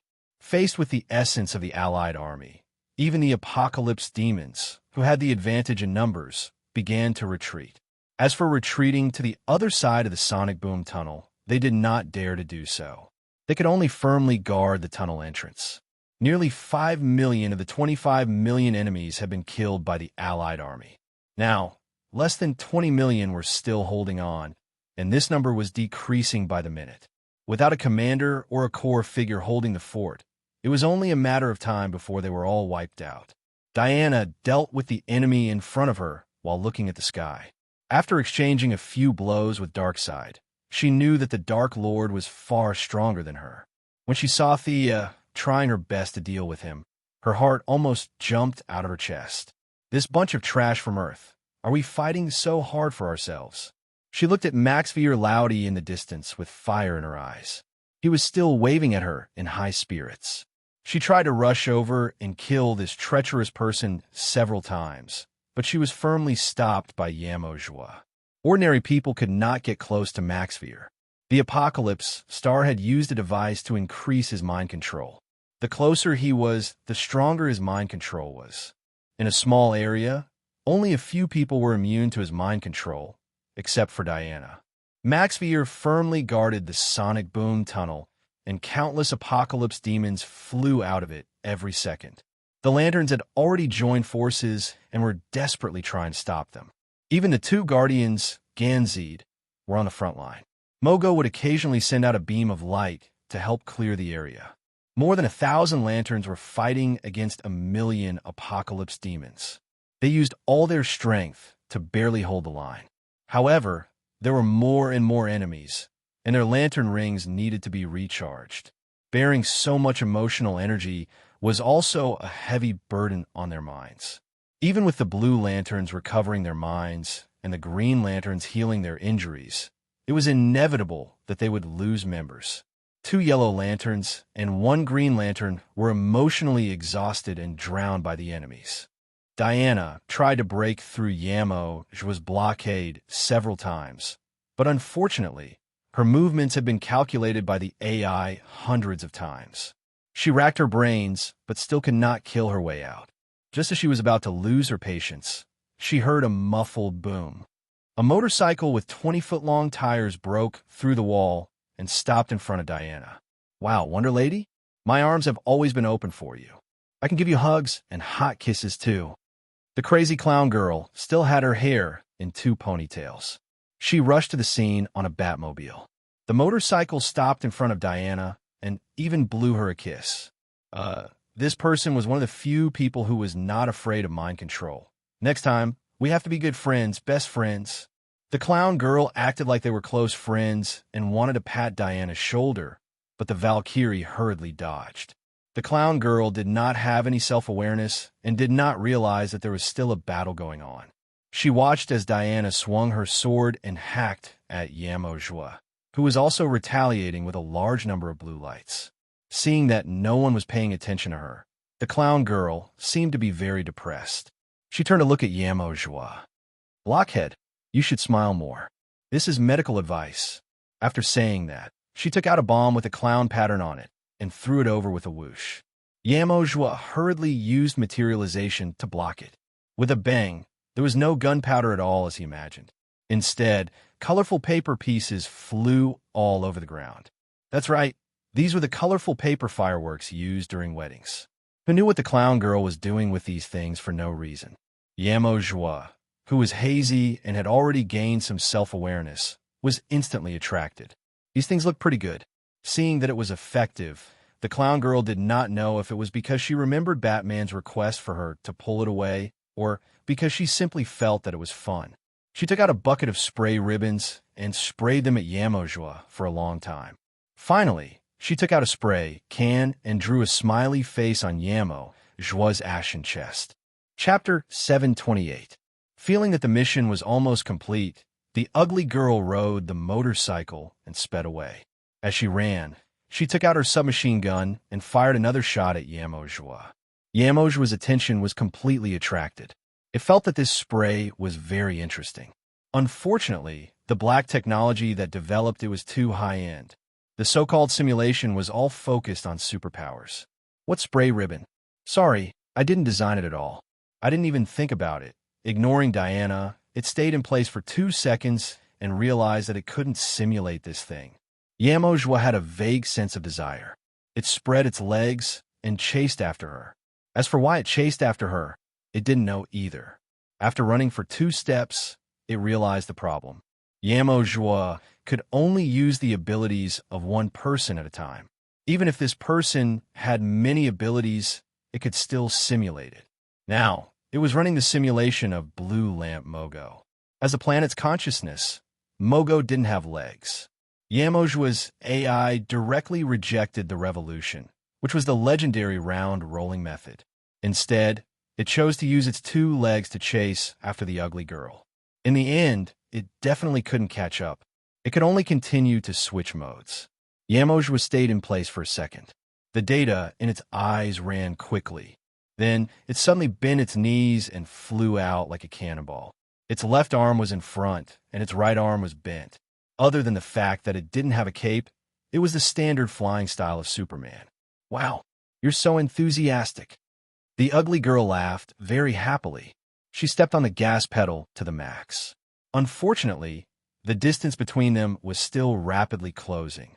A yellow lightning flashed past, and the old acquaintance, the Flash, continued to carry her in his arms and run wildly. Yamojua stayed in place for 2 seconds. Then, yellow lightning surrounded its body. It chased after her with a speed that wasn't inferior to Barry's. Barry looked back and almost fell down. This guy also has the power of Godspeed. However, he felt that it was somewhat specious. He didn't dare to let his guard down. He remembered Batman's instructions and lured this guy as far away as possible.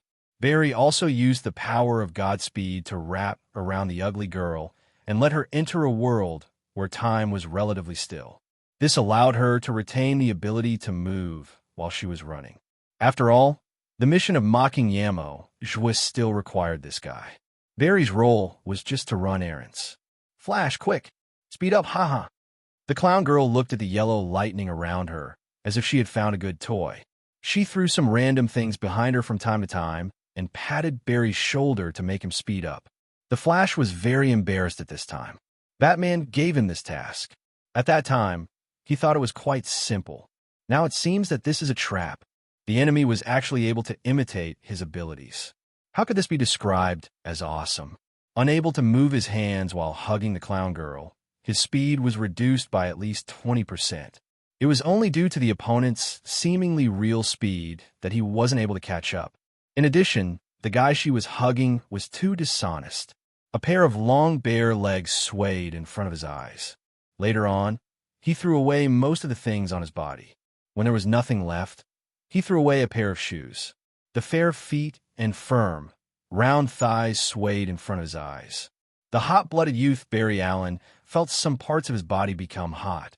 He dared to swear to all the gods that the fairy he was hugging had distracted at least a third of his attention.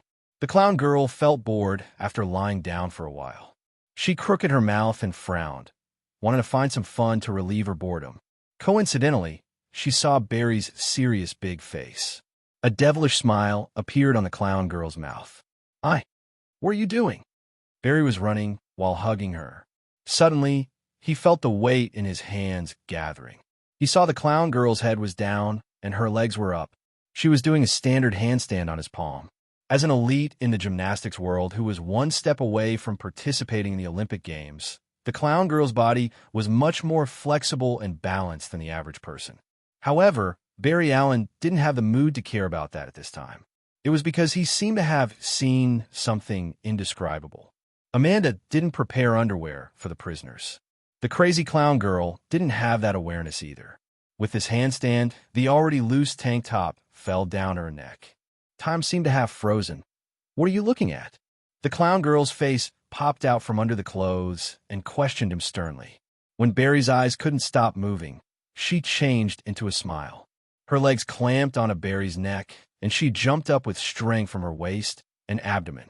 She wrote on his face, "I can't see the way." Barry was quick-witted. He wouldn't say that his face touched an indescribable part. He hurriedly found an excuse. "Oh." The clown girl was very obedient. She held onto his shoulders and turned 180 degrees. Now, she was riding on Barry's neck. Although the clown girl's two legs were still swaying in front of his eyes, at least it was better than messing around like before. Alamo Joie was approaching rapidly. Barry, who had freed his hands, was finally able to run in standard posture. "Little Flash, run. Blockhead, chase after us if you have the ability." Diana looked at the three of them, running further and further away in a strange manner. Their unique, crazy laughter could be heard in the wind. She didn't waste any more time. Her two swords kept slashing at the approaching soldiers. She had to close the sonic tunnel behind her. Seeing that Alamo Joie was lured away, Maxwell Lauder foresaw his failure. However, he knew that he couldn't run away. He still sat firmly on the chair that was specially made to magnify the effect of the mind control. "Goddess? You aren't gods at all. All of this was caused by you. Do you think I don't know? It's that guy in the sky who attracted." Unfortunately, before he could finish his complaints, and before he could even elaborate on his grand ambitions, Diana grabbed his chin and pressed it against his head. With a twist of her arms, Diana broke his neck with a crack. The mind control that he was so proud of, the skillful battle techniques, and the profound scheming were all useless in the face of absolute power. Diana spat at the corpse. "How dare you talk about my lover in front of me? I thought your neck was hard." She didn't even have time to look at the corpse. She slashed the mother box with her sword and hurried to the sky battlefield. Miss Thea wasn't in a good situation at the moment, but she wasn't completely powerless either. After grabbing Darkseid twice in a row, Darkseid had become more cunning. A large amount of divine power of massacre surrounded his body, and this kind of divine power had a great effect on his nature. Sia felt uncomfortable all over after taking a whiff, and it took her 2 full breaths to recover. "Are you all right?" Diana, who was like a firefighter, returned to her lover's side. She took out her shield again and infused it with guardian god power. The cracked shield glowed again. Of course I'm fine. You should ask our Dark King if he's fine." Miss Thea was very confident now. She was flattering herself by saying that they had a 50-50 chance of winning. However, Darkseid's advantage wasn't that obvious. Miss Thea didn't care about the consumption of god power, so Darkseid was in a passive position. He didn't know that Thea had a humanoid source of god power, Shazan, who could continuously absorb Zeus Great's god power. He didn't want to waste too much god power on Earth. After all, the Heavenly Father was his eternal enemy. At most, Thea was worth paying attention to.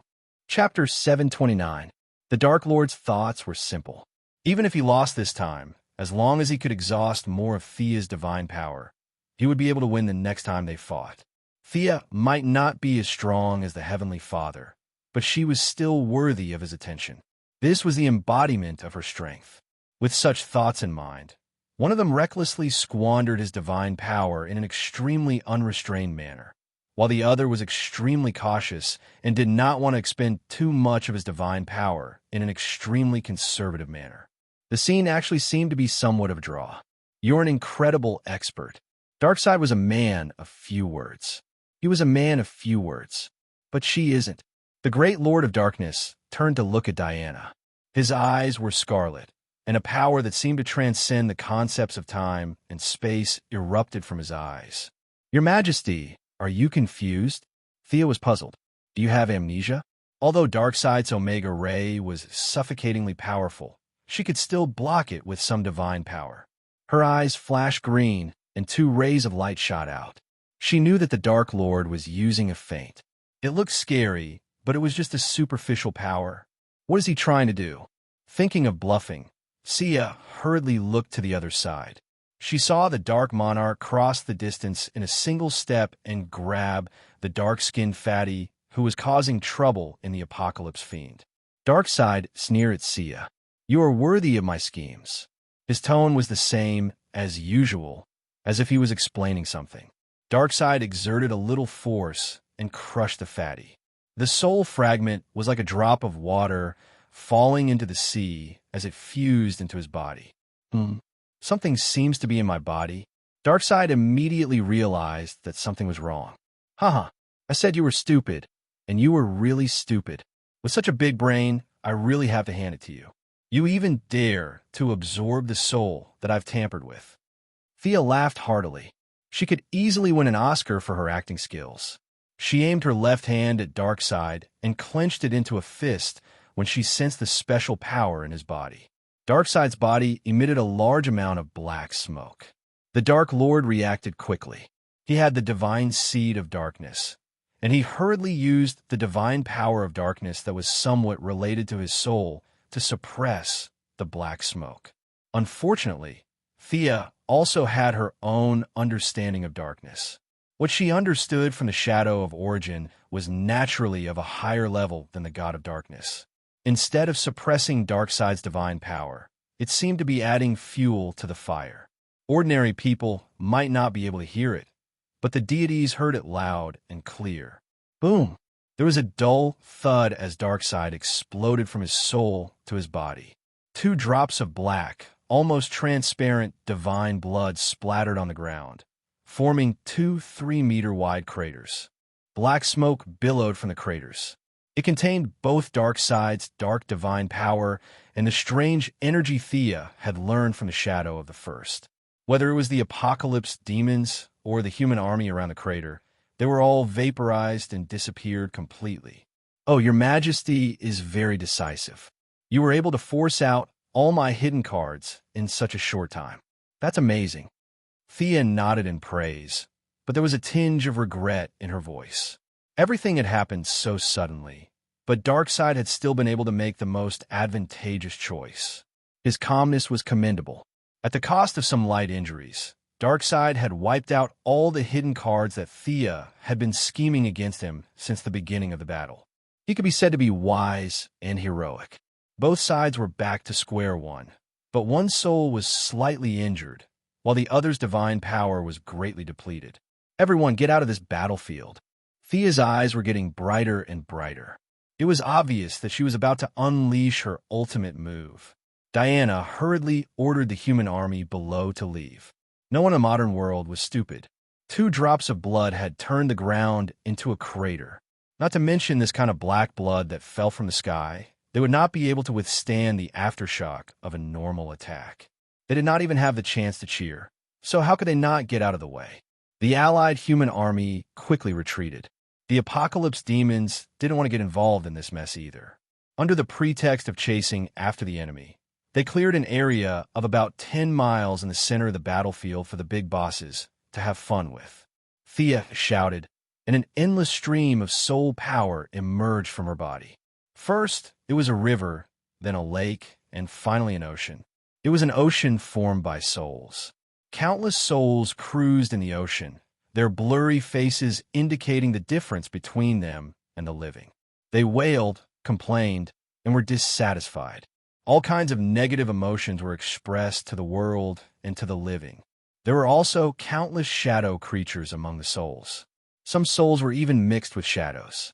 Even Thea did not know what they were. What the F***CK? Darkseid was finally angry. Are you still trying to get your hands on the divine seed of darkness? Darkseid was already pissed that the soul deity's seat had been taken by someone else. Now, Theo was trying to take his deity's seat with such an aggressive attitude. This was simply unbearable. Does your heavenly father know that you're trying to get your hands on the power of darkness? Actually, Thea had no choice. She had seen the shadow of Primordial many times, and all she had learned was something like corrosion and darkness. Ferocious beasts were definitely able to create light from the shadows. She was just a small fry.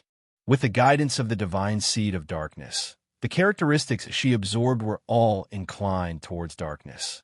Since her talent points were already in the wrong direction, she might as well continue in the wrong direction. She waved her hand, and the sea of souls slowly began to move. Eventually, it gathered all the energy and rushed toward Darkseid like a boundless river. This was a new technique that Thea had developed by imitating the river Styx. It did not require the filtering ability of the river Styx. Instead, it relied on the power of the soul to wash away the enemy. Even if Darkseid was a huge mountain, she would still crush it. Without hinting with her eyes, Diana leaped into the air above the sea of souls and took out a golden spear. This was a divine weapon made from old Shazan's lightning staff. There was still a gap between it and the original Zeus lightning spear in Hera's hands. However, the two girls did not mind. No matter how powerful a divine weapon was, it depended on the user. Diana continued to pour divine power into the spear. She persevered and protected her guardian. Let's go together. Thea saw that the Sea of Souls had taken shape. She jumped onto the only rock on the surface of the sea and controlled the water. Diana also turned into a golden lightning and rushed toward Darkseid with the help of the Sea of Souls. Two juniors, Darkseid said with contempt, but he was actually going all out. He reached out with both hands to meet the Sea of Souls and the lightning. He was the first to obtain the divine position of strength, and he was also the most familiar with it. He wanted to use his strength to subdue the two girls. The giant fist and the golden lightning came into contact first. Darkseid did not pay much attention to Diana. He could see through the Valkyrie's true power at a glance. He was confident that he could take her on. However, he could not see through Thea. Most of his divine power was in his right hand, and he could easily take on Diana's attack with his left hand. However, when he punched into the sea, he felt something strange. Souls did not have a physical body. Even an ordinary person on Earth could think of this, let alone him. The Dark Lord was very proud of his own power. He believed that his understanding of power was higher than Thea's understanding of the soul. This was not wrong, but he did not know that Thea had also learned some things beyond the laws of nature from the Shadow of Origin. These things could not be explained clearly, and could even be explained as unreasonable. No matter how deep your understanding of power is, it is useless. I have surpassed the laws of nature. I will not reason with you. Chapter 730. Darkseid's punch missed. Thea manipulated her Sea of Souls to avoid his attack. The surging waves gathered enough power to sweep Darkseid up. Darkseid's right fist missed, and he staggered. Diana, who was on his left, could not hold him back either. She and Thea were connected mentally, and the Sea of Souls was dragging him along with the golden lightning. The two goddesses pushed and pulled Darkseid, who was as huge as a mountain, into the Sea of Souls. The wailing souls were vaporized the moment they came into contact with Darkseid, but there were too many of them.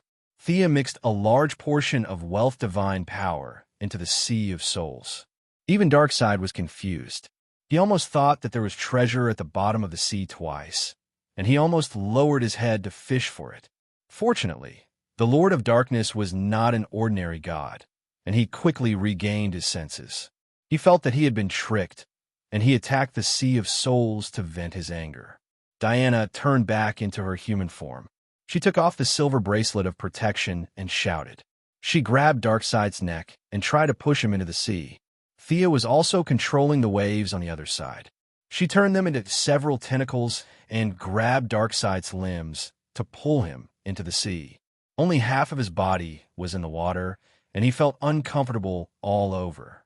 Naturally, Darkseid resisted, and the two ladies were in a stalemate. No matter how hard the Lord of Darkness struggled, he had lost the upper hand. He was in the Sea of Souls, and he was constantly harassed and attacked by the souls. He could not get out in a short time. Thea did not hesitate. She turned into a gray river and rushed into the sky with him.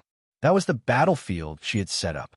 There were still many moves waiting for the Lord of Darkness to experiment with.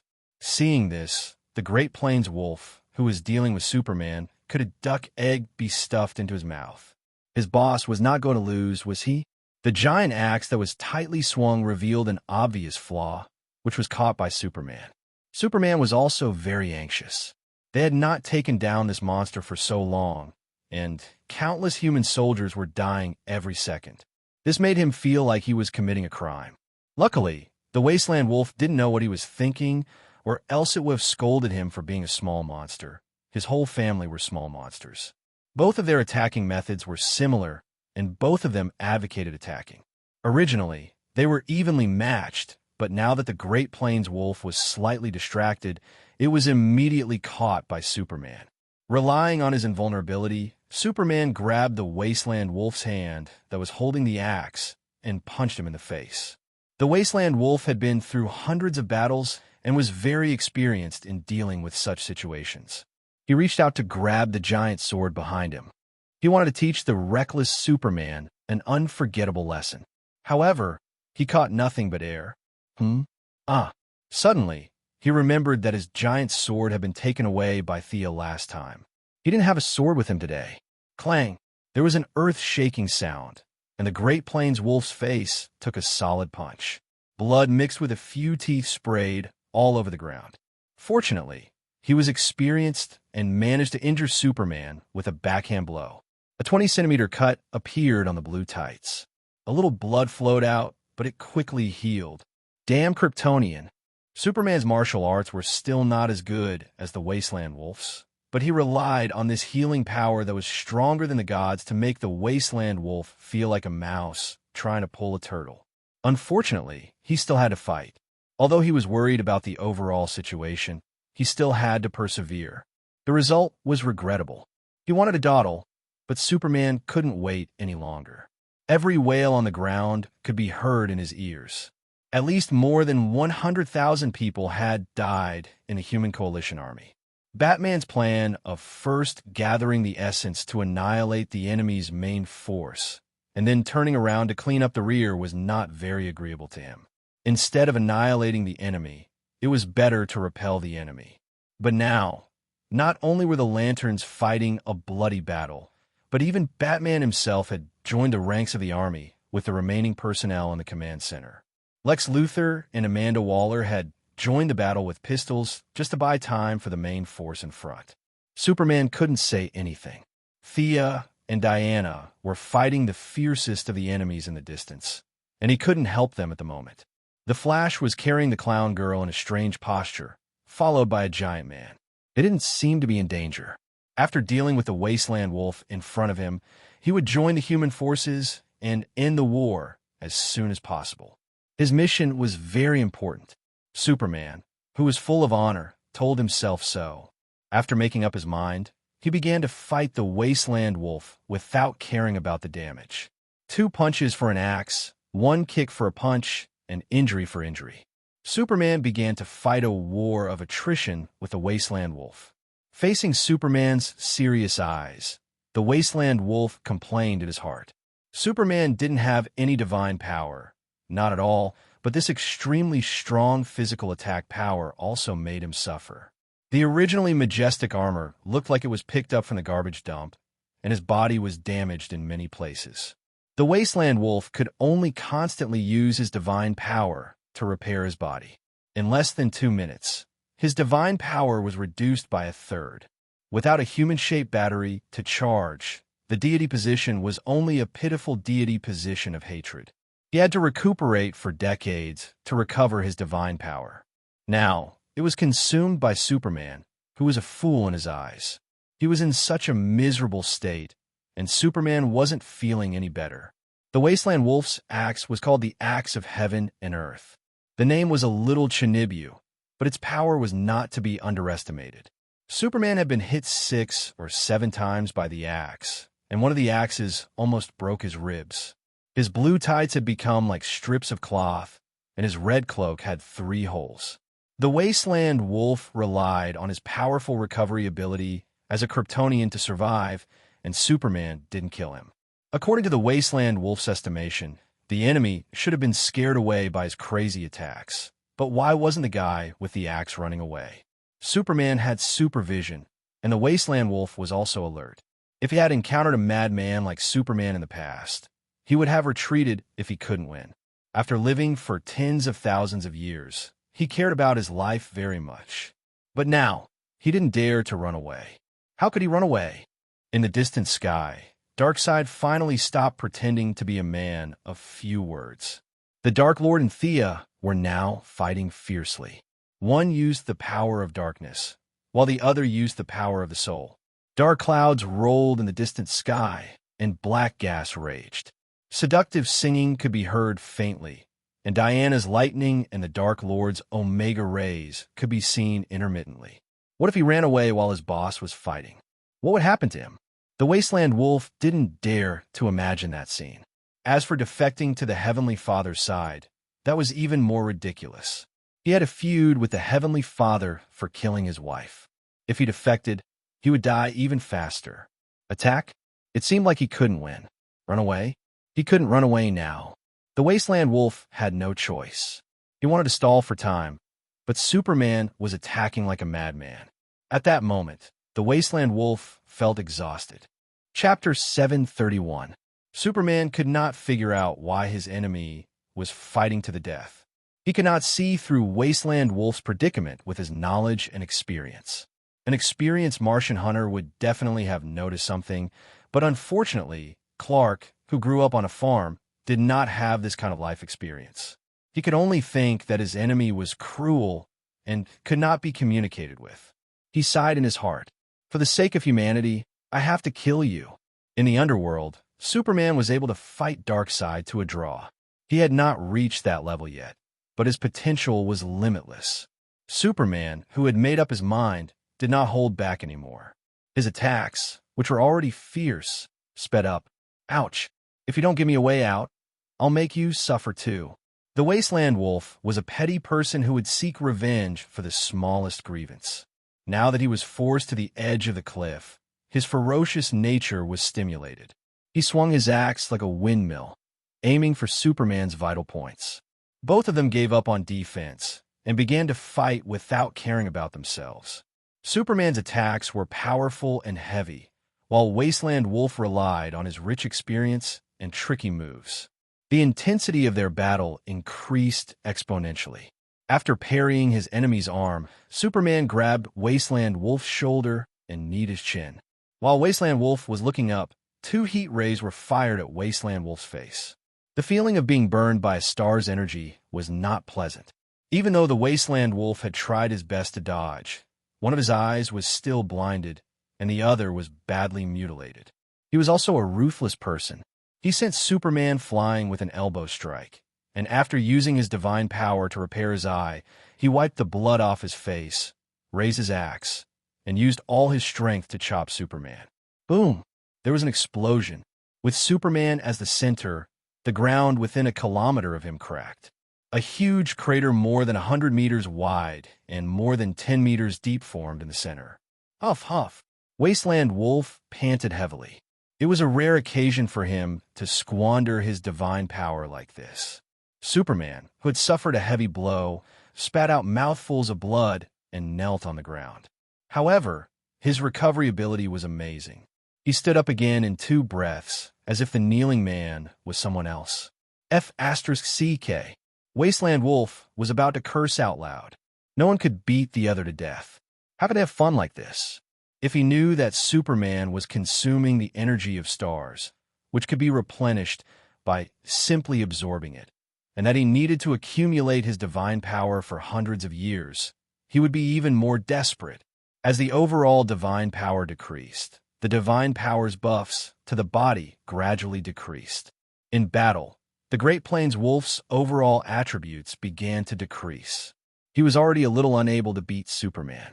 On this side, the Wasteland Wolf was getting more and more nervous. On the other side, his little friend, Desard, was having a good time fighting the Martian Hunter.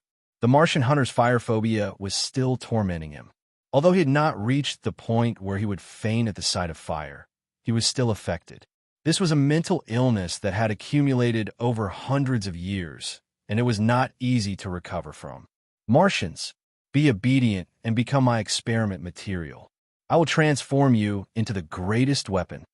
Desard was aware of his opponent's weakness. He did not use any dark or ice spells.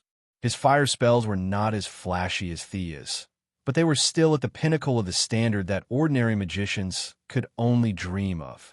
Using fire spells directly did not cause much actual damage. Most of the magic damage was resisted by Desard's psionic power. He began to use some continuous spells. If he did not burn the target to death, he would disgust the target to death. At this moment, the Martian Hunter was like a torch. Orange flames, light green demonic flames, and yellowish sulfur flames were all burning on its body. He could only use his psionic power to extinguish the flames. As he continued to fight, the gap in his psionic power began to widen. The Great Warlock did not fight him in close combat. He only cast spells from afar. He wanted to capture the Martian Hunter alive. Originally, everything was going according to plan.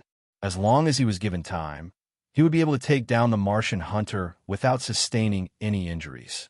However, Thea and Diana had swept away Darkseid. The scene of the gray sea sweeping across the sky made him lose focus. He did not understand why the invincible monarch in his heart looked so pitiful. After much difficulty, the battle-hardened Martian Hunter finally saw a flaw in the enemy's defense. He no longer cared about the various flames that were still burning on his body and pounced toward the Great Warlock. Under the Great Warlock's astonished gaze, a sharp sword formed from the purest spiritual force pierced into his chest. Smelly blood splattered in the air. The Great Warlock hurriedly ignited several types of flames on the Martian Hunter and used the impact of the explosion to distance himself. When he used his divine power to repair his body, he felt the psionic power. If I feel that you are injured, then you must be injured. Divine power could not quickly eliminate this kind of idealistic power. The universe was vast. The Great Warlock had naturally studied psionic power. In his research, psionic power was a very inert ability. However, he had never seen psionic power at the level of the Martian Hunter. This was the first time he had seen psionic power that could affect the new gods. If the Wasteland Wolf, who led the army, was a general, then Disrad, who was in charge of all government affairs, was equivalent to the Prime Minister of the Apocalypse Star. Seeing that Darkseid had been swept away, he forced the Martian Hunter to retreat and hurriedly turned to look. Things had not reached the point of no return. Darkseid was still attacking. Even though the Dark Lord was a little angry, he was still far from being defeated. This made Disrad feel more at ease. If his master was really killed, he would not be any better off as an old dog.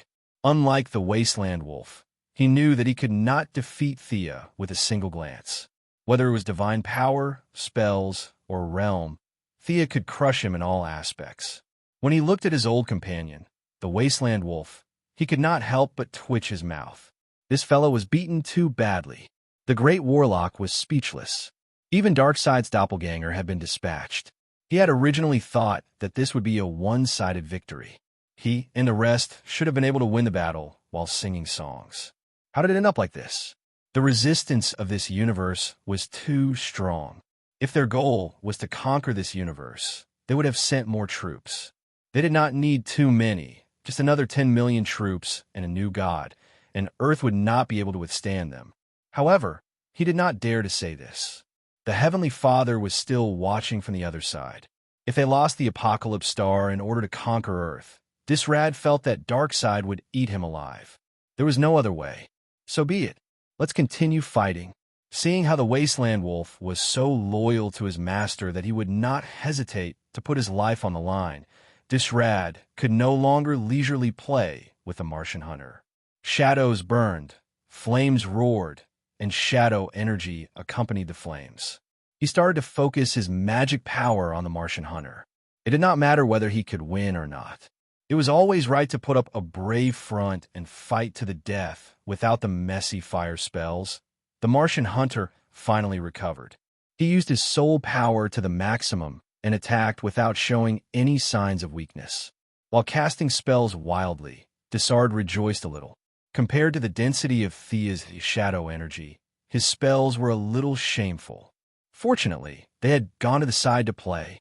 Otherwise, it would be too embarrassing to show off in front of an expert. Chapter 732. The battle in the sky was extremely intense, and the battle on the ground was also in a stalemate. The killing speed of the Human Alliance army was still sharp, but the enemies were constantly flying out of the tunnel. The advancement of the battle line was seriously delayed, and most of the melee fighters were injured. The long-range ammunition was also reduced to a very dangerous level. Batman stood on House Lantern Ring and panted heavily, looking at the battle situation while thinking of countermeasures. Thea and Diana were fighting all the way to the horizon. Dark clouds were rolling and black fog filled the air. It was impossible to tell who was winning and who was losing. In the remaining battles, Superman obviously had the advantage, and a Martian hunter was barely tied.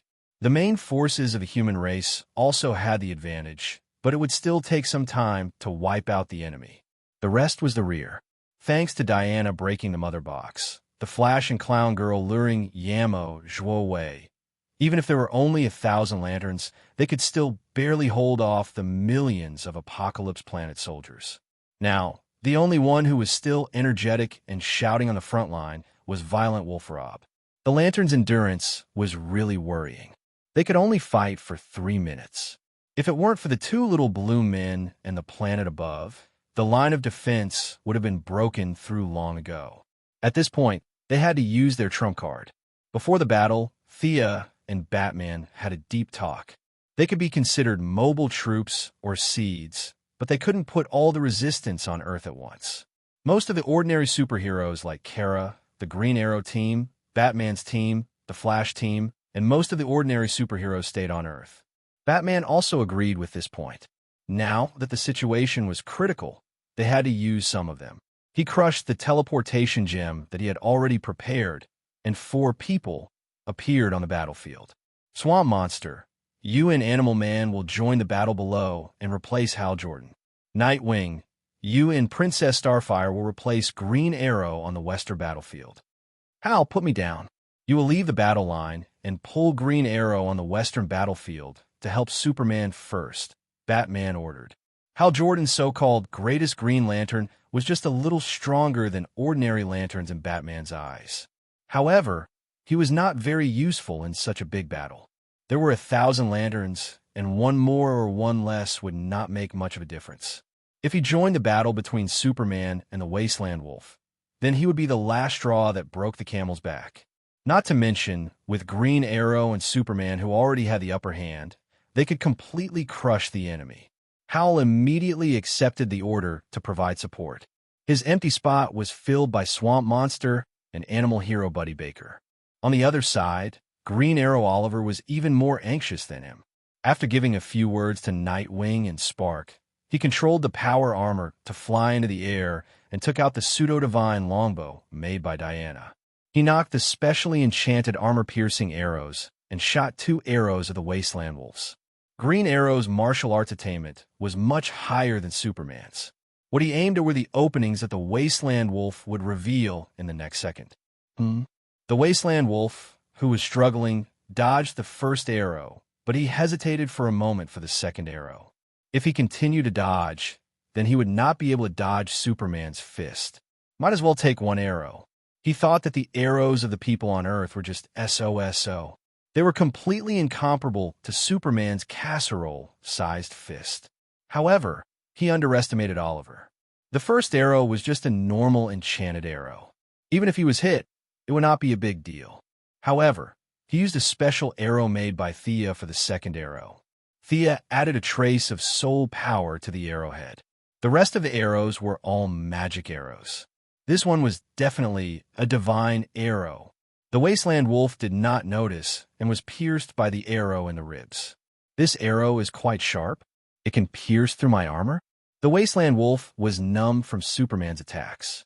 He reflexively wanted to pull out the arrow and use his divine power to repair his body. However, when he pulled out the arrow, he realized that something was wrong. Why did he suddenly become so weak? In low-intensity battles, he could wield his axe and fight for a month without feeling tired. But now, he felt more tired than if he had fought for a month. His eyes were a little blurry, and he could only see 2 shadows. The axe that used to be like an extension of his arm now felt incomparably heavy. He had been tricked. He relied on his intuition to dodge 2 of Superman's punches. He hurriedly checked his wound. It was a shocking sight. There was a grayish-white hole in the skin below his ribs. He tried to use his divine power to heal the wound several times, but it was blocked by a strange divine power. Furthermore, there were fragments of his soul flowing out of the hole. This was the reason why he was so weak. Darkseid was very proficient in the path of the soul. Even though Thea had taken away his divine position, he was not afraid of soul attacks. The Wasteland Wolf did not have this ability. He tried several methods, but none of them could stop his soul from flowing out. Although he was a god and his soul was thousands of times stronger than an ordinary person's, he could not withstand this constant flow. On the other side, Hal Jordan arrived at the same time. He thought that he would be a savior in this battle, but reality gave him a solid blow. First, he was beaten up by Issue, who had mastered black technology. Then, he joined a mission to stop the million-strong Apocalypse demon army like an ordinary Green Lantern. This kind of terrible battle did not reflect his greatness as the greatest Green Lantern. I'm not happy. Hal Jordan saw that the Wasteland Wolf was a little dazed. He did not hold back at all and conjured a large green hand to grab him. He did not know that the Wasteland Wolf was competing with the divine power in his body. Seeing that his opponent did not dodge, Hal Jordan became even angrier. You're looking down on me, too. The large green hand grabbed the Wasteland Wolf and squeezed. Knowing that he had broken the taboo of battle by being distracted, the Wasteland Wolf did not care about the flow of his soul and struggled with all his might. If he was at his peak, Hal Jordan would not be able to trap him. Unfortunately, half of his divine power had been worn away by Superman, and he was hit by an arrow. He was not prepared and could not break free. In the next second, Oliver shot 2 more arrows. The Wasteland Wolf gritted his teeth in hatred, but he was not sure if these arrows were normal magic arrows or divine arrows. He could only tilt his head to avoid them. Naturally, he was hit in the face by Superman's heat ray. Faced with the siege of 3 people, he could not hold on anymore. Although he was embarrassed, he still chose to call for his personal guards to help. Thousands of elite Apocalypse demons were ready to join a battle. The warriors of the new god race were not incompetent either. Both sides had been fighting for tens of thousands of years, and their tricks could be seen at a glance. Hold them back. The mages of the new god race, under the command of the blonde Becca, collectively set up a fiery red curtain of flames between the Wasteland Wolf and the ground troops. Occasionally, there would be a few who rushed over, but they were shot to death by the green arrows like sparrows. Desard, come and help me. The Wasteland Wolf and the Great Warlock, 2 gods, 1 civil and 1 martial. No one would believe that they lived in harmony on the Apocalypse Star and had brotherly love. But the Wasteland Wolf was in too much danger, so he could only lower his head and ask for help from his old rival. Chapter 733. Can't you see that I'm busy too? The Great Warlock was bitter. He was stronger than the Martian Hunter, but if he didn't have the weakness of being afraid of fire, he would only be slightly stronger. The Martian Hunter's abilities were too well-rounded. He couldn't be taken down in a short time, but Desard couldn't leave him in the lurch. If the Great Plains Wolf escaped, he would be the next to be besieged. Damn it, he could only curse silently. He sent Hal Jordan flying with a shadow burn from a long distance, allowing the Great Plains Wolf to escape. The price was a slash from the Martian Hunter's mind blade. His left hand was almost chopped off, and he had to use his divine power to repair it. Seeing that Hal Jordan wanted to attack the Great Warlock, Superman, who had a higher reputation, pointed at the Great Plains Wolf and said, "Continue attacking him." The Great Plains Wolf wanted to cry for the first time. "You're bullying me because I'm a close combat god, right?" Superman's judgment could be said to be very wise. Compared to the Wasteland Wolf, who was reckless with an axe, Desard was indeed much more slippery. He used all kinds of flash, shadow stealth, and mirror image. Even if there were many people surrounding him, he could still last for a long time while running around. The Great Plains Wolf didn't have this advantage. Hal could become the leader of the Green Light Corps in the future. If he got rid of his arrogance, he wouldn't be lacking in insight. Olivier was chosen as the successor by the Ninja Master. He was only slightly inferior to Batman in all aspects, but he was also good at seeing the big picture. He fully utilized his martial arts advantage and made up for the flaws in Superman's attacks. Every arrow hit the Great Plains Wolf's fatal spot. Superman focused on offense and defense. Green Light used all kinds of instantiations to control the Great Plains Wolf's movements. Green Arrow waited for the opportunity to find the enemy's flaws and create a good opportunity for her comrades to deal heavy damage to the enemy. The three of them worked together for the first time, and the effect was unexpectedly strong. In just 2 minutes, the Great Plains Wolf was hit by 2 arrows. One of them was a normal armor-piercing arrow, and the other was a soul arrow. Its body was like a broken bucket, and its soul kept leaking out. It felt like a slow death. The Great Plains Wolf couldn't stay calm anymore. He took 2 punches from Superman and rushed out of the encirclement. He raised his axe and wanted to chop Green Arrow. The armor on Green Arrow's body was modified by Thea using the body of the cheetah deity. When it ran, it was really fast. With a whoosh, it disappeared from sight. The Great Plains Wolf chased for 2 miles and knew it couldn't catch up. Turn around and go after Hal Jordan. Let me kill at least one of them. However, Green Lantern was a space patrol officer, flying back and forth across the entire universe, so his speed was not slow. Turning back took some time, and Superman caught up with him again. Ouch! The Wasteland Wolf wanted to howl at the sky. There was no way to fight this battle. It was extremely awkward. Run? His boss was still fighting, so he didn't dare to run. Fight?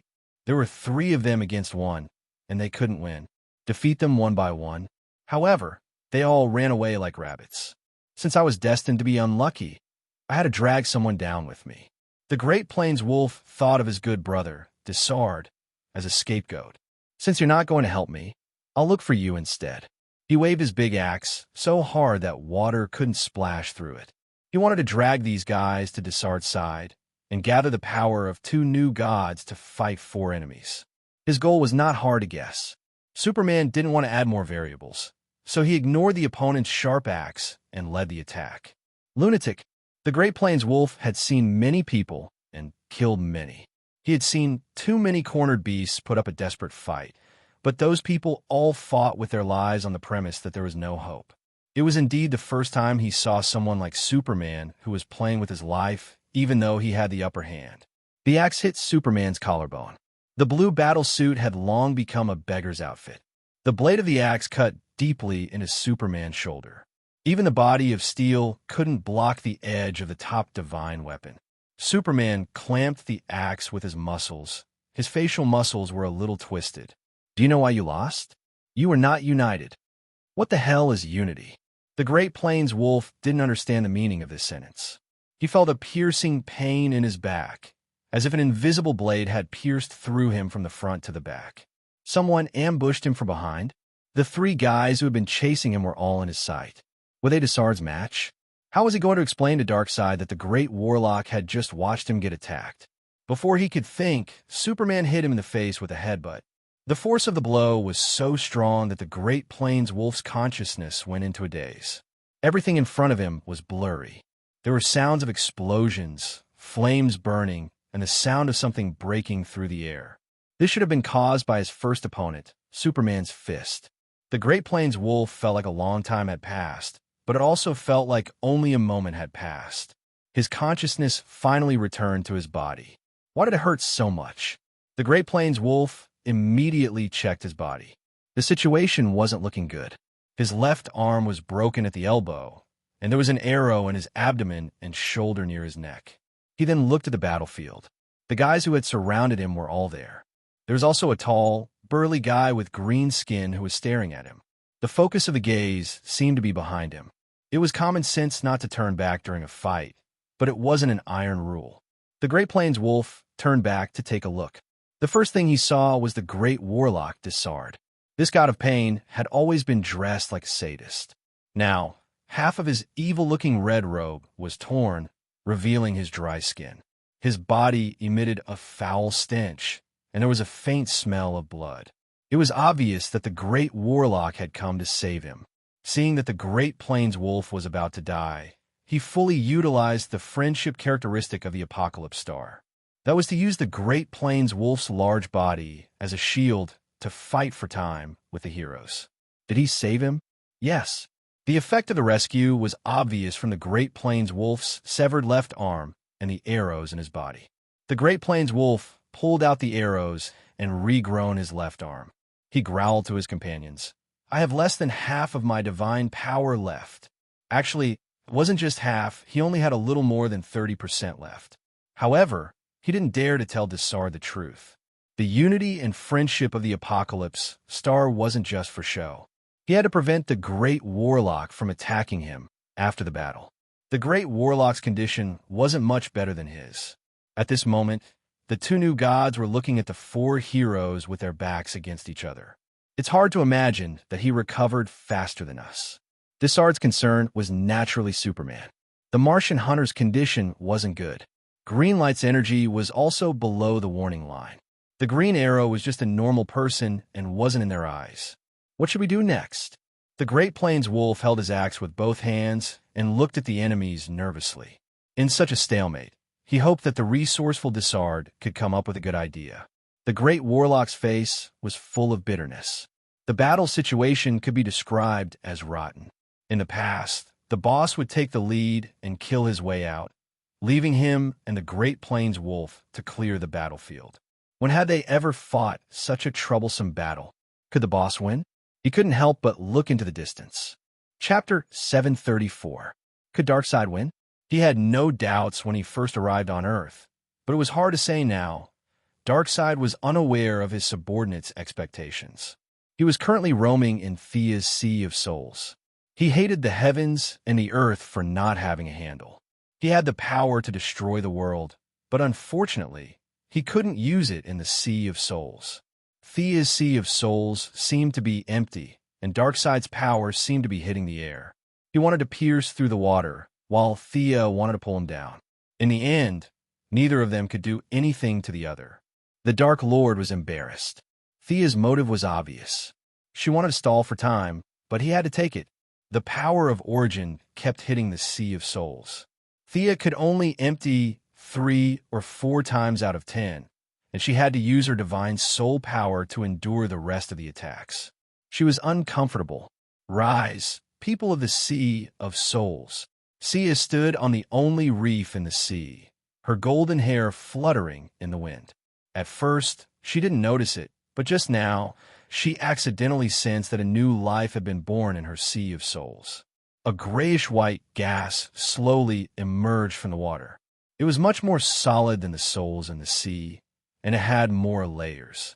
As soon as it emerged from the water, its eyes kept looking around. It was obvious that it had high intelligence. As if to please Thea, the Lord of Souls, its appearance gradually became feminine. Its hair and curves were slowly taking shape. It could now be called she. Thea looked at this new life that had grown in her sea of souls and was amazed. This new life's every move was full of charm. She only needed to say one word, and it was like the most beautiful melody in the world. With the divine soul power as the main body, and the allure of the wealth divine seat, and the beautiful singing of the literature divine seat, this new life had all the characteristics of Thea's divine power. Siren is your name. From now on, you'll be the leader of the Banshees. This Banshee was quite powerful. She was a demigod the moment she was born. However, she had almost no ability to fight head-on. All she could do was hide at the bottom of the sea and sing songs to mess with Darkseid. Come on, come to me and have a good time. The Banshee seemed to want to show off her abilities in front of her creator. Her murmurs drifted into Darkseid's ears. The Lord of Darkness was not easily bewitched, but he could not resist her nagging. There were no absolutes in this world. Constant harassment would always yield results. Darkseid let his guard down for the 100th time when he heard the voice calling out to him. Good chance. The long-legged goddess flew up and circled Darkseid's neck twice with a mantra lasso. She then jumped behind him and tried to pull him down with all her might. Thea cooperated well with her. Darkseid's feet were in the Sea of Souls. She controlled the turbulent seawater and pushed Darkseid to the other side. Unprepared, the Dark Lord was caught by the neck, and his body leaned back slightly. Thea's forceful push made him lose his footing. His soul's sea was constantly washing over him, severely hindering his ability to fly. Darkseid's giant body fell straight into the sea. Quick, Diana said anxiously. She did not even have time to retract the mantra lasso. Thea did not need Diana's instructions. She activated the formation she had prepared beforehand. She must have planned to bring Darkseid to this battlefield. She had set up a magnificent ceiling formation here. Ordinary ones were completely useless. She referenced the design of Naboo on Earth to suppress the shadow of darkness and added many precious materials to create a cage that could be called a divine artifact. Crack! After a few cracking sounds, Darkseid, who was struggling to get up, felt his arms, thighs, and waist being shackled by something. That was not the end of it. The seawater quickly solidified and held him in place like a few large pliers. He was a young god, after all. How could something like this possibly restrain the god of strength? Darkseid began to exert his strength. He could no longer wait to see the two goddesses' dejected expressions. But when he exerted his strength, he realized that something was wrong. Something seemed to be sucking away his divine power. This isn't metal. He lowered his head and looked at the huge metal lock on his waist. It looked like a silvery white metal, but it was actually made up of countless tiny units.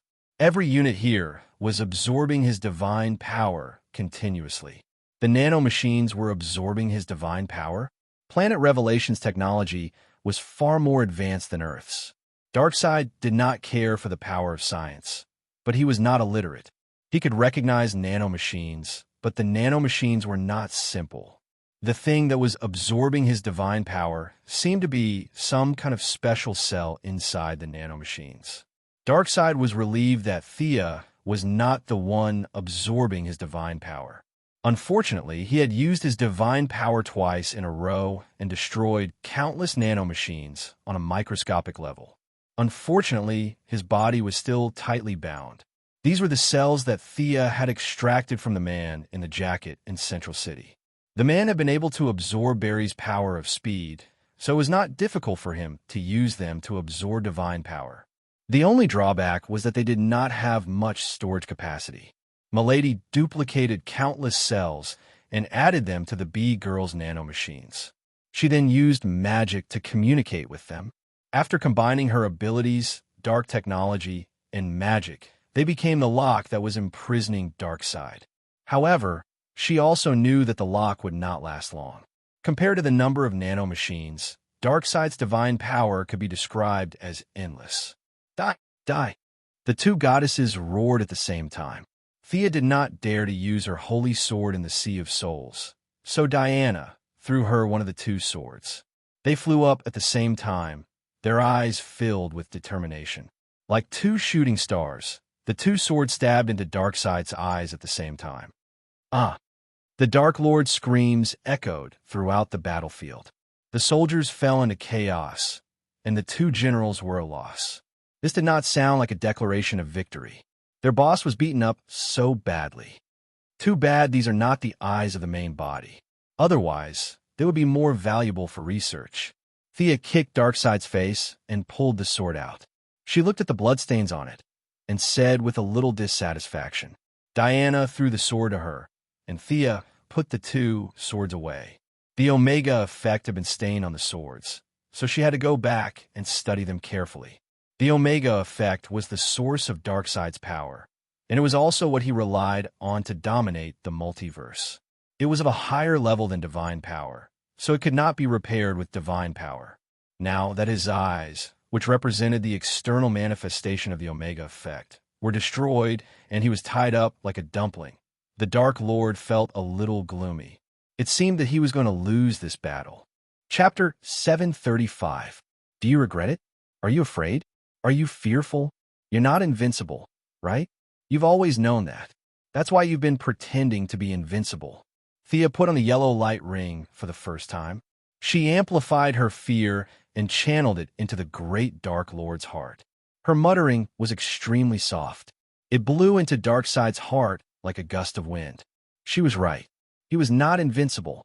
He had always known that. Who are you afraid of? You won't be able to catch up to that person even today, right? Perhaps he's the true ruler of the universe, and you're just a pitiful worm. What's his name again? Thea's voice was even softer now, but Darkseid could hear every word clearly. You won't know. You're so young. How could you know him? Darkseid encouraged himself. He was still struggling against his fear. What a terrifying new god. He's the most powerful of the new gods. So what if you work hard for your entire life? You'll have to run the moment you see his back, right? You really have a good father.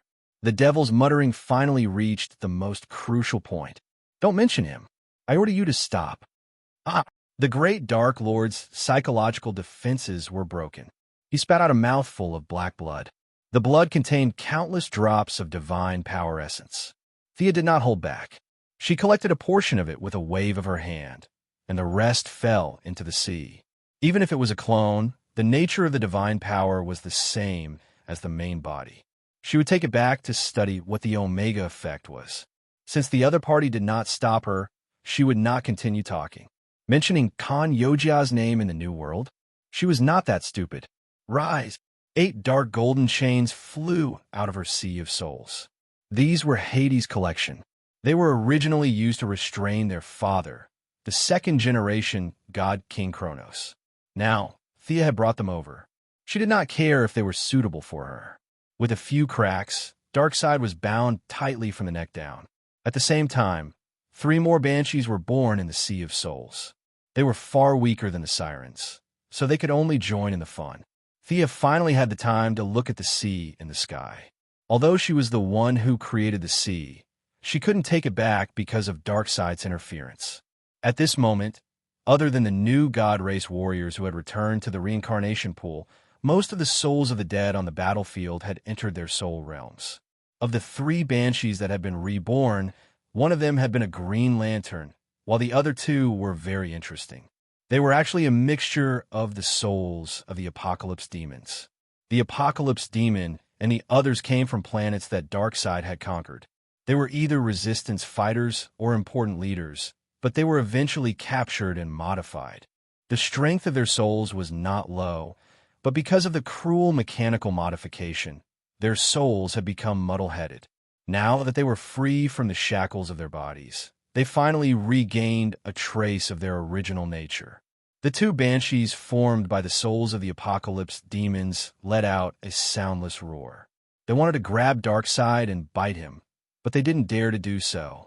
It didn't have such a problem. Now that the enemy was restrained, when was the best time to strike? She ignited 2 balls of soul fire in her hands and pressed them against Darkseid's blinded eye sockets. On the other hand, The Valkyrie was even more ruthless. She stabbed the lightning spear into the wound on Darkseid's abdomen, but it was as if she had stabbed a rock. Diana shouted and poured her accumulated divine power into the spear. She even stirred the spear twice in Darkseid's abdomen. Ah, damn you.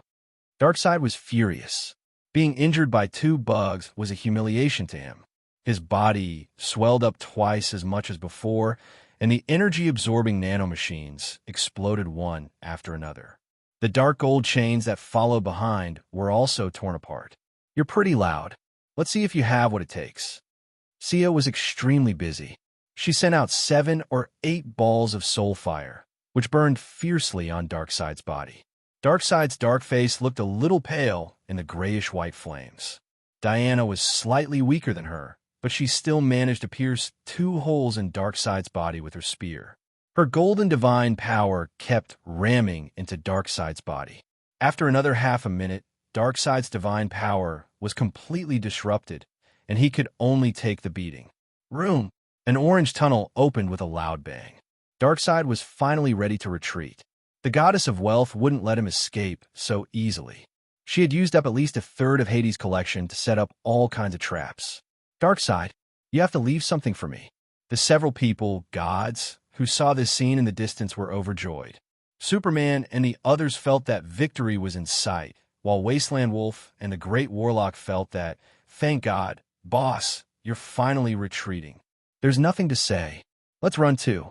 Although they had made up their minds to retreat, they couldn't just run away. They had to use a strategy. The two brothers saw Darkseid's predicament at the same time. Their boss seemed to be in a terrible state. They looked at each other and understood what each other meant. The outcome of the battle was obvious, but they had to save their boss's clone. The two gods attacked at the same time and forced the 4 heroes to retreat. They shouted something like, "Don't you dare hurt my master," and the Great Plains Wolf of Mount Chong is here, as they attacked Thea. Of course, they were just putting on an act.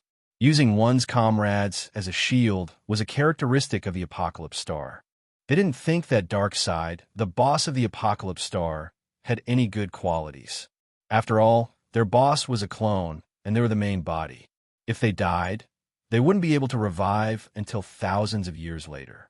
Although the two gods shouted loudly, they pretended to be dizzy and had cramps as soon as they entered the Sea of Souls. Even Thea was shocked. My ultimate move isn't that strong, right? You two are the best among the new gods, but you two are weak after touching my soul? Your acting is a little too exaggerated. Your Majesty, hold on a little longer. The Great Plains Wolf was paddling with his axe like a paddle. On the other side, the Great Warlock was very curious. He secretly scooped a small bucket of water from the Sea of Souls and wanted to take it back to study it. Thea didn't have time to pay attention to their little tricks. She ignored them and continued attacking Darkseid. However, the Great Dark Lord was determined to leave. She had used up all her trump cards and couldn't do anything about it. He would be a hooligan if he came looking for trouble next time. Darkseid was a man of character. Even though he was blind, his empty eye sockets still looked coldly in Thea's direction before he entered the tunnel. Then, he left without looking back. Their boss didn't say anything and left quietly. The Great Plains Wolf and Disarad didn't have the guts to do so either. The two gods quickly followed him into the tunnel. Chapter 736. Thea was so tired that she was about to faint. She did not have the energy to continue the chase. Diana, on the other hand, stabbed the Great Plains Wolf in the end. She had avenged Wonder Woman from Earth too. Diana supported Thea as they flew out of the Sea of Souls. Superman and the other heroes watched from the outside. They did not have any divinity, so they could not enter this place. Facing Superman's expectant gaze, Diana shouted, "We've won." Her voice reverberated throughout the land. When the Great Dark Lord retreated, all intelligent beings could sense it. The heaviness in their hearts disappeared. Even the slowest person knew what this meant. We've won. Long live the humans. Long live freedom. Long live Atlantis. The allied army of different races cheered. The battle between the bosses had ended. Their battle was over. There were less than 10 million soldiers left on the Revelation planet, and they all retreated through the sonic boom tunnel. The Allied army chased for a while before stopping their attacks. The entire battlefield fell silent, and many soldiers collapsed to the ground. Some kissed the ground, rejoicing that they had survived, while others cried because their comrades had died. More than 100 banshees were born in the Sea of Souls. Although each batch was not as good as the last, they were still stronger than ordinary people. They were immune to physical attacks and could charm souls with their songs. Any one of them could become a second-rate villain on Earth. "Thea, are you all right?" The person who was anxious was naturally her brother, Oliver.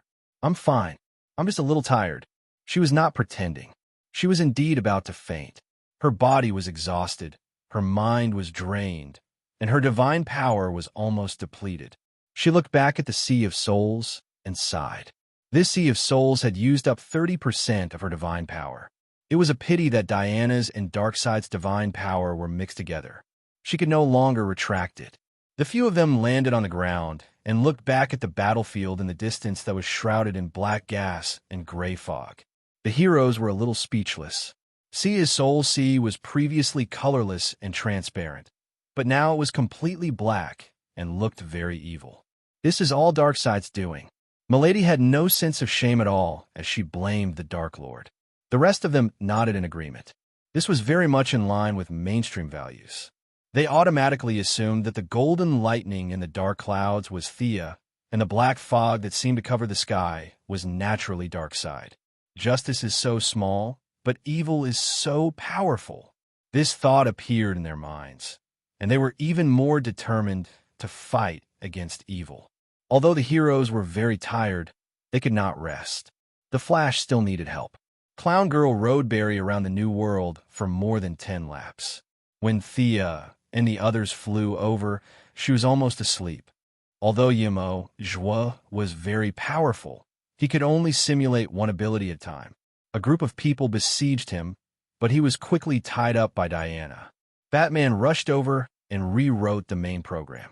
This bomb that the Earthlings had developed finally calmed down. Treating the wounded and cleaning the battlefield did not require the help of the heroes.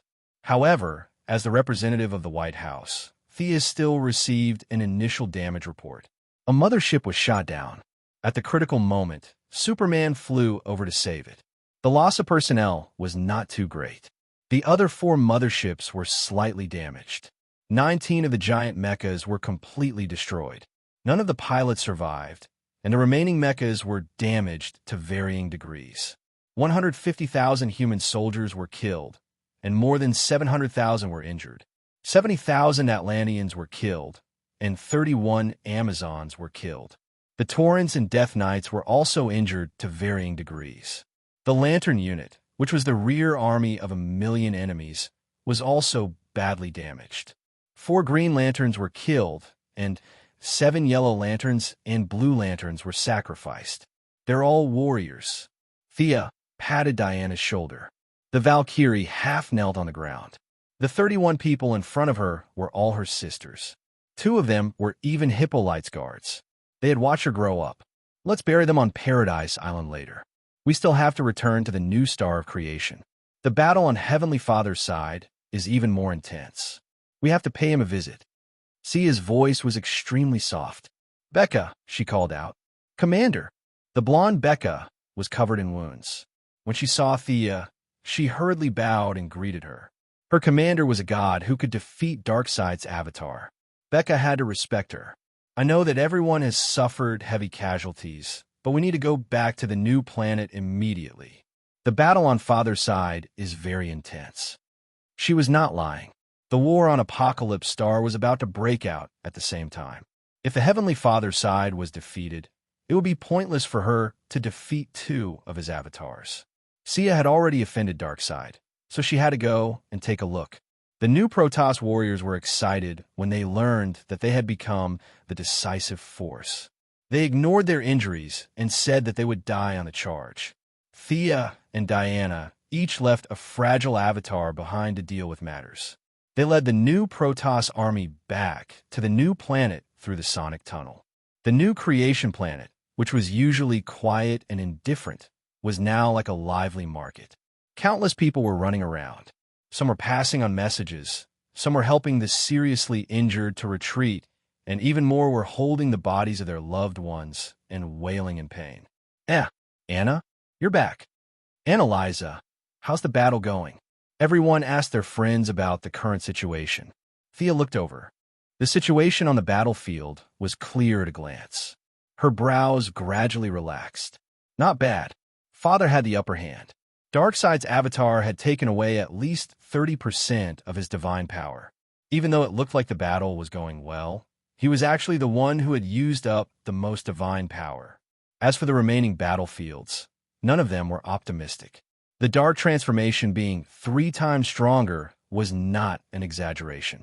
The new gods of the apocalypse star could indeed suppress the new gods of the new creation star. Thea saw an old acquaintance, the Great Plains Wolf. When their eyes met, the Great Plains Wolf hurriedly dodged. This guy won't be able to recover for at least 100 years, Diana whispered when she saw the Great Plains Wolf. Hold on, everyone. Victory is right in front of us. Thea pretended to pull out her holy sword and led the charge. Diana followed closely behind, and the rest of the new Protoss soldiers also charged into the battlefield. Great Plains Wolf? When did you guys come back? The kind grandmother was fighting Lady Canopy. Both sides were evenly matched. When she saw Thea leading the charge, she suddenly realized something. She turned around and saw the Great Plains Wolf, who had returned earlier and was preparing to slack off. None of them were kind people. They were willing to fight when the wind was blowing, but none of them wanted to fight when the wind was blowing. Great Plains Wolf, I let you escape with your life. Stop right there. Thea shouted from afar. The Great Plains Wolf's power had dropped to its lowest level in history. He did not dare to fight her. He turned around and ran without thinking. Thea was strong on the outside, but weak on the inside. She was stronger than the new gods, and the Apocalypse Planet's gods could not see how strong she was. Seeing the Great Plains Wolf turn around and run, they were all very smart. Since someone had taken a lead, they did not want to fall behind and ran in all directions.